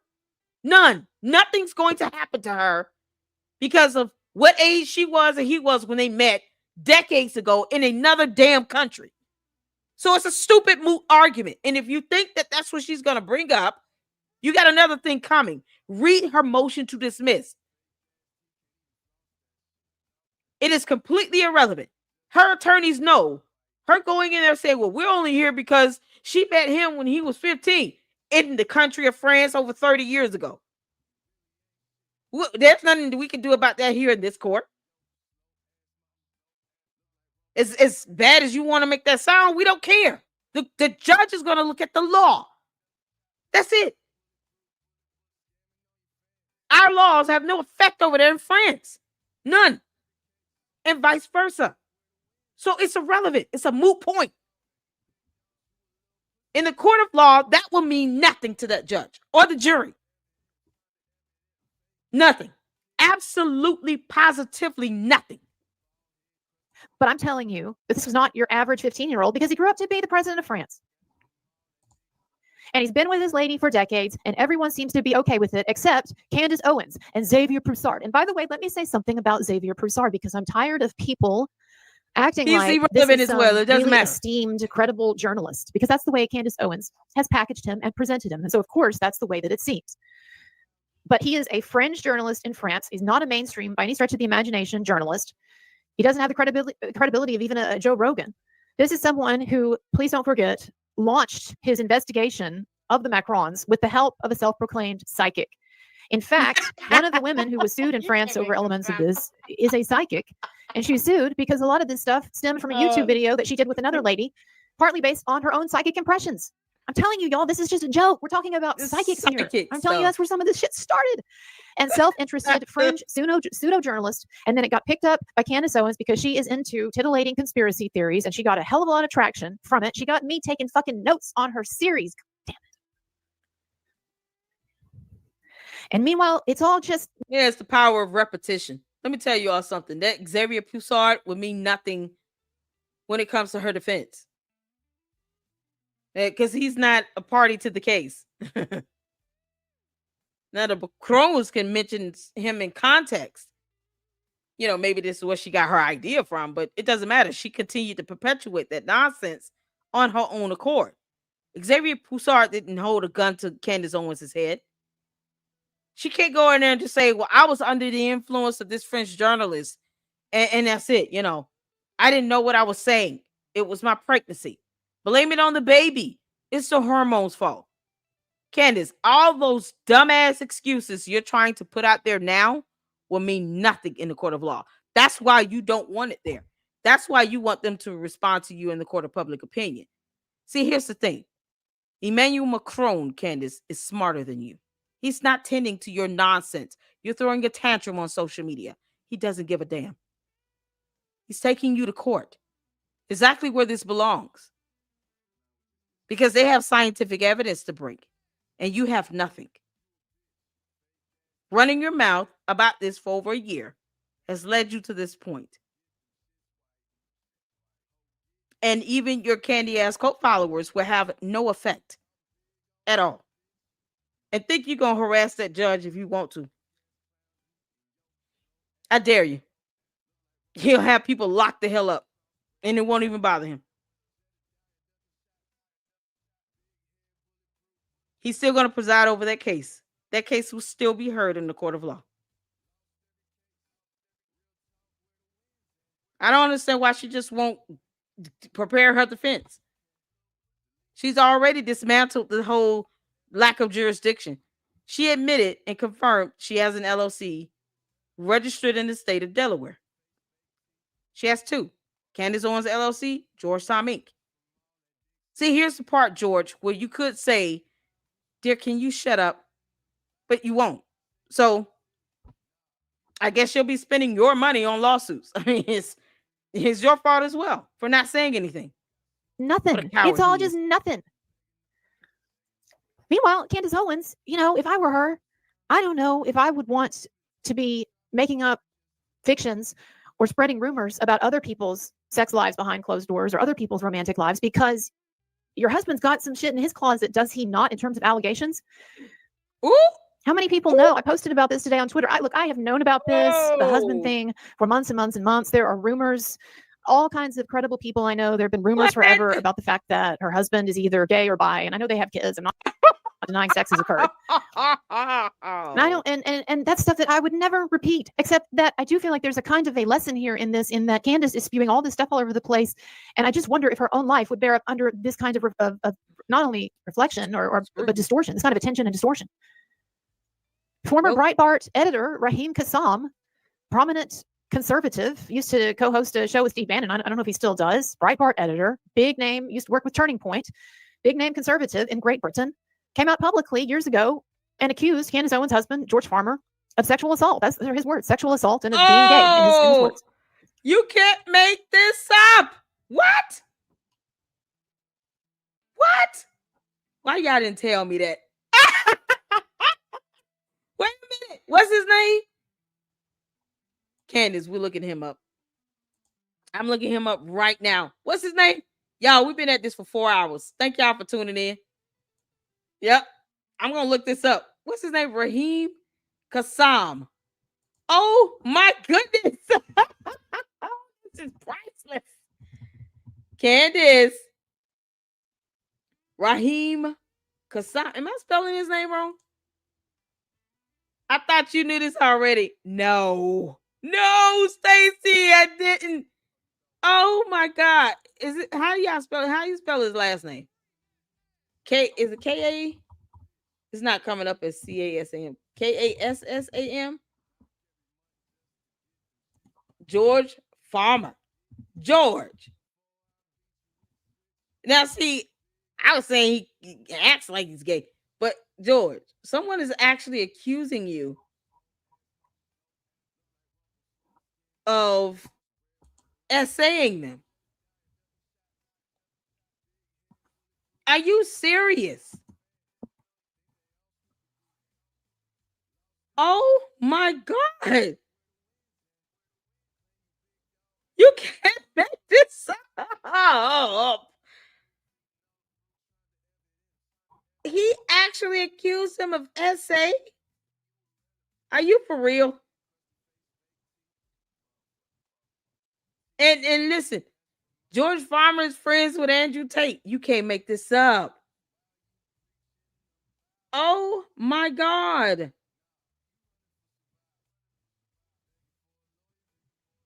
I'm trying to find it. Where's this at? The lies of Andrew Tate. They lied to try to protect Andrew Tate. That's so disgusting.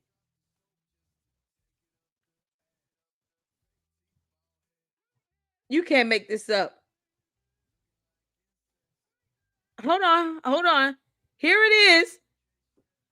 Oh, I'm on somebody's Substack. I don't know who this is. Aisling O'Loughlin. O'Loughlin. Oh my God, y'all. I'm on her Substack. What? We got to discuss this. Copy and paste. So y'all can see this too. George. George. I see photos. Raheem J. Kassam, former editor-in-chief in Breitbart News London and former chief advisor to former UK Independence Party, UKIP, leader Nigel Farage accused George Farmer of SA and of being in a sham marriage in 2022 on X. Here's his Twitter. I know more about this world than I care to. Mercer tried to get me to tell Bannon to shut up about populist nationalism.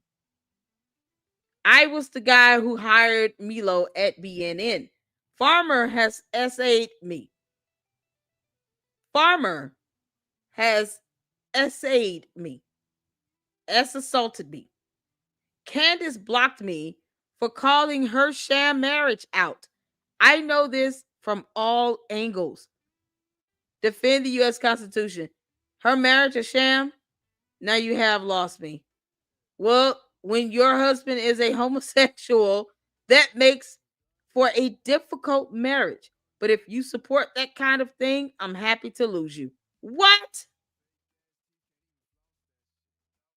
Ah! I think that be real.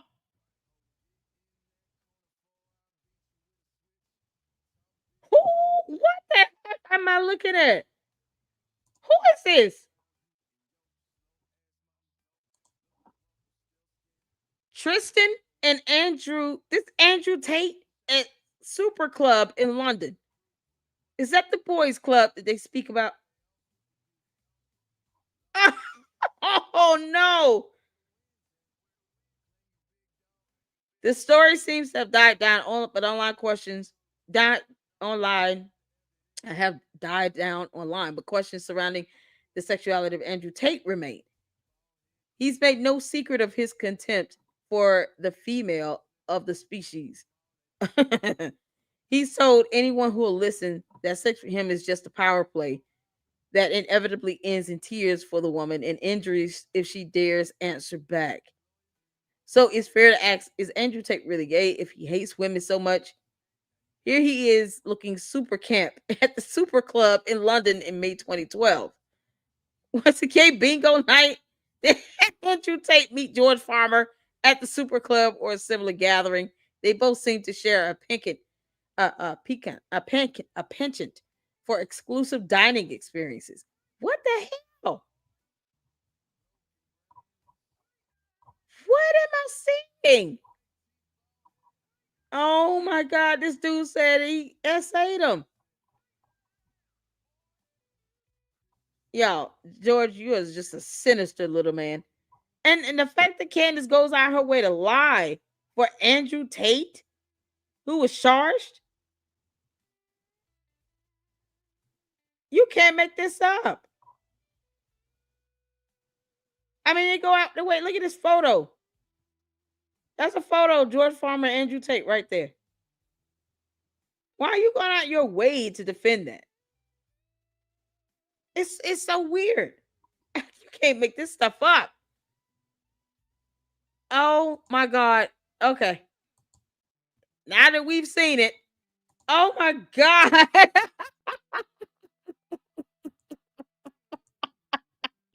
Hey Juju, what's going on? It's an arranged marriage. Yo, we have some actual evidence George is gay and it's something else. Your candy ass is in shock. Somebody needs to check him. I'll check on him. Bye, Felicia. You can't. The Tate brothers. Oh, the biggest one who's a gay skeleton. Oh my good Lord. Why was George? Here's the question of the day. Why was George let go from Turning Point UK in 2019? What happened with that? That's a good question. If it had anything to do with this so-called essay, that would be a good reason for them to fire him. And not really, depending on what ranking you are, he was considered a chairman. Sometimes they give the higher ranking people the opportunity to leave with some dignity, even though he shouldn't have any if he go around essaying men. But they'll give him a chance. Okay, I'll give you a chance to leave on your own, or we can fire you and make this embarrassing for you. So they give you an opportunity to pick and choose. You can't make this up. C-Star said I looked it up. So we finally know who the real fake and gay person in Candace's life is. Candace, everything is fake and gay because you talking about the man in your household, girl. Candace married that man for money. 18 days, y'all engaged. A few months later, y'all married. Oh, I would love to interview Raheem. If he would want to interview with me, yes, I would. I sure would. I would interview him. You can't make this up. Oh, I'm gonna reach out to him on Twitter and see if he'll take an interview. This is insane. I'm just still floored at this photo that I'm looking at. Who is this Tristan person? I've never heard of that Tristan person at all. and people find it so hard to believe that their marriage could be a sham. They got engaged in 18 days over a video. Why would that be difficult to believe? She took Charlie's credit card and booked tickets to go to Turning Point UK. In 18 days, she was engaged to George Farmer. I mean, oh no. The idea of that being a possibility is so far-fetched, but her saying that someone was born a man because they look like a man, and that's it. Oh, and because blue and yellow Egyptian planes, something about joint military operation trainings. Yep, the French did it. They're involved in the death of Charlie Kirk. You can't. They'll take that all day. They won't even question it twice or once. You can't make this up.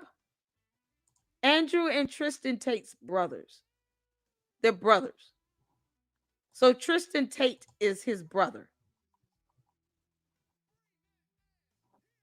They're like actual brothers with the same mother, same father brothers.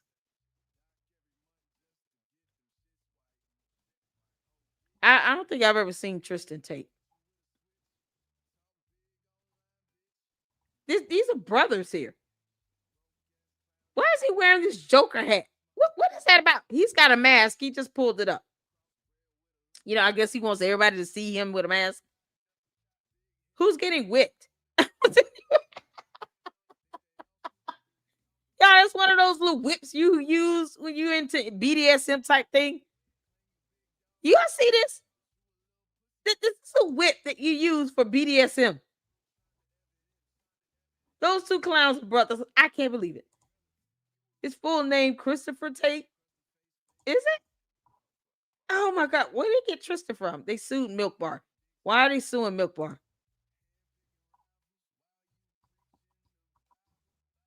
They would sue somebody. You can't make this up. Yeah, they probably had an S&M party. You can't have BDSM party. Yep. That's a BDSM party. This is insane. I've never seen. I didn't know he had a brother. I've never seen. They don't even look alike. Maybe it's the mask. I don't know. They don't look like me, but yeah, I got you. Same mother, same father, brothers. Man, and then I hear mask on and a BDSM whipping chain. Like, why? Y'all see who's the men in the background? I wish I could zoom in on this. I can't. Y'all see back there in the background, the men in the background? They're all wearing masks. He got this weird tattoo on his shoulder.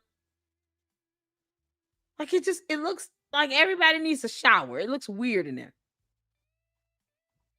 You can't make this stuff up. And they think that this is legit. We're good with this.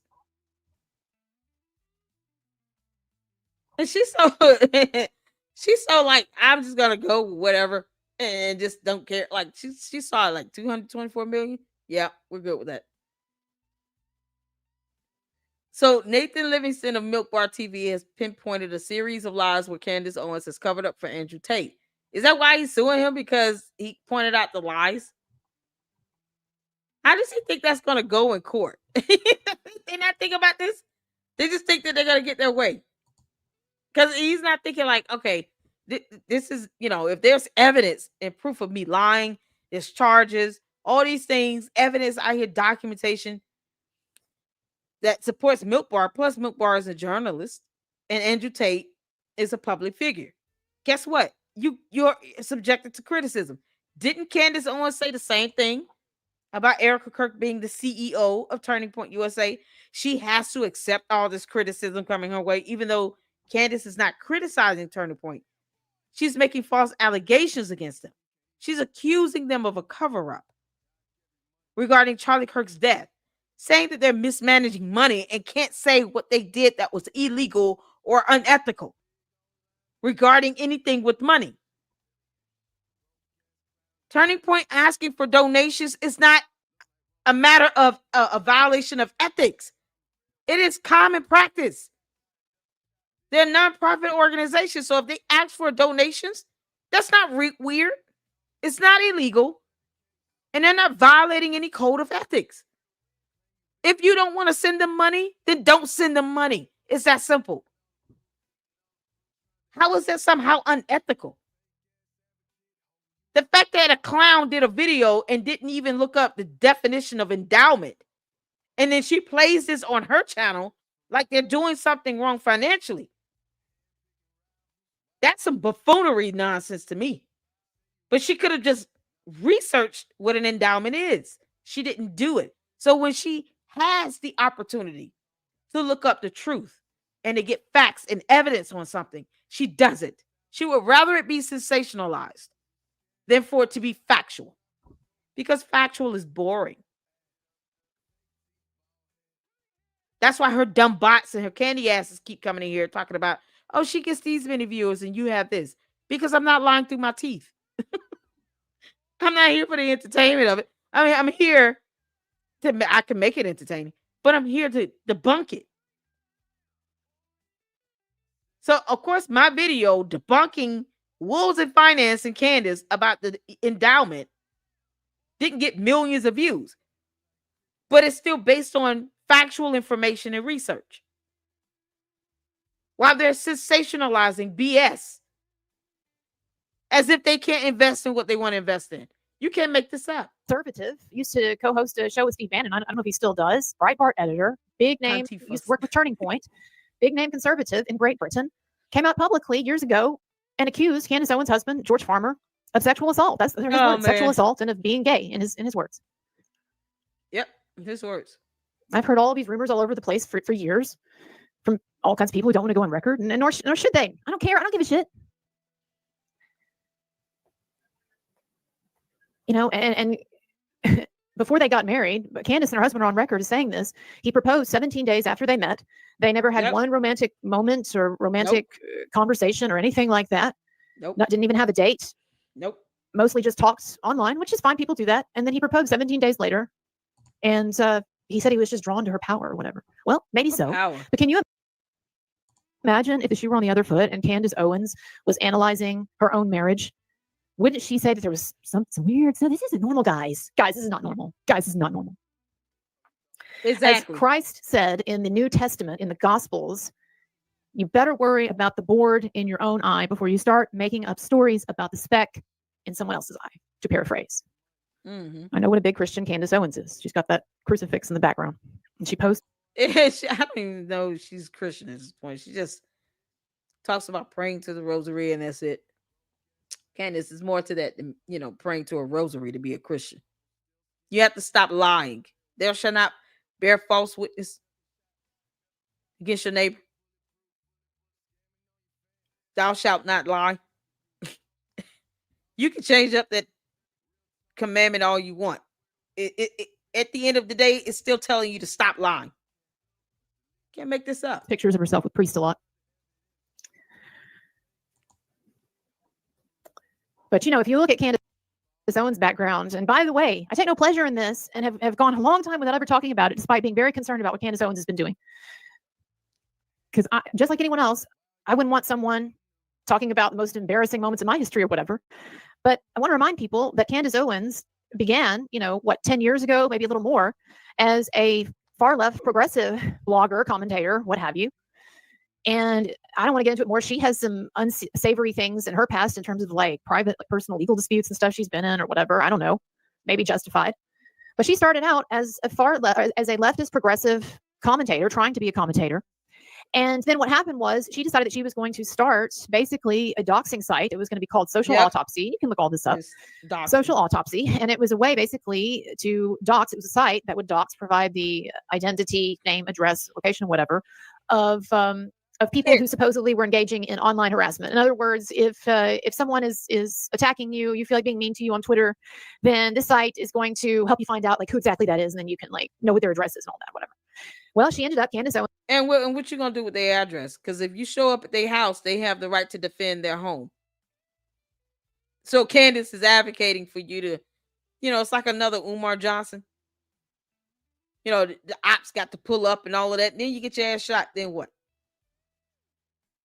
Because the police will be waiting for you. You turn around the corner of some of these neighborhoods. Some of these people had a whole neighborhood waiting for you to show up. You dox them, they're going to have a whole neighborhood waiting for you to show up. You can't play like that with everybody, Candace. You got people, I won't even play around with it. They'll call the police and they'll make sure you go down. You get somebody's address for what? What other than just putting it out there? People don't do that unless they're planning to use it. Yeah, okay. The many police officers, SWAT officers, wherever else that could be waiting with weapons will be awaiting you. And people will defend their home turf. They're going to defend their families, their property, their person. You see how dangerous this stuff can be? Now someone just got shot in the ass and because of Candace Owens and her social autopsy. Ended up getting called out for this, obviously. And so it happened to be apparently the case that kids would be doxxed. Exactly. There were some right-wing accounts that actually agreed with her in some kind of maybe free speech way or something. I don't know. And then Candace had what she herself has described as an overnight conversion to the right-wing perspective. She says that it was overnight. She just saw the light overnight and realized the was right and the left was wrong. And then she started putting out videos as Red Pilled Black. That was the title of the videos, Red Pilled Black. And this is actually how I first started to learn about Candace, because I used to watch her videos in the old days. In the old days, Candace was doing what I'm doing in terms of basically doing videos from her bedroom, right? And she went by Red Pilled Black, and she would dress, very casually and stuff, like more casually than I'm looking right now. And she would just go on these Candace rants, and they were less polished in those days. They were more like, you know what I'm saying? And she would just go on these Candace rants. Right-wing rants. And a number of them were very interesting, and some of them I found really compelling at the time, whatever. Obviously, I can't deny she's smart. I can't deny that she's got a great raw engine there, right? And that's part of why she's so good at fooling people, because people think, Candace, you're not smart. You're just deceptive. That's it. She just understands the art of deception. Whatever this power George is drawn into, George, it could be a demon. Have you ever thought about this, spirit of Jezebel? You claim to read the Bible. She claims that dead people are coming to her in a vision. The Bible refers to that as an unfamiliar spirit. It calls that witchcraft. That's not something I would harper on if I were her. Like to sit here and to say, as a Christian, someone who's deceased is coming to me in a vision, when the Bible is clear on what that is referred to as. Then why would you keep saying it? It goes against the scripture, and you claim to be a Christian. You thunkhead. And George is not questioning this at all. In no time he goes to confession does he ever say, I'm concerned my wife is having visions with a dead man that was not her husband. That's a problem for me. I mean, what am I to do with that? We've got 4 kids. How do I get out of this? Like, he's not asking any of those questions to confessions. Can't be that smart. She can't be that polished. She can't come off as professionally as she does, but also be that wrong or that crazy or that scheming. And the fact is, sometimes, occasionally, yes, it can be that way. And then that's how she got involved with Turning Point, because if you'll remember at that point, this was when, talking 10 years ago around then, this was when there were very, very few publicly right-wing Black voices out there. So Turning Point picked her up, and she met Charlie Kirk, and she started working with them for a while and became friends with Kanye West and all of that. Then she went to work for the Daily Wire, and then the Daily Wire got sick of all of her anti-Israel stuff and the conspiracy theories. Now, how much of that was justified, how much of it wasn't, I don't know. Despite what people think, I'm not a Zionist. I don't know what the hell I think about what's going on in that part of the world, and I don't cover it on my channel generally. But maybe to a degree, she got fired from the Daily Wire because of the anti-Israeli sentiment, and maybe to a degree it was because they saw, maybe even behind the scenes, that she was about to go deep into conspiracy cuckoo land, as she has done. So it turns out in hindsight that the Daily Wire, it seems, made the right call in getting rid of her. And then that's how she's ended up here, and she started her show. Yep. So it's been a checkered history, not saying there's anything wrong with it per se, but I think that people look at her and they see someone who is so attractive, so polished, so well put together, so articulate, so calm, confident sounding, all of this, and so obviously intelligent in a raw intelligence kind of way. And they think she couldn't be like this if she were deep into conspiracy cuckoo la la land. And I just have to say that, yes, she could. And I believe she is. And a lot of people aren't going to like me saying that, but it's more than anything else, it is just a matter of conscience with me, really, because I just feel like we're at this point now where at least some eyes are opening to how bizarre this is. I feel like Candace has finally jumped the shark. She's finally gone too far. Oh, man. And some people now, their minds are open. They've cracked open at least a window, and some people are paying attention too, who've just been shrugging this off as not important, or oh yeah, it's crazy Candace again, or whatever. And they're like, no, this is actually like weird and serious, and it's problematic that this has become such a powerful narrative in our society, and it's taking up so much space.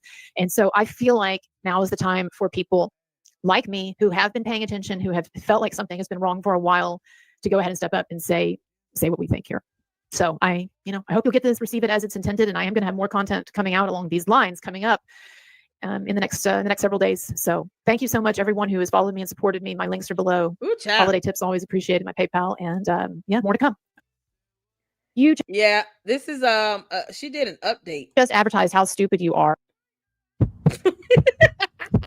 So a ton of reaction continues to my announcement that I'm going to start covering Candace Owens. I'm going to do a series, Becoming Candace, looking into her history and then the claims of recent years and the controversy and the lawsuit. So I have gotten a bunch of comments. I don't think that I've ever generated this much strong emotion before, even with some of the other situations that I've covered, even Johnny Depp, Amber Heard. I never want to make the mistake of taking a small minority of people on Twitter or X and then based on that making any kind of pronouncement about people who hold particular opinions. But I will say that this is probably the highest level of outrage that I have ever generated. And then, of course, there are a ton of people who are cheering me on as well. But it has taken me by surprise for sure. And I've never gotten so many comments on my nose, like I said, as I've been getting recently. And some of the messages are hilarious, unintentionally hilarious. And some of them are a little bit on the scary side. So I'm going to show you some examples here. Okay, so this comment, this person says, the last name, and I like to imagine a really pretentious tone of voice to go along with this. Some kind of like idiotic asshole who doesn't know that they're an idiot, right? They going on her the last name Kurtz is primarily of German and Jewish Ashkenazic origin. No wonder. In other words, no, and people have the right to criticize Candace Owens. The end. The end. The damn end. Candace Owens is not God. She chose to be a public figure, and people will criticize her. The damn end. You don't have to like it. Kick rocks. It's that simple. Their Lord and Savior can't be criticized and have a series about her, but she could do it about a world leader's wife with no evidence. Kick rocks. I'm all for Colonel Kurtz. Let's go. People are going to say dumb things. They're sitting here trying to break down her last name. I find that to be hilarious. It doesn't stop the series, though. You're saying no wonder? No wonder I'm still doing it? Yep, I'm still doing it. Okay, what the hell? I can guarantee you Candace does not pay Rosita's bills. If Rosita is a real account. What Candace is doing, more than likely, is paying a bunch of bots to push this narrative. Because when you're that conspiratorial and you have zero evidence, people are going to come out and start debunking you. Then you have to have a counter for that. So you get your cult members and your bots to do the work for you because she refuses to just Google and read information. There's no way to combat the truth and the evidence that people like myself putting out and debunking in real time. Colonel Kurtz wants to go out and do a whole series. That's called free speech and expression. To say she shouldn't try, you're out of your mind. And we don't care if you know the law or not. You're about to understand it the hard way. You can learn along with Candace as she goes to her court hearings. It's up to you. But she is subjected to criticism. Oh, yes, she is. Oh, I love this. This is going to be awesome. They're saying is, oh, we got you. Your last name Kurtz, Ashkenazi Jew. You're Jew. No wonder you're criticizing Candace Owens, because there could not be any legitimate reasons to criticize her otherwise. I mean, her theories are just so absolutely airtight, and her conduct up to this point so beyond any kind of reproach that you would have to basically be a Mossad agent to have questions about Amanda Doing. So I know I was a little too mean here. I said, you just advertised how stupid you are. Colonel Kurtz is a character from the... No, that's not mean. You got they're bots. They have no feelings or emotions. Cult members are brainwashed, so they're not really thinking. You have to get to a point. This is social media. This is social media. I'm not even saying you gotta go at it, because I've gotten racial slurs in my comments. And I still say, okay, well, you say the same thing about me as a black woman. You're saying the same thing about Candace Owens. And to the point where the candy ass is literally confirmed yesterday in the live that there is no evidence. And then they said R word. The same thing Candace Owens is. That's exactly what she is. Because there is no evidence. See, what's good for the goose is good for the gander. So, Candace, you're about to find out. You gander. What's good for the goose is good for the gander. You're no exception to this, Candace Owens. You're not God. You don't pay anybody's bills. You won't even help half these people out if they were to be sued right along with you. You will leave them high and dry. Colonel Kurtz, go for it. Let them leave their comments. It's social media. They're going to say things to try to be deterrent. They want to deter you from talking about it. That's why I still get this copy and paste comments. They're not even being creative at this point. Why are you talking about her? Why are you hating on her? Terms they can't define. I don't give a damn. I'm going to keep doing it. Because they need to debunk me with facts and evidence.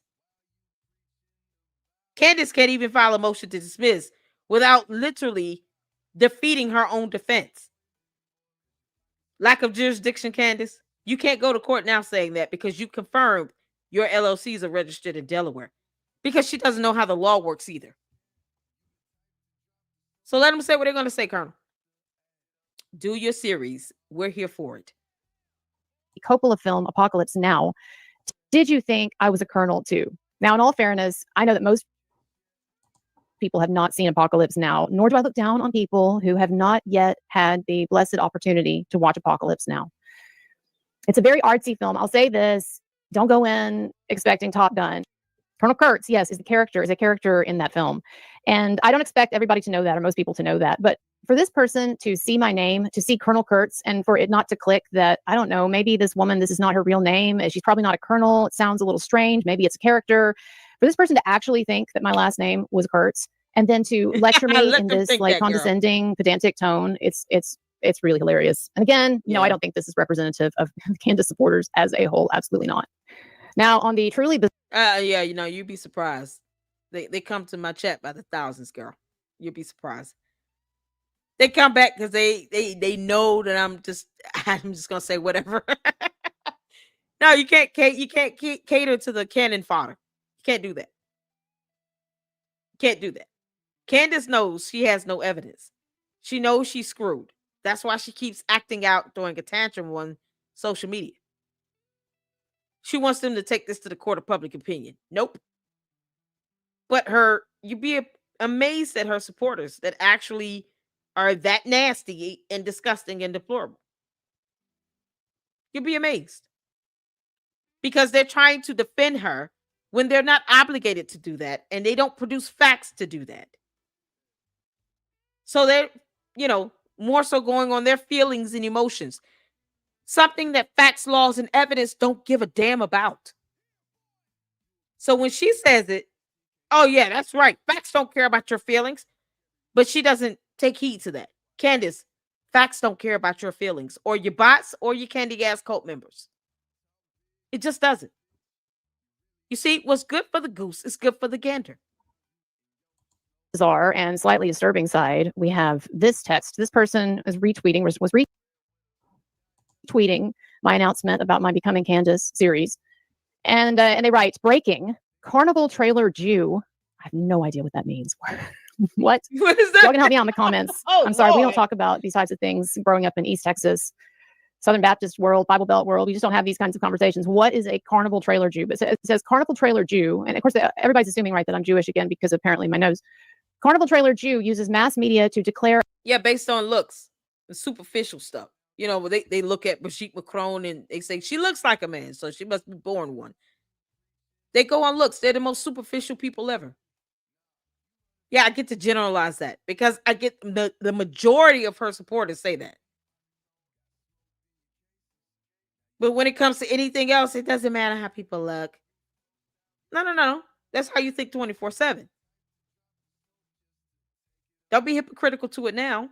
And I encourage them to look up the definition of the word hypocrisy. As many as would not worship the image of the beast should be killed. Oh my God. What? I certainly am not endorsing or promoting or asking for Is that a death anyone. threat? But anyway, something about Antichrist, image of the beast should be killed. Her first target is Candace Owens. And then we've got some scripture here, very helpful. Revelation 13:15. I need to look this up. And it says Greek word 1504, image equals icon 365 minus 1504 equals day 322. Of course it does.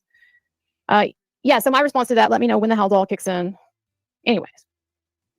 What is that? Why are you weaponizing the scripture to send a death threat to somebody? You see how blasphemous that is? That is high-level blasphemy. You sent a scripture to actually send a death threat to someone? You're weaponizing the Bible to try to justify an online death threat. It's disgusting. That is how her supporters are. Let's be honest about this. This is 90% of Candace Amber Owens' farmers' supporters. Death threats and cyber crimes, doxing, cyber harassment, stalking, bullying. They don't care. Mostly bots, I guess. I don't know. Sending scripture to try to justify an online death threat. But then they would cry like a punk if they would be reported to the FBI for that. Candace, you're a coward. When are you filing that formal complaint to the FBI again? You know, because of that so-called assassination you say is out here on your head from the Macrons that are suing you in court. When are you going to file that formal complaint to the FBI and show proof of that? And I mean a confirmation as well as a copy of that text message you sent to that FBI agent. We'll wait. Post it up, Candace. Show your supporters how big, bad, bold you are. Fucking coward. So I don't know what to say. I don't know what to say about all of that. But I do want to give you some updates on this.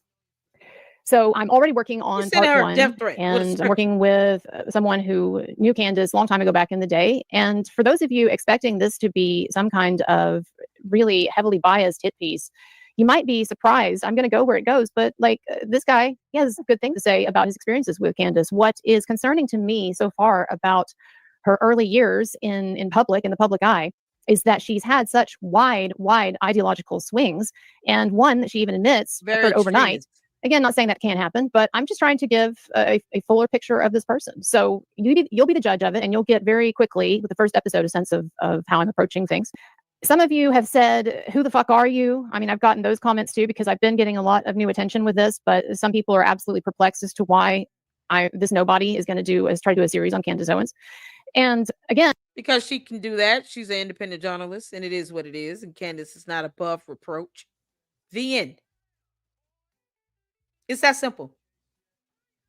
She did all of this on a world leader's wife, to which she has no ties or connections to at all, and sensationalized the hell out of it. People are tired of Candace Owens lying. I'm not here to sway cult members and bots. I'm here to put out facts. And I support Colonel Kurtz doing this. Because what's good for the goose is good for the gander. The end. She can do it. And it's because nobody else is doing it. I don't hold myself up as some great paragon of virtue. I can just tell you right now that if you're looking to me to be some exemplar of anything, then you're going to be disappointed. But if you are interested in getting a much fuller picture of Candace Owens and who she is, and talking about some of, I see, the really significant flaws in the work that she's been doing recently. And also, if you're interested in looking at the Macron lawsuit and exploring that and talking about which aspects of it I think are legit and which I don't, it's, if any of that is interesting to you, then hop on board. Yeah, do your all right. thing, girl. And I want to say one more thing. I may have been flying under the radar for a number of you who don't know who I am, but I have been out here on YouTube and various other platforms now for almost 5 years, covering some really, really thorny situations and really controversial situations.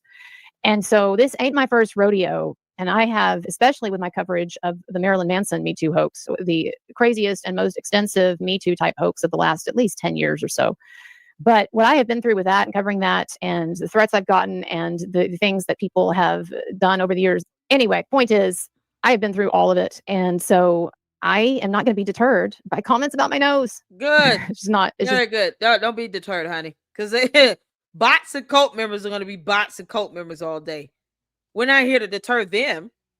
Why in the hell do they think they get to sit here and go on a mission to deter someone else? But they don't want to sit here and holler free speech when it comes to Candace Owens. Read the First Amendment and then come back at me. Because these are the same people that have no legal understanding of it. I feel nothing when I say these things about them either. They can take it as, oh, you're hurting their feelings, or you're being cruel, you're being harsh. No, I'm being blunt. Because people are catching death threats. So they can kick rocks. Kiss my ass. I don't really care. Not going to do it. And you can look into my background, and you can look into the work that I've done, and you can see that I have not only not taken any kind of firm position on the Israeli-Palestinian controversy and the war and all of that, other than to say, of course, it's horrible to see images of horrible things happening, right? And this is a messed up, fucked up world, and I'm I'm irate at God for creating it and putting us in this situation. But beyond that, I really don't have any opinions, anything solid related to this controversy. And you can look through, I've done 2 or 3 videos over the past 5 years where I've talked about what happened in October. Even if she did, she has a right to her opinion. That's part of free speech and expression. She has the right to her opinion. I give mine too. But when I have to give facts and evidence and information, I give that. And I drop the resources in the chat. I put it in the description of the videos so people can read and research for themselves as well.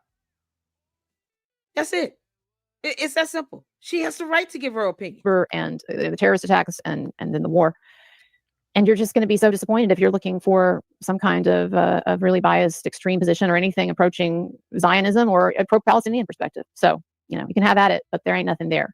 What I am is someone who has just gotten tired of seeing Candace Owens more or less go unchallenged. I know she's being sued, yes, but I do think that in a lot of ways, Candace Owens might be the modern day Joe McCarthy. And look, I know that there's some people on the right actually who argue that Joseph McCarthy was right. I don't want to get into that right now. I do disagree. But through most of modern American history, Joseph McCarthy has represented the quintessential witch hunt. Yep. And he basically was allowed to run wild in the Senate and drag people before his committee and excoriate them and berate them on TV at times. There were people who even committed suicides because of how just stressful this whole process was and what McCarthy was doing. And I just see, I'm not saying it's exactly the same, and I don't want to get into a historical discussion here, but what I am saying is that I think I see so far so much of that in Candace Owens. And I don't know if she's aware. Yeah, McCarthyism, that was a thing. Candyism, we can go there. McCarthyism and Candyism, one of the same. The only difference is one came from a white man, the other one is coming from a black woman. The end. Candyism and McCarthyism. It's 2 peas in a pod. Or not, or it's intentional, or it's unconscious. But I just know that there is something insidious and there's something increasingly problematic about what is going on with her and what she is doing with her platform. I'm not saying it should be censored or anything like that. I'm not arguing that YouTube should yank her or suspend her or demonetize, nothing like that. But in the marketplace of ideas, if she's going to be out there full force putting her batshit ideas out there, then some of us with smaller channels, I think it's not too much to ask for you all to put up with some of us then looking at it for ourselves and coming to our own conclusions and doing our own research on it. And yes, taking a look at Candace.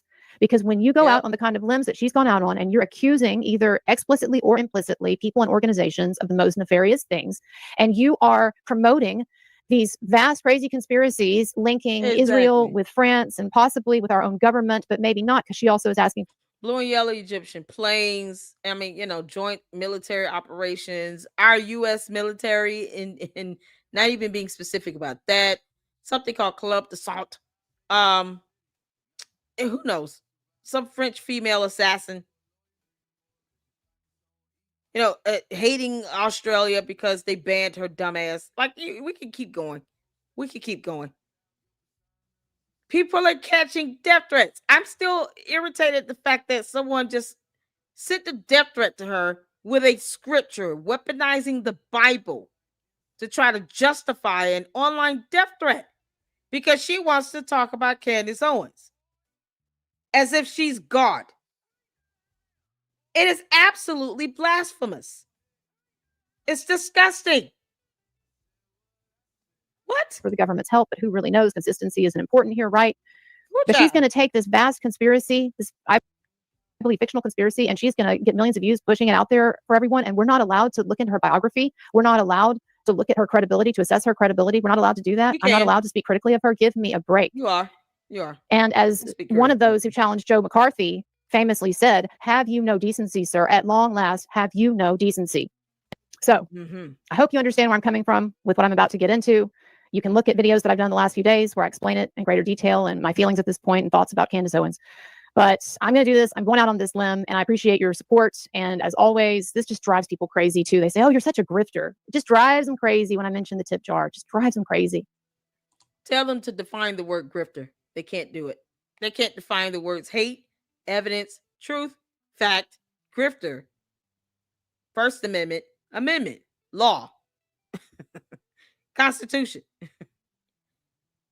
red, green, yellow, brown. Like, they can't define it. concepts they don't understand. Basic stuff. Why is it? Can I ask you a question, everyone out there? Why is it that it's not a grift and it's okay when Candace Owens goes out there and spins she unspools the craziest, most extreme conspiracy theories, and she has millions of views on her YouTube and she's monetized and she's making all this money? How is that not a grift? But when I scrape up, and she's got sponsors as well. Let's not forget the fact it's called the cult. She has a cult. It's a cult following. They believe whatever she says. They don't read or research. More words they can't define. It is an absolute cult. They don't care if she's telling them that the world is about to end tomorrow. If she was one of those ones that was sitting here talking about the rapture, they would believe that. You would have a whole issue on your hands, because if Candace Owens went out here and said, yeah, the rapture is about to happen tomorrow, they were like, oh, we got to get ready for the rapture. Candace said so. Candace just reported the rapture is happening tomorrow. They would go with it. They don't care. Candace is a total grifter. Exactly, Francisco. She could go out here. She could be the one saying the rapture is going to start next week. And people would literally give up their lives, their jobs, their homes, probably families, kids, sell whatever they can to brace for the rapture. That was a whole issue going on, by the way. But if Candace were to say that, people wouldn't look to the Bible and read scripture about signs of a rapture from God. Nope. If Candace Owens said the rapture is going to happen on December 12th, and it's going to be a 9/11 style type of rapture, people would just brace themselves for this rapture. They wouldn't go back to the word of God to see, this can't be right. This is not how the Bible says the rapture would come. Nope. They would just go with it. They would say, yeah, okay, we believe Candace. Candace said the rapture is going to happen December 12th. I guess we all got to get ready. Is that what she needs to say for people to start thinking twice? Because, I mean, honestly, that's what it's going to come to. She's going to have to say something like the rapture is going to happen on December 12th, people. We're not even going to make it to Christmas. And then maybe some of these people start snapping out of it because they'll be like, wait, what? She's really crazy now. No. Get ready for your rapture. It might come in the form of a red punch in a cup. You may have to drink something first before you get raptured. The rapture happened December 12th, but you may have to drink this red punch first. Okay? You may have to go to this facility. There's this pack of cookies and this red juice that you're gonna have to drink. Add water to it. It'll be in a little pouch. You add water to it. You have to drink that first, and then you'll feel that rapture coming. That's what's gonna have to say to for her to, for people to like really see this girl has lost her mind. She's saying the rapture is gonna happen December 12th, and we gotta first eat these special cookies and drink this red punch. It's gonna come in a pouch with powder, add water and stir, and then we'll feel this rapture experience. That's what it's gonna take for people to like start snapping. They don't sound right. Yeah, no. Candace said the rapture is gonna happen. Go with that. Can't make this up.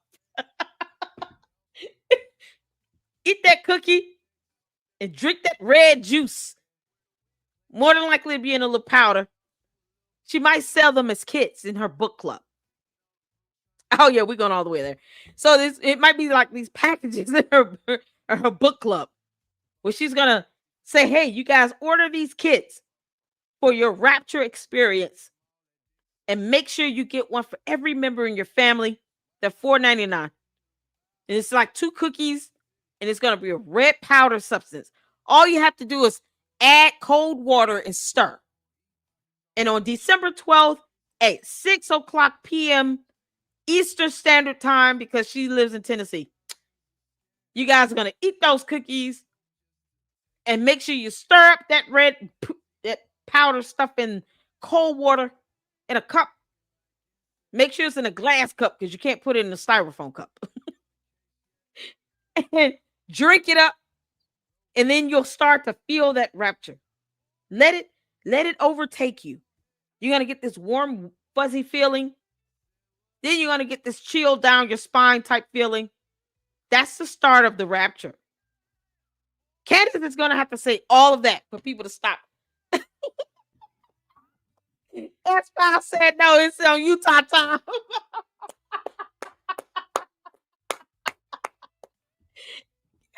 No, it's Utah time. Candace is going to have to say that in order to get 20% of her base to start thinking twice. Like, wait a minute.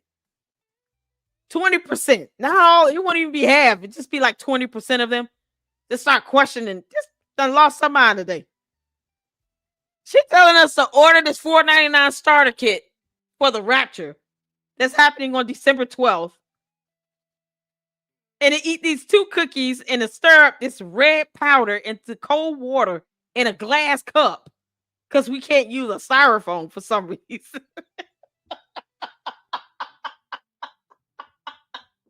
Because you can't use a styrofoam cup for some reason.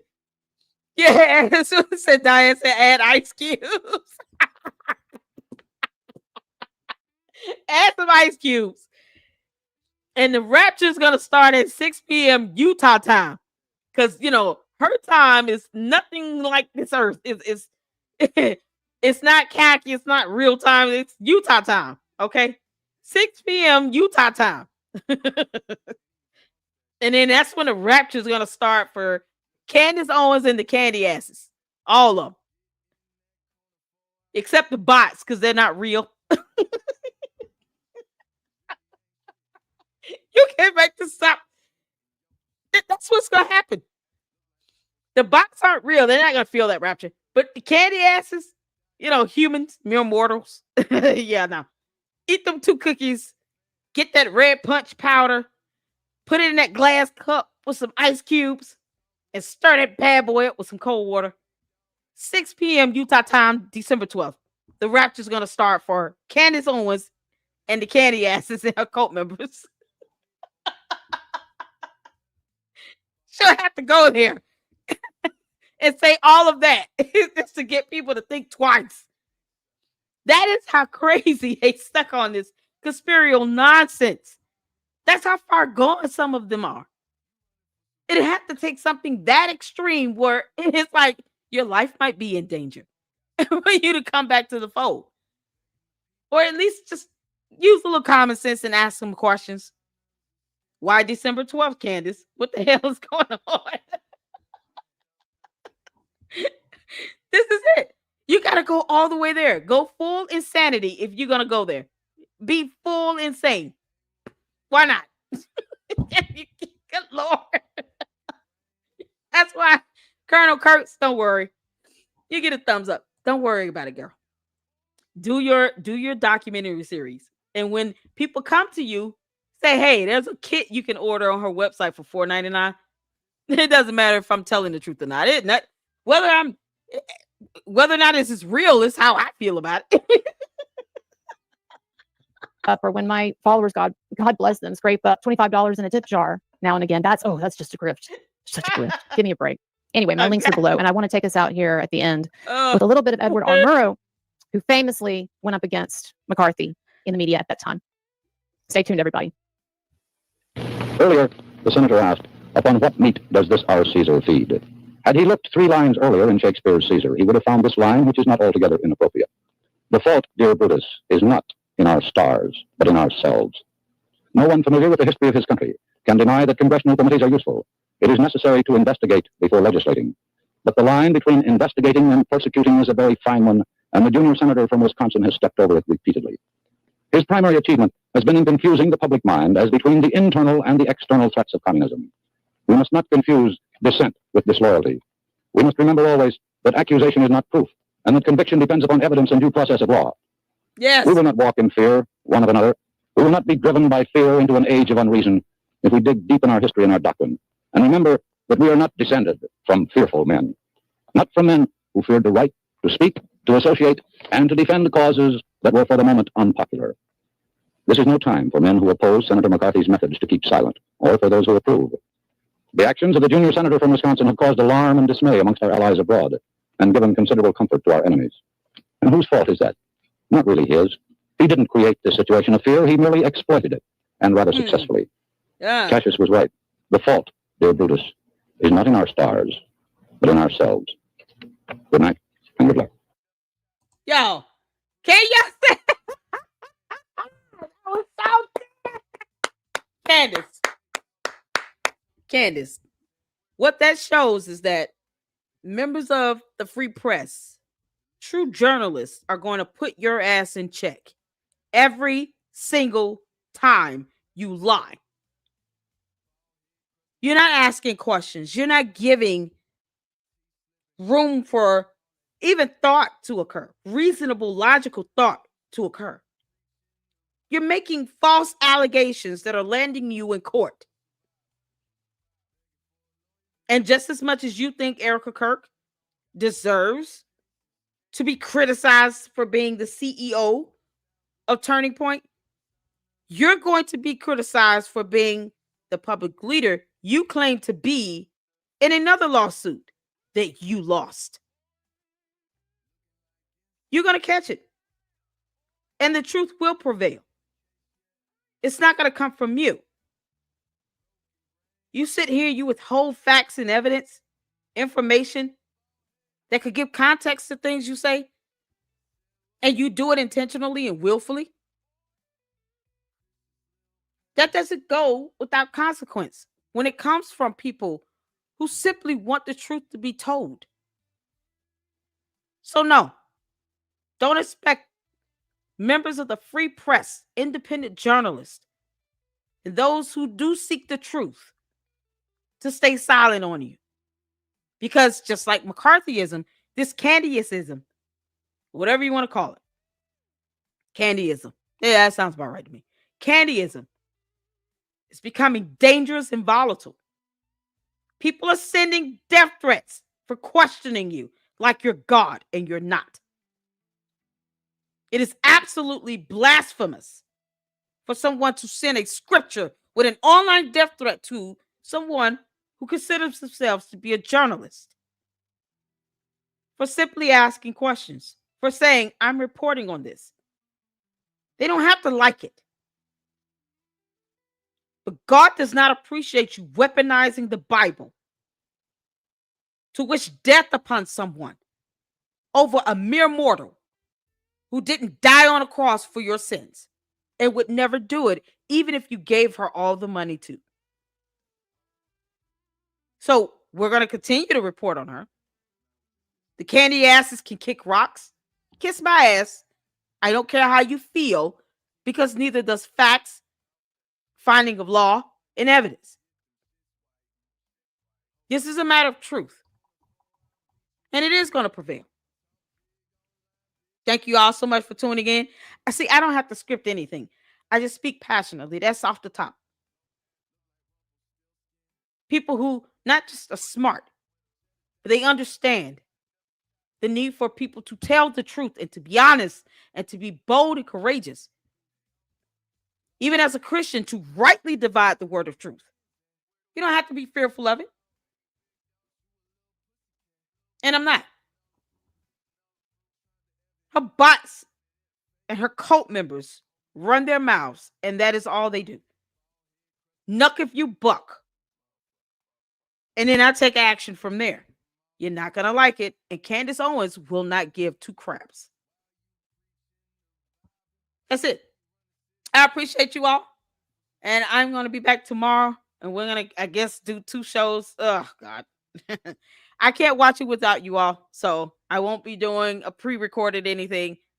All of the Candace Owens shows we go over, I have to do it live, because, you know, we're going to have a headache. We might as well have it one together. I appreciate you all for tuning in. Hit the like button on the way out. You guys have a great evening. Thank you all so much for your support. 5 hours, 24 minutes. I got to be breaking world records. But if you're going to play back this recording, this live stream, make sure you put it on 1.5 speed. It'll go a lot faster and it'll be a lot funnier. All right. Until the next one. Lady Luck Club out. Deuces.